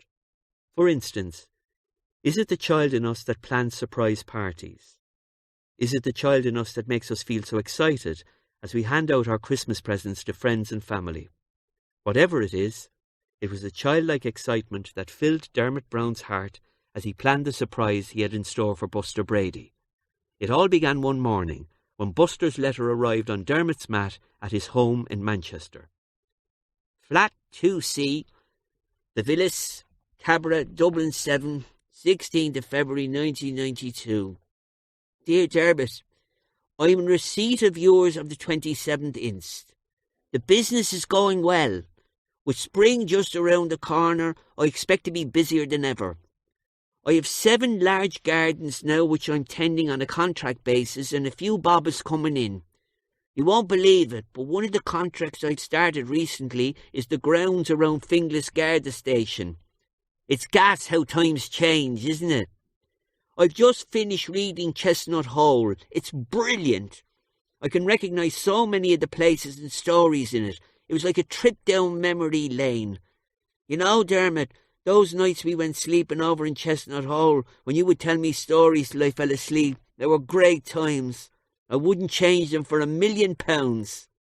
Speaking of loads of money, this brings me to my next news. There is a house for sale in Kilbride. See newspaper clipping enclosed. It's a big house with 5 bedrooms on about 6 acres. Don't panic. I'm not thinking about buying the big house. The gardening business isn't going that good. But on the edge of the grounds there's a gatekeeper's lodge. Now it's not huge, but it has 2 bedrooms and has been recently done up. So I've been on to the auctioneer to see if it was possible to buy the Gate Lodge separately from the big house. He says he doesn't think it's a possibility with the current owner, but believes that a new owner might be attracted to the idea, as it will take some of the financial pressure off the rest of the house. We'll wait and see. I'll write to you as soon as I have any more news. Your brother Mark has been a great help. 4 of the customers that I have were introduced to me by him. He's also helped to keep me books, and God knows I need help with them. I'd rather do 10 gardens than do 1 set of books. I hope this letter finds you as it left me. Fitting well. Your friend always, Buster Brady. Dermot read the newspaper cutting with interest. He immediately rang the auctioneers in Dublin to get more details on the house. He didn't even know where Kilbride was. The information he received from the auctioneer was quite pleasing. Kilbride was midway between Finglas and Ratoath. It was a nice area and had a good school nearby. The asking price for the main house, the 5 3/4 acres of land, and the Gate Lodge was £132,000. The house had been built in 1896. Little was done to the house over the next 84 years, until a German gentleman, a Mr. Helmut Stoll, had purchased the premises in 1980. He had completely gutted both the main building and the Gate Lodge, and refurbished them over the following 2 years. Herr Stoll enjoyed the experience so much that he had now decided to buy another property, this time in the west of Ireland, and repeat the procedure. Thus, the Kilbride house was up for sale. Dermot immediately wrote off to the auctioneers, making them an offer of £128,000. The auctioneer's reply, when it came, contained a revised asking price of £130,000, which Dermot had expected. This time, in his reply, the auctioneer went on to mention a Mr. Brady. Mr. Brady, the auctioneer explained, was a bachelor and a gardener by trade. The auctioneer suggested that Mr. Brady was keen on purchasing the Gate Lodge only, and that Dermot might consider an offer from Mr. Brady of around £28,000. This, the auctioneer explained, meant that Mr. Browne would then be paying only £102,000 for the big house and the grounds. Dermot's next move was to accept the new asking price. However, in his reply, he also suggested to the auctioneer that he approach Mr. Brady with the following proposition: that Mr. Brady was being offered by the new owner a lease of 99 years on the Gate Lodge premises. For this lease, Mr. Browne would be seeking £100 per month, plus the services of Mr. Brady as the groundsman for the 5 3/4 acres that surrounded the big house. Dermot also insisted that in his dealings with Mr. Brady, the auctioneer should refer to Mr. Browne only as the client. Any introductions beyond that, Dermot said, he would take care of when he took possession of the house. The offer was accepted, although the auctioneer suggested to Dermot that there were other very fine gardeners in that area, and that they would only be too glad to pay a little bit more than Mr. Brady was being asked to pay for the use of the Gate Lodge. In Dermot's last letter to the auctioneer, he thanked him for his services and his advice, but said that he was happy to be doing business with Mr. Brady. From then on, the deal was left in the hands of solicitors, and Dermot eagerly awaited Buster's next letter. It came within 2 days of the deal being finalised. Flat 2C, The Villas, Cabra, Dublin 7, 25th of April 1992. Dear Dermo, great news. Do you remember the Gate Lodge I was telling you about that I was chasing? Well, I got it. And listen to this. The deal I got was a 99-year lease on the Gate Lodge, and all I have to pay is £100 a month and do the gardens for the new owner. It was a tough deal. Many hours of negotiating with the new owner. He was a tough nut to crack, but I stuck to me guns and came out on top. It's great, isn't it? I move into the Gate Lodge in a week's time, and the new owner moves in another 2 weeks after that. The Gate Lodge is 2 bedrooms, so when you come over on a trip with Cormac, you'll be able to stay with me. I'm so excited. Every time I think about it, I nearly piss in me pants. So after next week, my new address will be Chestnut Hole, The Lodge, Manor House, Kilbride, County Dublin. Do you like the name? I got a nameplate made down the garden centre, and the first thing I'll be doing when I move in is to screw it up on the door. I'll send you some photographs as soon as I move in. Dermot, I've lots of other stuff to tell you, but I'd rather wait till you come home and visit, so we could be face to face when we're talking. Do you know what I mean? Until then, I hope this letter finds you as it leaves me fit and well. Your friend always, Buster Brady, gardener and property owner. Dermot laughed until he cried when he read the bit about the tough negotiations. It just made the surprise he was going to spring on Buster all the sweeter. By the end of that week, Dermot's furniture, Cormac's toys, and most of their clothes were boxed, packed into a removals van, and shipped off to the new house in Kilbride in Dublin. For the last week, while he tidied up the remainder of his business affairs, Dermot had moved out of his rented accommodation and in with Trevor and Maria. On Wednesday of that week, Maria and Trevor threw a huge house party so that all of those people who had come to know Dermot would have an opportunity to say goodbye. Dermot and Trevor looked remarkably alike, but as the two men circulated, one of their differences became very obvious.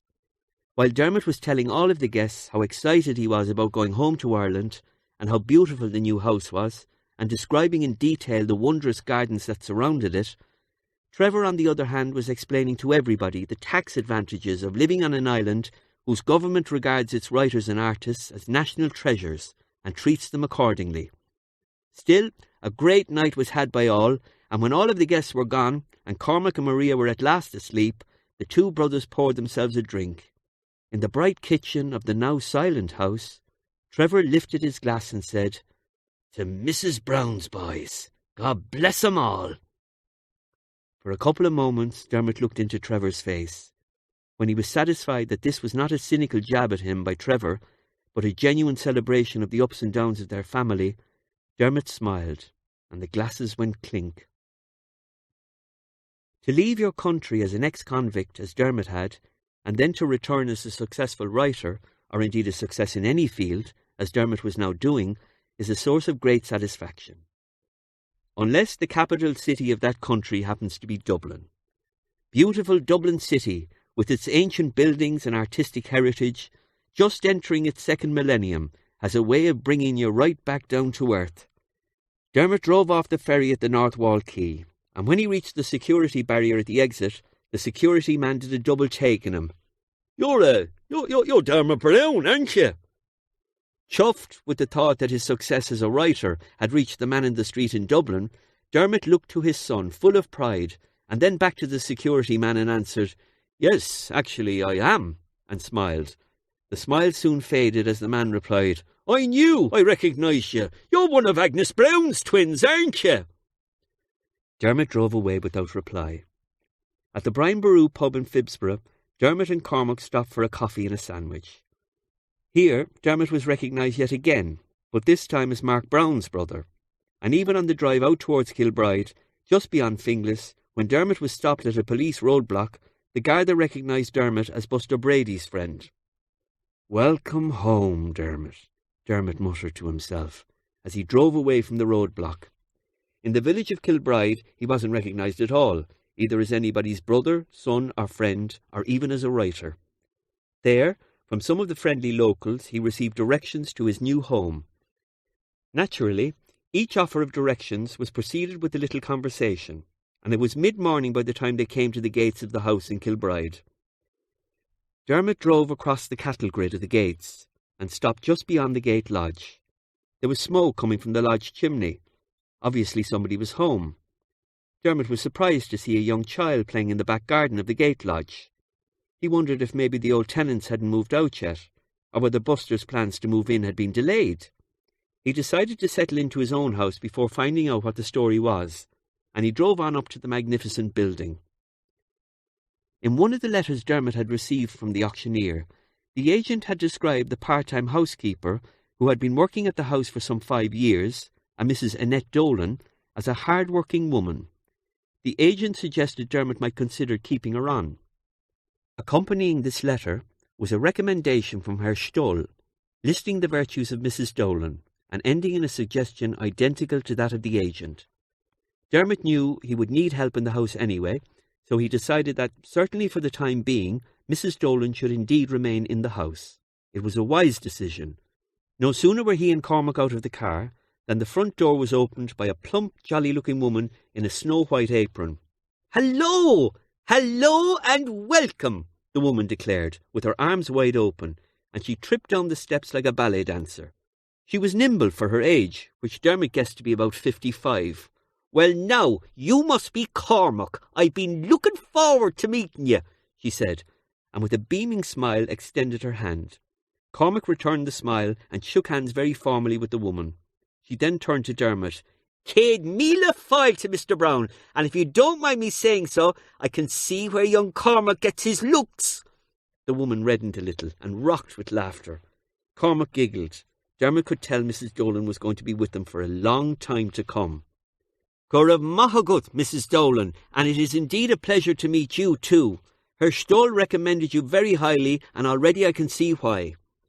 The woman brushed down her apron and fixed her hair at the same time, saying, "Why, thank you, Mr. Browne.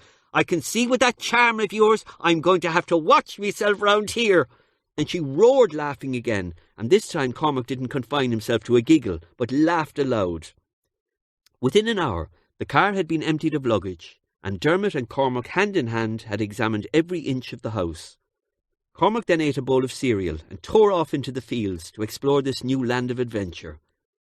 Dermot was standing at the large kitchen window, looking down at the gate lodge and sipping a cup of hot tea, while behind him at the solid fuel stove, Mrs. Dolan was cooking up a fry. The sizzle of the rashers and the beautiful smell of frying sausages was so familiar that it sent thoughts of his mother flitting through Dermot's mind. He lit himself a cigarette and went back to watching the gate lodge. Once again he caught sight of the sandy-haired little girl bobbing across the small back garden of the gate lodge. "Mrs. Dolan, whose child is that?" Mrs. Dolan hurried to the kitchen window, wiping her hands in a tea towel as she walked. "Which child would that be now, Mr. Browne?" "That child down there," Dermot said, pointing at the gate lodge. "Oh, no, that would be Mr. Brady's child." "Mr. Brady's child?" Dermot's question came out with a surprised tone. "Well, I'm not one for gossip, but—" Mrs. Dolan began with the gossip's usual opening line. "There's a couple of local men in the village have had a pint with Mr. Brady, and the word is that it's the child of his girlfriend." "They're not married." Mrs. Dolan whispered this last part, and looked as if she were going to bless herself as soon as she said it. Dermot couldn't believe it. Buster, with a girlfriend and a child? Why hadn't he mentioned any of this in his letters? Just then, Dermot saw a battered Ford Escort pull up at the gate lodge, and out stepped Buster Brady. He was a lot trimmer than Dermot remembered him. "That's Mr. Brady now!"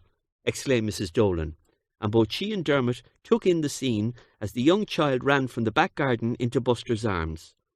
Mrs. Dolan smiled. Dermot frowned. When Mrs. Dolan's sideways glance caught sight of Dermot's frown, she misinterpreted his look. "He's not lazy at all, you know. Oh, no, I put him to work the very first day he moved in. Sure, he's done all those flower beds over on that side. Look!" Mrs. Dolan pointed out to the west side of the garden. Dermot's gaze didn't leave Buster and the child. "So you've met him, then?" Dermot asked. "Indeed I did. He was only in the door and he came up here to introduce himself. He's a nice man. He's rough as a bear's arse, but a nice man." "You didn't mention who the new owner of the house was, did you?" "Absolutely not. Herr Stoll was adamant about that. He told me that you insisted on doing the introductions yourself, so I said nothing. Not a word." As she said this, Mrs. Dolan pulled an imaginary zip across her lips. "Good," Dermot answered. He turned back to the window, while Mrs. Dolan went back to the preparation of food. "How many rashers would you like, Mr. Browne?" she asked. "Better put on plenty. We're about to have a visitor," Dermot answered. Buster was walking up the drive with the child in hand. Dermot stood back from the window, but followed Buster's every step.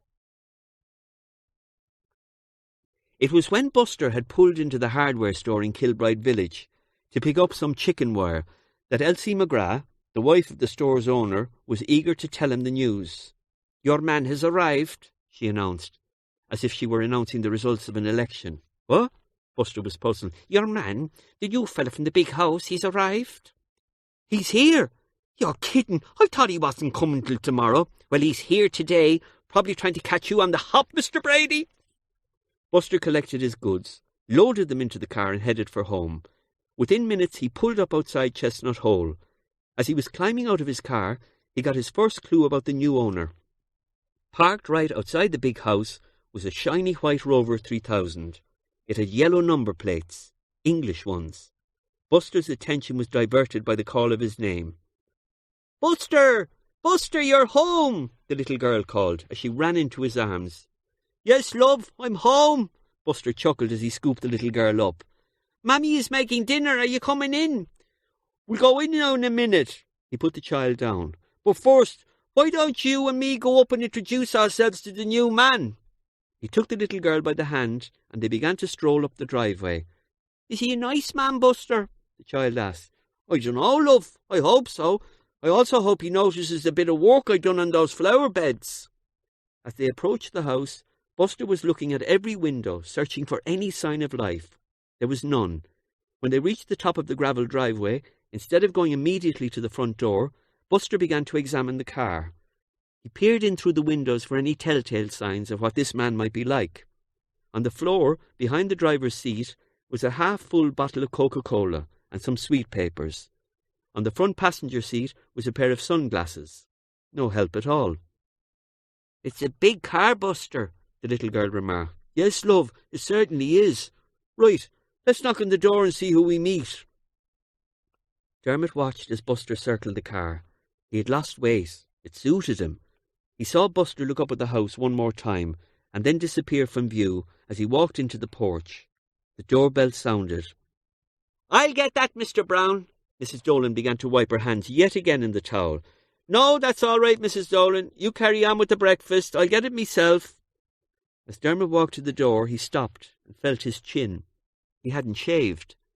It wouldn't be the first time Buster had seen him unshaven, he thought, smiling. He took a deep breath, turned the latch, and opened the door wide. The sound of Buster Brady's jawbone was nearly audible as his chin dropped. The two men stood in silence for a couple of seconds, but it seemed like an hour. Dermot broke the deadlock. "So you must be Mr. Brady." With just one leap from Buster, the two men were wrapped in each other's arms. Mrs. Dolan heard the commotion and emerged from the kitchen to see the two men embracing and crying. "I certainly hope you don't intend to treat all the staff like this, Mr. Browne," she exclaimed. The two men burst into laughter.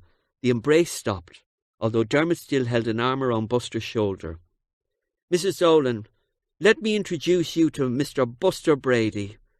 This man, Mrs. Dolan, has been my friend and sometimes my only friend," he looked at Buster, "for as long as I can remember." The men smiled at each other.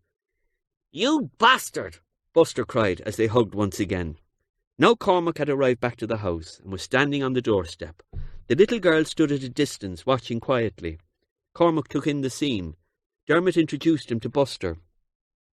Buster got down on one knee and opened his arms wide for the boy, who was approaching with his hand outstretched for a handshake. "I knew you, Cormac, when you were only an egg." He laughed, that warm Buster Brady laugh. The boy smiled and gave him a full embrace. "Cormac, son," said Dermot, "you take the little girl off for a walk and I'll meet her later. Her daddy and me have a little catching up to do. Come on into the kitchen, Buster." Dermot put his arm round Buster again, and the two men walked into the kitchen like two little boys. In recounting the story of the buying of the house and the setting up of the surprise for Buster, which was interrupted with slaps on the back and howls of laughter, an hour soon passed. The doorbell sounded again. "That's probably the kids back, Mrs. Dolan. Would you let them in?" Dermot instructed. "I will indeed, Mr. Browne." Mrs. Dolan left the kitchen. "Jesus, Dermo, isn't all this like a dream come true?" Buster said. "Dreams do come true, Buster, if you work hard enough with them." "Your mother used to always say that." Buster smiled, and then his smile vanished as he realized what he'd said. There was silence for a moment between the two men. "You two haven't made up then?" Buster said. "No, Buster, and it's got more difficult as the years moved on. You know, sometimes I can't even remember why we fell out. I think it was because I know she thinks of me as being like me da, and I learned from a very early age that she hated me da. Her thinking of me like that really hurts me then. It really hurts me." "But that's ridiculous, Dermot. I've talked to her loads of times. She thinks the world of you. She's so proud of you, you know." Dermot slapped Buster gently on the shoulder and said, "Let's not talk about it, Buster, okay?" "Okay." Again, for a couple of moments, there was silence. Then Dermot smiled that impish smile of his. "I really caught you, didn't I?" Dermot teased. "You bastard!" The two men laughed. "I'll get you back," Buster promised, and with that Mrs. Dolan entered the kitchen. "Mr. Brady, I think you're in trouble. Mrs. Brady, your woman is here at the door. Apparently your dinner's been ready for an hour." Buster looked at Dermot. "I just might get you back sooner than you think, Dermot. Mrs. Dolan, would you show my woman in, please?"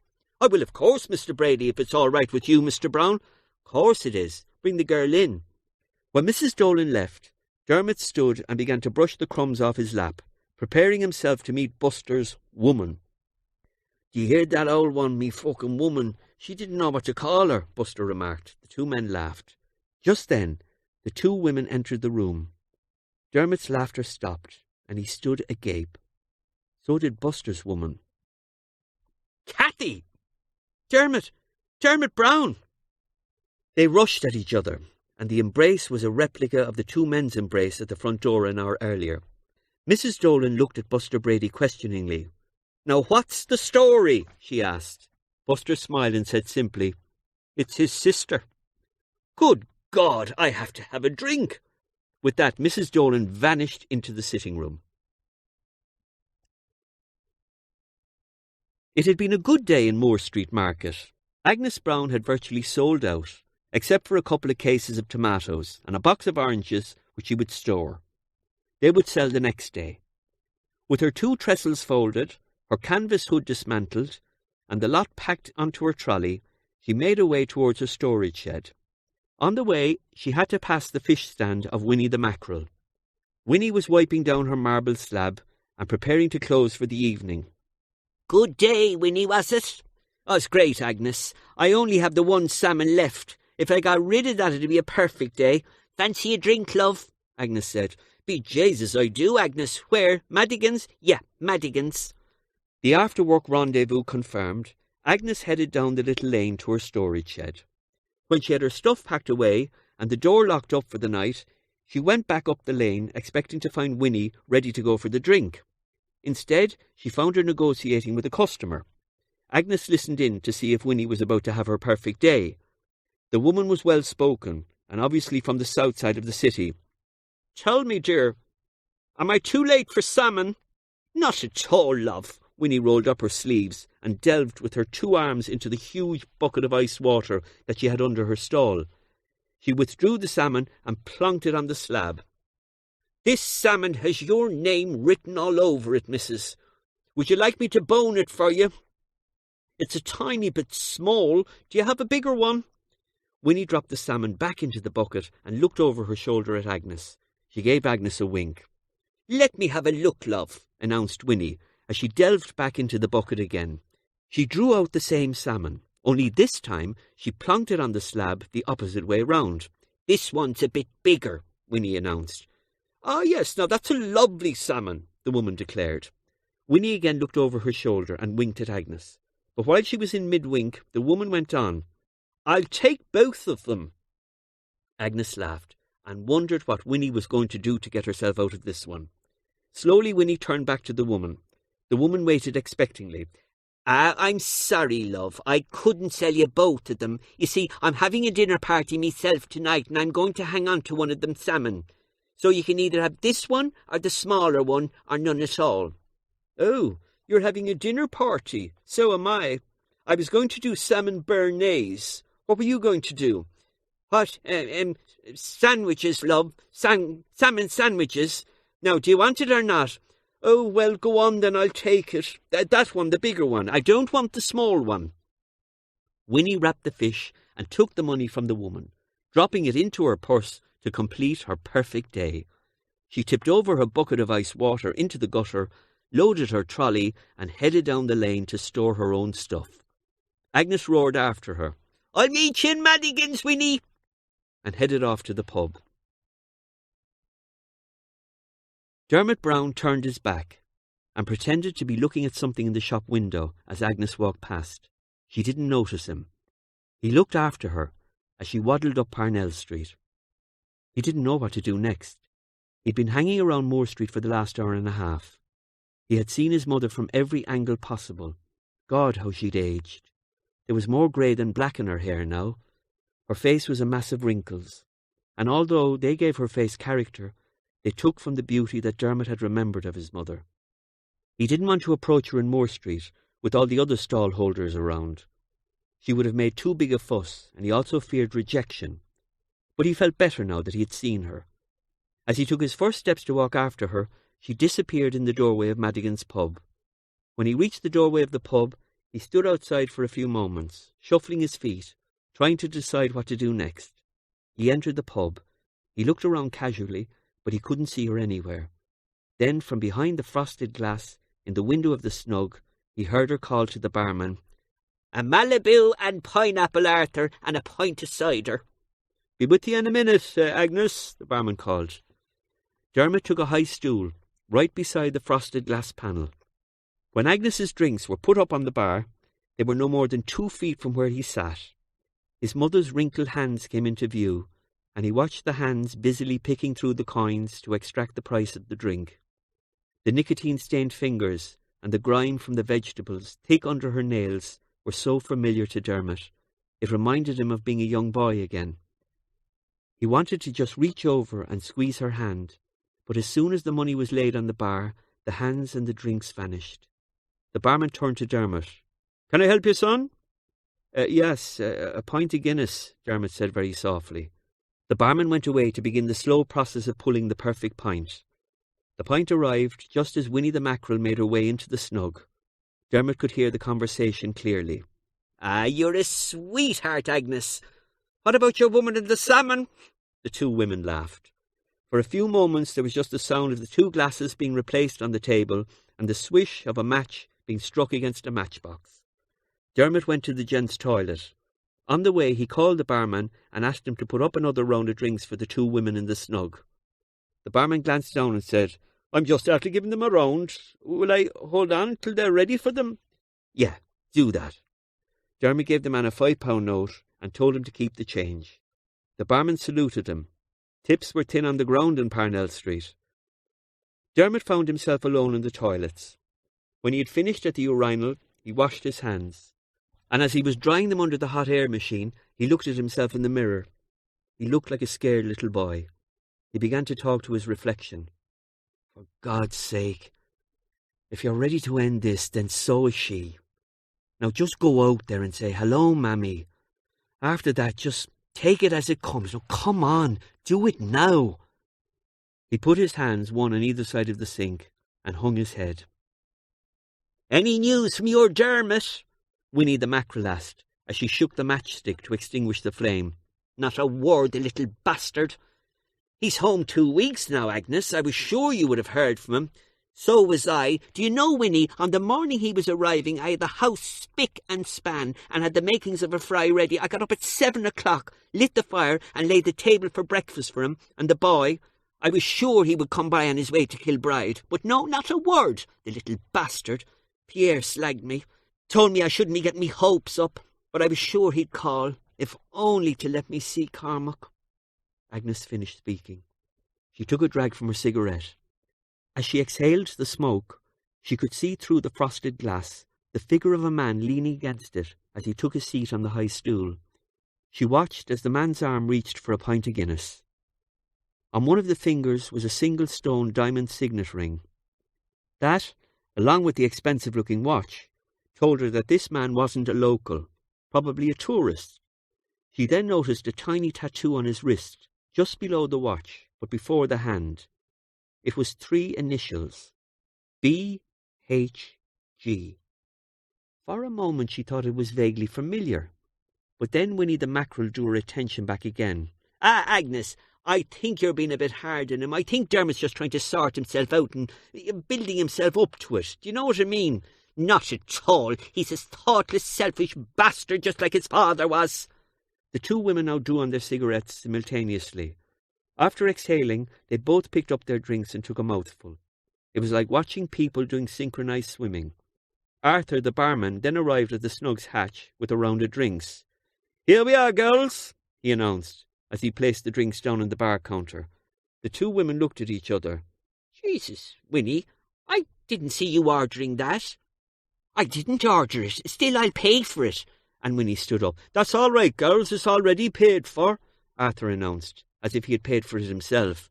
"Paid for by who?" the two women asked in a chorus. "By this man.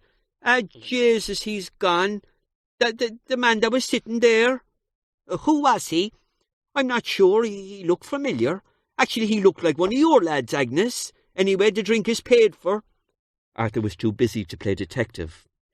Agnes jumped up and burst through the snug door. All she saw was an empty stool and a half-finished pint of Guinness. Then she remembered the tattoo. It had been applied using the sharp end of a compass and Indian ink. BHG stood for Boot Hill Gang. Suddenly it was clear. Just as suddenly, everything went black.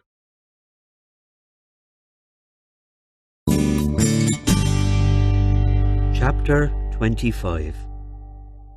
Probably the best way to explain what an aneurysm is to imagine the veins as plumber's pipes. Now try and picture a 4-inch pipe coming to a V-joint, where it divides into 2-inch pipes. One can imagine that when the gush of water from the 4-inch pipe tries to disperse through the two 2-inch pipes, the build-up of pressure at the joint can be quite severe. Plumber's pipes are made of copper. Unfortunately, veins are not. Aneurysms can occur anywhere in the body, but they are most serious when they're in the brain. When the pressure builds up in an aneurysm, it begins to inflate, and this can cause periods of unconsciousness. However, if the joint bursts, it causes a cerebral hemorrhage, its most serious consequence. This usually causes brain damage, the symptoms of which are akin to a stroke. Most often, indeed, an aneurysm is followed by a stroke. On some occasions, it can be fatal. When the ambulance arrived at Madigan's public house, the paramedics immediately gave oxygen to Agnes. Then they gently lifted the woman's crumpled body onto a stretcher. The ambulance rushed to the nearest casualty department, which was the Mater Hospital on the North Circular Road. Winnie the Mackerel telephoned Pierre. Before leaving the house in Wolftone Grove to go to the hospital, a panicking and worried Pierre phoned Mark and broke the news to him. Mark immediately dropped everything and prepared to leave for the Mater, instructing his secretary to inform every member of the Browne family of what had happened and where their mother was. Mark then went into the general office of Senga Furnishings, where he took Cathy to one side and told her. With Cathy in tears, they left the building and made their way directly to the casualty department of the Mater Hospital. Within 45 minutes, all but 2 of Agnes Browne's living children were in the waiting room. In Manchester, Trevor Browne was working on an illustration for his brother Dermot's latest book, Blue Boy and Mary, when his studio door opened. He knew immediately, he saw Maria's ashen face, that something was terribly wrong. 2 hours later, they were both aboard the St. Finbar, on Aer Lingus 737 as it took off from Manchester Airport. Trevor watched from his window seat as the ground sank away from the aircraft. Maria gently squeezed his hand. He made a great effort to smile, but he couldn't. At 8:30 that same night, Buster Brady was sitting in front of the open fire at his home in the Gate Lodge. Pamela was asleep and Buster was worried. It just wasn't like Cathy not to ring. She was going to be late home. He only barely heard the knock on the door, above the racket the rain was making, as it lashed against the windows. When he opened the front door, Buster was surprised to find young Cormac standing on the doorstep under an umbrella. The boy had no coat on and was shivering. "Cormac, come on in, son. Come in." Buster took the umbrella from the boy and shook it. He led Cormac into the hallway and closed the door against the rain. "Dermot said I was to stay here tonight," Cormac said, his face sad. "Sure, it'll be a pleasure to have you here. Did he say why, Cormac?" The boy shrugged and shook his head slowly. Buster squatted down in front of him. What's wrong, son?" Dermot's up in the house on his own. He's crying, and he's drunk." The boy began to sob. Buster took the boy into a warm embrace and spoke softly into his ear. "Don't you worry, Cormac. Dermot has a lot on his mind. He probably just needs to be alone tonight. He'll be fine in the morning. You'll see. Come on, let's you and me have a couple of cups of hot chocolate. He held the boy back at arm's length and beamed a smile at him. What do you say? Cormac's face brightened a little. Okay, Buster. Thanks. After a cup of hot chocolate and a long chat, which encompassed everything from Cormac's new school to Buster's hopes for his gardening business, Cormac began to feel drowsy. Buster picked up the boy and carried him to his and Kathy's bed, where he undressed him and tucked him in. It was an hour later when the phone rang. Buster snatched it up before it had completed its second ring. Slowly, Buster sank into the chair beside the hall table as Kathy broke the news, explaining why she was late in coming home. The rain was now teeming down. Buster ran up the driveway as fast as he could, but was still drenched by the time he got to the front door of Dermot's house, which now bore the nameplate Dragonfly in black on brass. Lights were on everywhere in the house. He could hear the strains of Johnny Reggae playing in one of the rooms. It was old 70s music, and reminded Buster of the days when he and Dermot were skinheads and used to dance to all kinds of reggae. Buster rang on the doorbell. He waited. He rang on the doorbell again, this time 4 times. Again he waited. Again there was no answer. Getting himself even more wet and cursing, Buster made his way round to the kitchen door, which he found unlocked. When he had closed the door behind him, he snatched one of Mrs. Dolan's tea towels and began to dry his hair as he walked through the house. He found Dermot in the sitting room. The album Dermot had been listening to was finished, and the turntable was now making a clickety-click sound as the needle jumped around the last groove in the album. Dermot was unconscious. He was a mess. The shattered remains of a broken whiskey bottle were strewn around the fireplace. Dermot was lying half on, half off the couch, his hand resting on another bottle of whiskey, the contents of which were half consumed. Buster shook him. Dermot slowly opened his eyes. When he recognised Buster, Dermot's face broke into the lazy, stupid smile of the drunk. "Ah, Buster, there you are. Come on, and the two of us will rob a bus." Dermot's voice was slurred, and he broke into a manic laugh as he sat up, or at least tried to sit up. "Jesus, Dermo, are you all right?" Buster was concerned. "I'm grand, Buster, fucking grand. I never felt better in me life. Sure, I'm me father's son, and well able for the whiskey. Whiskey is your only man, Buster. Will you have some?" No, thanks, Dermo. I don't want any. Listen, Dermot, I've some bad news. Go on, Buster, just what we need. A little bit of bad news. Lay it on me. I'm your man for the bad news. She wasn't me father bad news, and haven't I bad news, and so no news is good news, and oh, fuck. Dermot slumped back into the couch. Buster stretched his arm out and stopped Dermot putting the bottle to his lips. "Dermo, listen for a second. Your mother's been taken into hospital." Dermot had his mouth in an O shape, anticipating it meeting the neck of the bottle. His mouth then changed to a grin. "Good. I hope it's a fucking mental hospital. Dermo, I'm serious. So am I, Buster. Dead fucking serious. That woman has no time for me, and I've no time for her. And that's the way it is, Buster. No fucking time. Do you know what I mean?" Buster tried again. "Dermot, I think she might be really sick. Buster, I know she's really fucking sick. She's a fucking lunatic." Dismayed, Buster now tried to lift Dermot to his feet. "Come on, Dermo, we have to get to the hospital." "I will in me bollocks!" Dermot said this with venom as he pushed Buster back. In his drunken state, Dermot underestimated his own strength. Buster toppled backwards, cracking the side of his head in the corner of the coffee table. Dermot sat back down on the couch. Buster stood up and put his hand to his cheekbone, where he'd hit his face.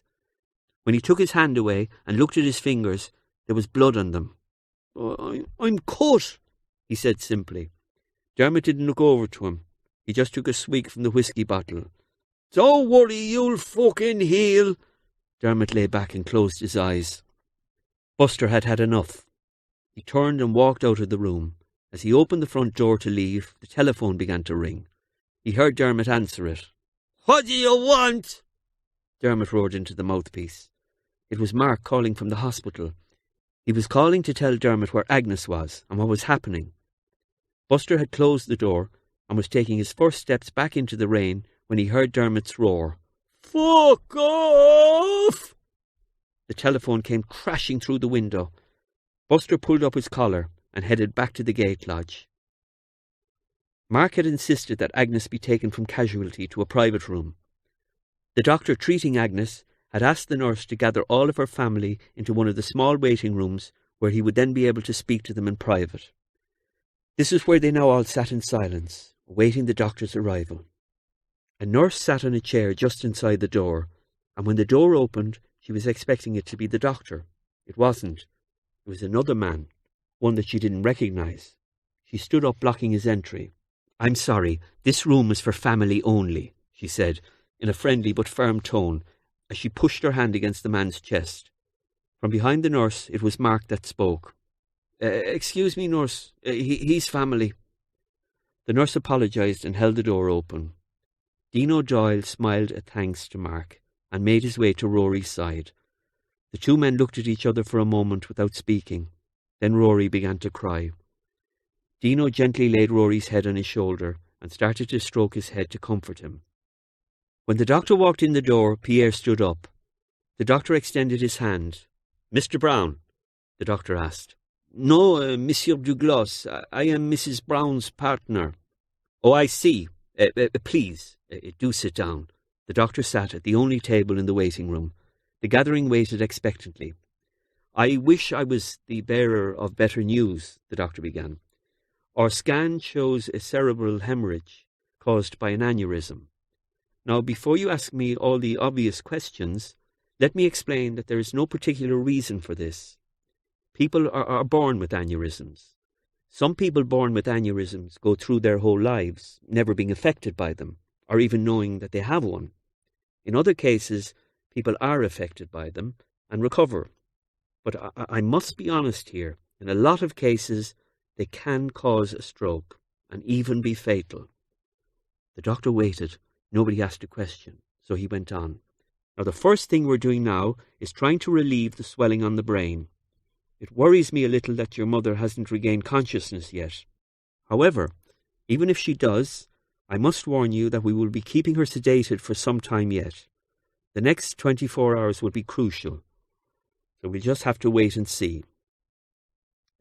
With the exception of sniffles from Rory, Fiona and Betty, everyone was silent. Kathy slowly put her hand up as if in class. "Yes," the doctor said. Is it all right if we sit with her?" "Of course it is. In fact, it's good for you all to be here. If she does come out of it, it will help her to see her family's faces. And if she doesn't, well..." The doctor left his sentence unfinished. Then he stood up and went to leave, but he stopped in front of Pierre. "Mr. Douglas, I'm available if you have any questions at any time." And he extended his hand again. Pierre again stood up and shook the man's hand. "Thank you, Doctor. Thank you very much." Pierre spoke warmly, but weakly. When Dermot awoke the next morning, he was freezing cold. He had been lying beneath the broken window. Although it had stopped raining outside, it had rained long enough during the night for the carpet, the couch, and indeed Dermot to be drenched from the rain that had been blowing through the broken window. He got up gingerly. His head was pounding and he felt nauseous. Tottering like a crotchety old man, he made his way to the kitchen and delved into the fridge for a carton of orange juice. He gulped it down quickly in an effort to quell his thirst and remove the filthy taste from his mouth. He put the kettle on, then went to the medicine chest and got himself 2 Solpadeine tablets. He gagged as he tried to down the half-glass of water containing the soluble tablets. When the kettle was boiled, he made himself a cup of instant coffee. Carrying the cup, he made his way back into the sitting room. The place was a mess. He saw some blood on the edge of the coffee table and spots of it on the carpet. He examined himself thoroughly and could find no cuts. There was broken glass everywhere, around the fireplace from the broken bottle, and all over the room where the rain and wind had blown pieces in from the broken window. He looked out through the shattered window frame. The telephone was sitting on the bonnet of his car. What the fuck? He massaged his eyes and made his way back into the kitchen, where he sat and held his head in his hands. After a while, he didn't know how long, he heard the front door open and close, and the sound of Mrs. Dolan shaking off her coat. "Sweet, loving Jesus!" she screamed. She arrived at the kitchen door holding Cormac by the hand. The boy looked terrified. "Oh, Christ!" Dermot exclaimed as he tried to hide his face. "Well now, you must be very proud of yourself this morning, Mr. Browne." Mrs. Dolan chastised him, and she looked furious. "What's the boy doing here?" Dermot asked from under his arm. "He lives here. Or did you forget that, along with the fact that you're supposed to be a gentleman?" "I mean, how did you get him?" "Mr. Brady dropped him into my house this morning on his way to the hospital. He's gone to see your mother, apparently. Did you know your mother was in hospital?" Mrs. Dolan now sounded more like a school teacher than a housekeeper. Dermot spoke again without lifting his head. "Yes." "Then one would wonder why you aren't visiting your mother." Dermot now lifted his head and rose from the chair, squaring up to Mrs. Dolan. "One might be better off minding one's own fucking business, Mrs. Dolan." Dermot had had enough. "Well, my God!" the woman exclaimed as she stomped out of the kitchen. Soon Dermot could hear her noisily rooting in the cupboards of the utility room to get out her cleaning materials. She began to clear up the mess. Dermot had sat back down again at the kitchen table. Without speaking, Cormac put on the kettle and took his father's mug from his hand. He rinsed the mug under the tap and made his father another cup of coffee. Carrying it carefully across the floor, the boy gently placed it in front of his father. Then he too sat at the kitchen table. During all of this, Cormac didn't speak once. Dermot took a sip of the coffee. I'm sorry about last night, Cormac." Dermot was embarrassed. "It's okay." "No, it's not okay. I shouldn't have behaved like that. I won't do it again." "No, really, it's okay. Buster explained everything." The boy seemed confident that he knew exactly what was going on. Dermot stared at the boy. "Did he now? And what exactly did Buster explain?" "That you have a lot of pain inside you, old memories that aren't nice, and that some people try to kill the pain with drink, and that even though you knew that didn't work, you had to try it anyway.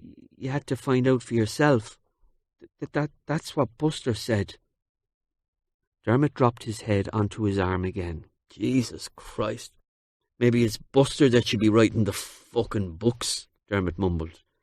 Slowly he rose from the table and began to make his way to the stairs. On the way, he went into the sitting room and tried to apologise to Mrs. Dolan. "Mrs. Dolan, I'm sorry. I'm sorry." "And so you should be, young man," Mrs. Dolan replied, as she turned her back and carried on with her cleaning. She wasn't giving in yet.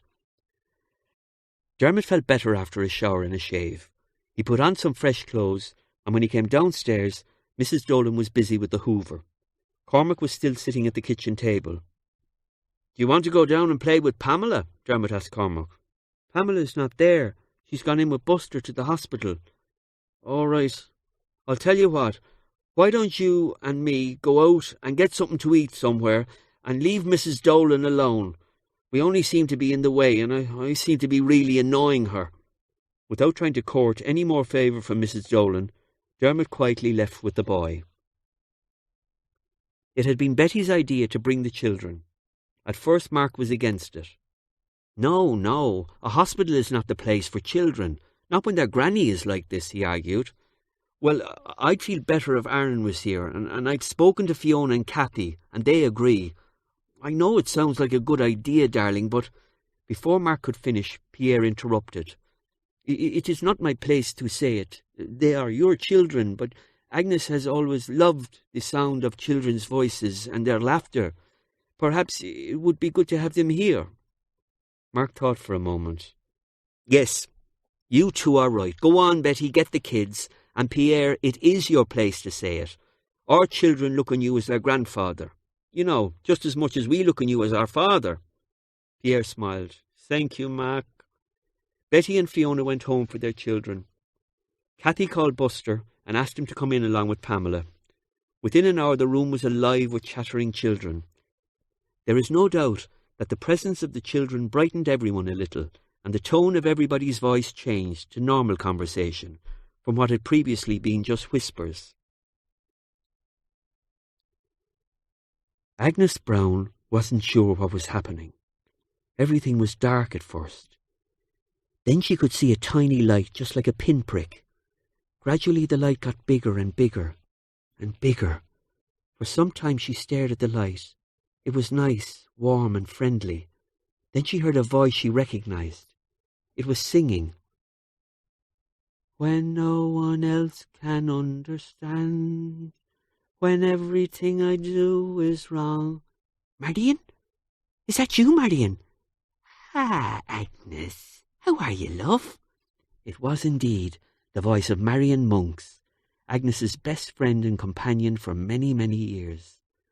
From her childhood up till Marion's untimely death in 1967, Agnes could not remember a time when Marion Monks was not by her side. Well, what's happening, Marion? What's happening to me?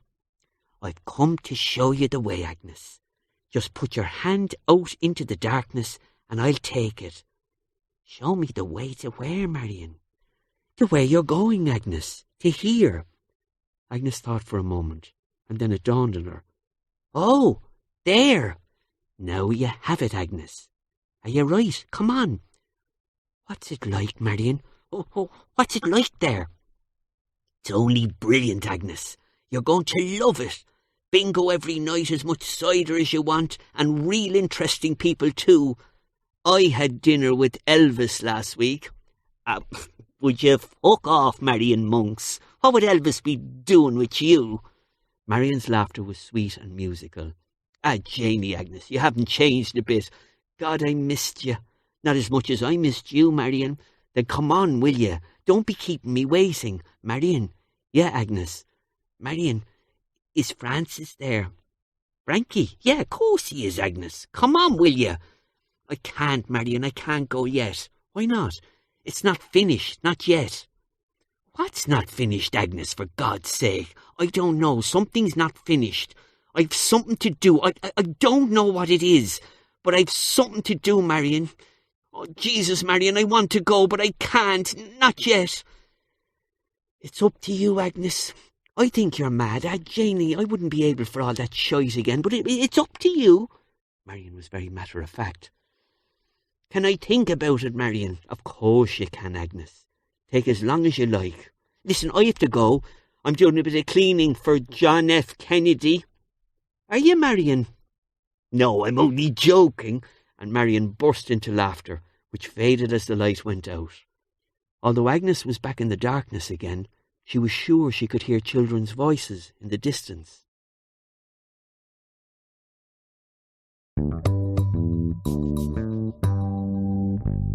Chapter 26.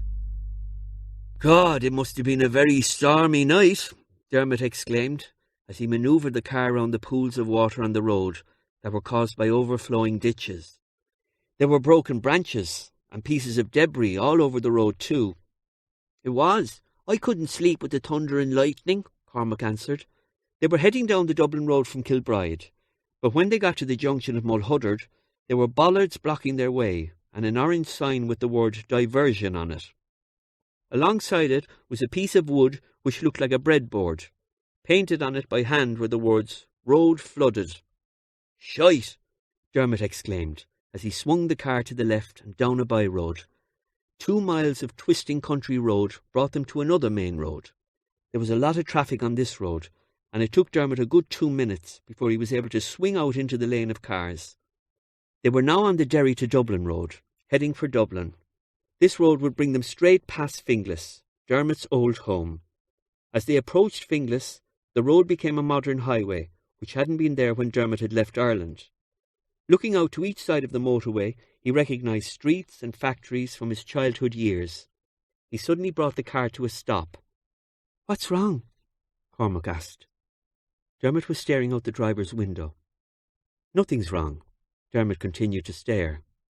For a few moments Cormac sat twiddling his thumbs. Then he knelt up on the passenger seat and looked over his father's shoulder and asked, "Why are we stopped?" Dermot pointed his finger up against the window.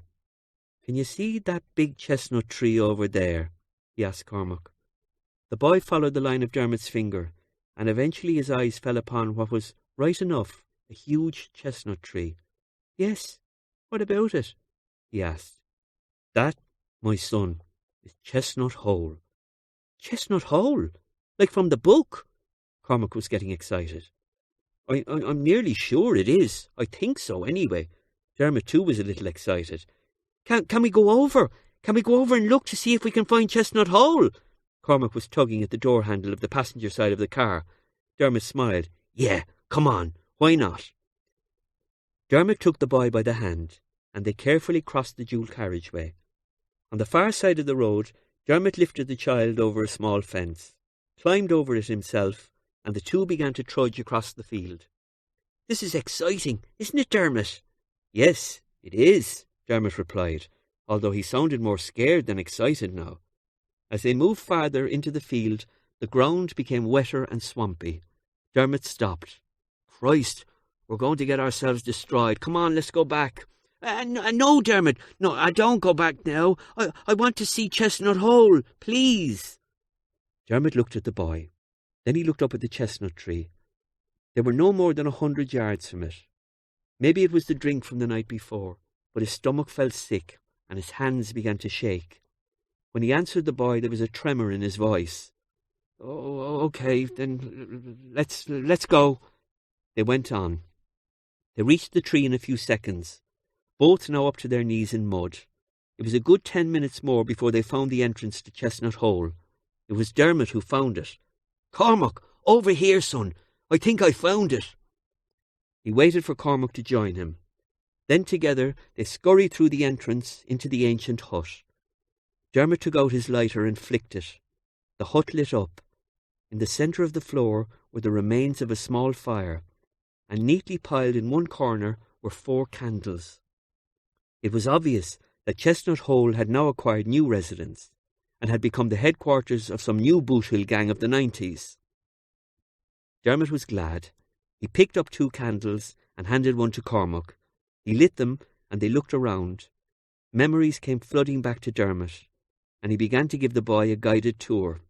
"Now, just over there," he pointed to one corner, "is where I had my seat.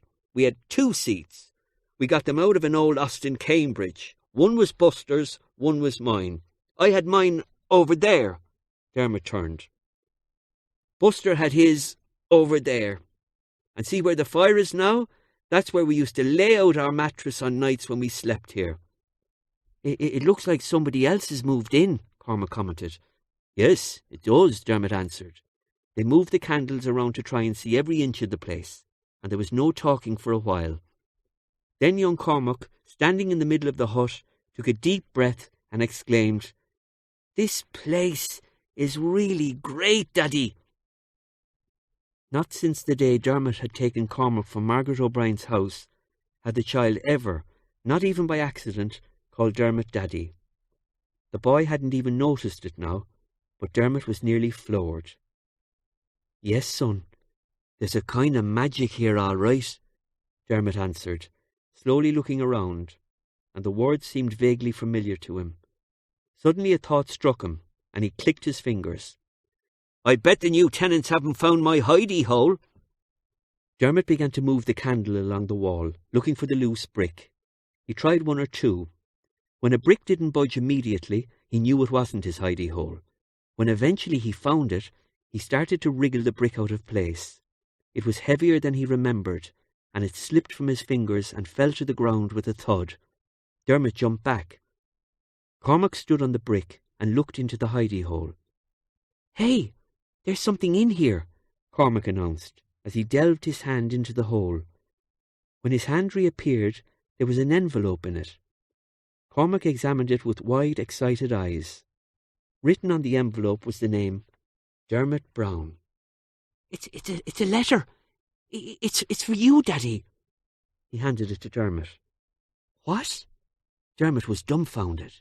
He squatted, stuck the candle into the soft clay floor, and began to open the letter. The envelope was wet and very old, and as he tried to pull it open, it came apart in his hands. There was what looked like a note inside. It had been folded in three, and Dermot tried to peel it apart gently. By the time he had it fully open, it was torn, and between dampness and age, most of the words were illegible. But Dermot could make out the beginning and the end of the note. The opening words were, "My dearest Dermot, I'm so sorry." And the closing words were, "That wherever you go, I will always be proud of you. You are in my prayers and in my thoughts always. Love, Mammy." Dermot sank slowly into a sitting position. As he did, his hands came apart, and the damp piece of paper broke apart. Between the thumb and forefinger of his left hand, he held a piece of paper that read, "Dear Dermot," and between the forefinger and thumb of his right hand, a piece of paper that read, "Love, Mammy." He didn't cry. "Are you okay, Daddy?" Cormac asked, concerned. I'm fine, son," Dermot answered, and he stood up. He placed the two small pieces of damp paper, one into each of his jacket pockets. Then he took the boy's hand and said, "Come on, Cormac, we have to get to the hospital." An hour later, the new tenants of Chestnut Hole arrived to find two candles burning in the middle of their hut. They were sure they had been visited by a ghost. They weren't far off. Dermot and Cormac, hand in hand, walked along the corridor toward Agnes Browne's room, leaving muddy footprints on the shiny marble floor behind them. As they approached the private room in which Dermot's mother lay, the door opened and Mark stepped out into the corridor. Dermot stopped. Mark walked towards him. Dermot didn't know what kind of reaction to expect from Mark, so he was ready for anything. When the estranged brothers were standing face to face, Dermot searched for a clue in Mark's eyes. "Welcome home, brother," Mark said with a smile, and opened his arms for a hug. Dermot fell into his arms. It was a long hug. Both men kept their eyes closed. When they separated, Dermot began to speak. "How is me, Mammy?" "Still in a coma," Mark answered evenly. Dermot looked at the floor. "Look, Mark, I've been a bit of an asshole." Mark interrupted with a wave of his hand. He put his arm around his brother's shoulder. "Look, Dermot, what's gone is gone. Let's not look back. It's just good to have you here. It'll mean so much to Mammy. It means so much to all of us." "Thanks," was all Dermot could say for fear that if he went any further, he would surely cry. "So you're Cormac?" Mark crouched beside the boy. "Well, Cormac, I'm your Uncle Mark's son, and behind that door you're about to meet more uncles and aunties than you can shake a stick at." Mark smiled at the boy, and the boy smiled back. Dermot was overwhelmed at the welcome he received when he stepped into his mother's room. The gap in his life had been bridged with the solid steel of love. When the welcomes died down, Dermot moved to his mother's bedside. Agnes's dark skin looked sallow rather than pale, and she looked like she was just in a deep sleep. Dermot took her hand and held it between both of his. Unabashed, he began to speak to his mother, and as he did, the family gathered round the bed. "Mammy, it's me, Dermot.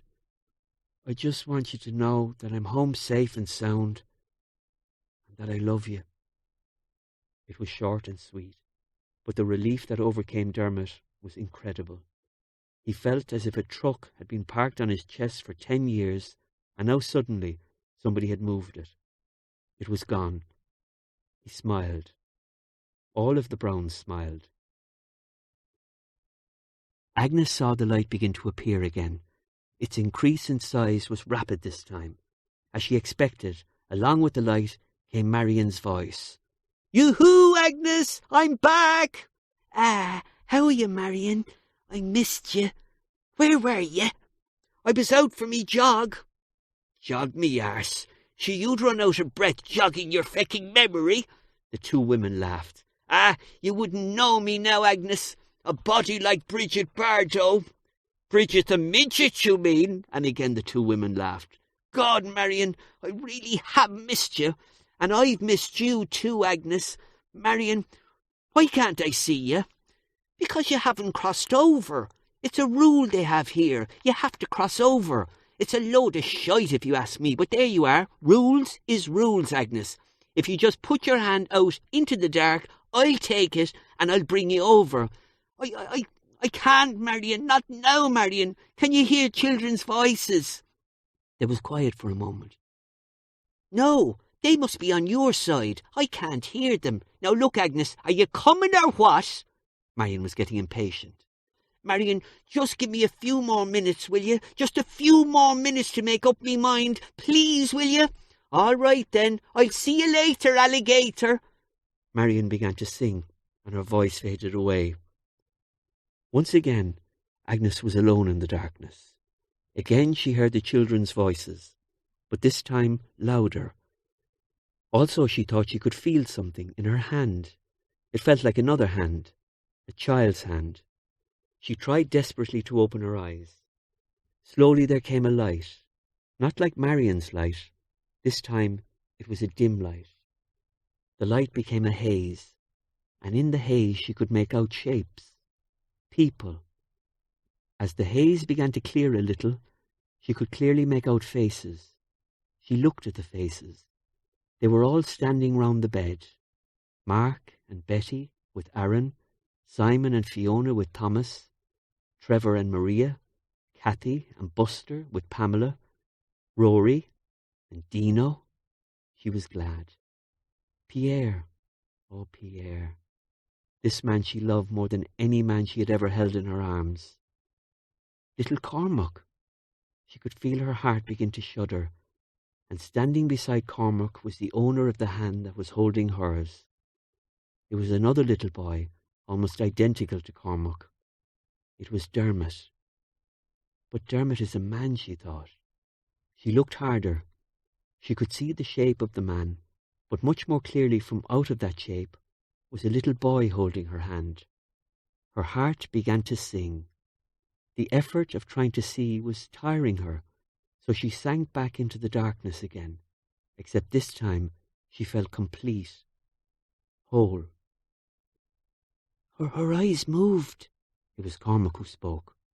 What, son? Dermot asked. I saw her eyes move, Daddy. Granny, her eyes moved. It was just a flicker, but they moved. Dermot gently placed his mother's hand back on the bed. He sat down on a chair and lifted his son onto his lap. Of course they did, son. Of course they did. He hugged the boy. What do we do now, Daddy? Cormac asked. We wait, son. We pray and we wait.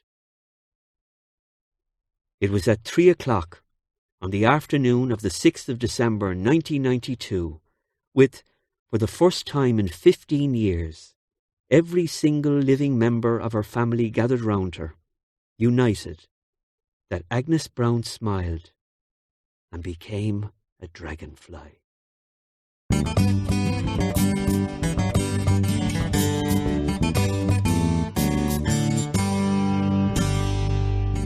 Belinda Audio and the O'Brien Press hope you enjoyed the reading of The Granny, written by Brendan O'Carroll and read by Marco Regan. Our audiobooks are becoming increasingly popular among travellers, families, and people who are on the run. If you really enjoyed this audiobook, please introduce your friends and family to the experience. We're sure they'll love you for it. If you want to hear more about our fabulous range of titles, please visit us online at belinda.com. Thanks for listening, and remember to always take a Belinda audiobook with you.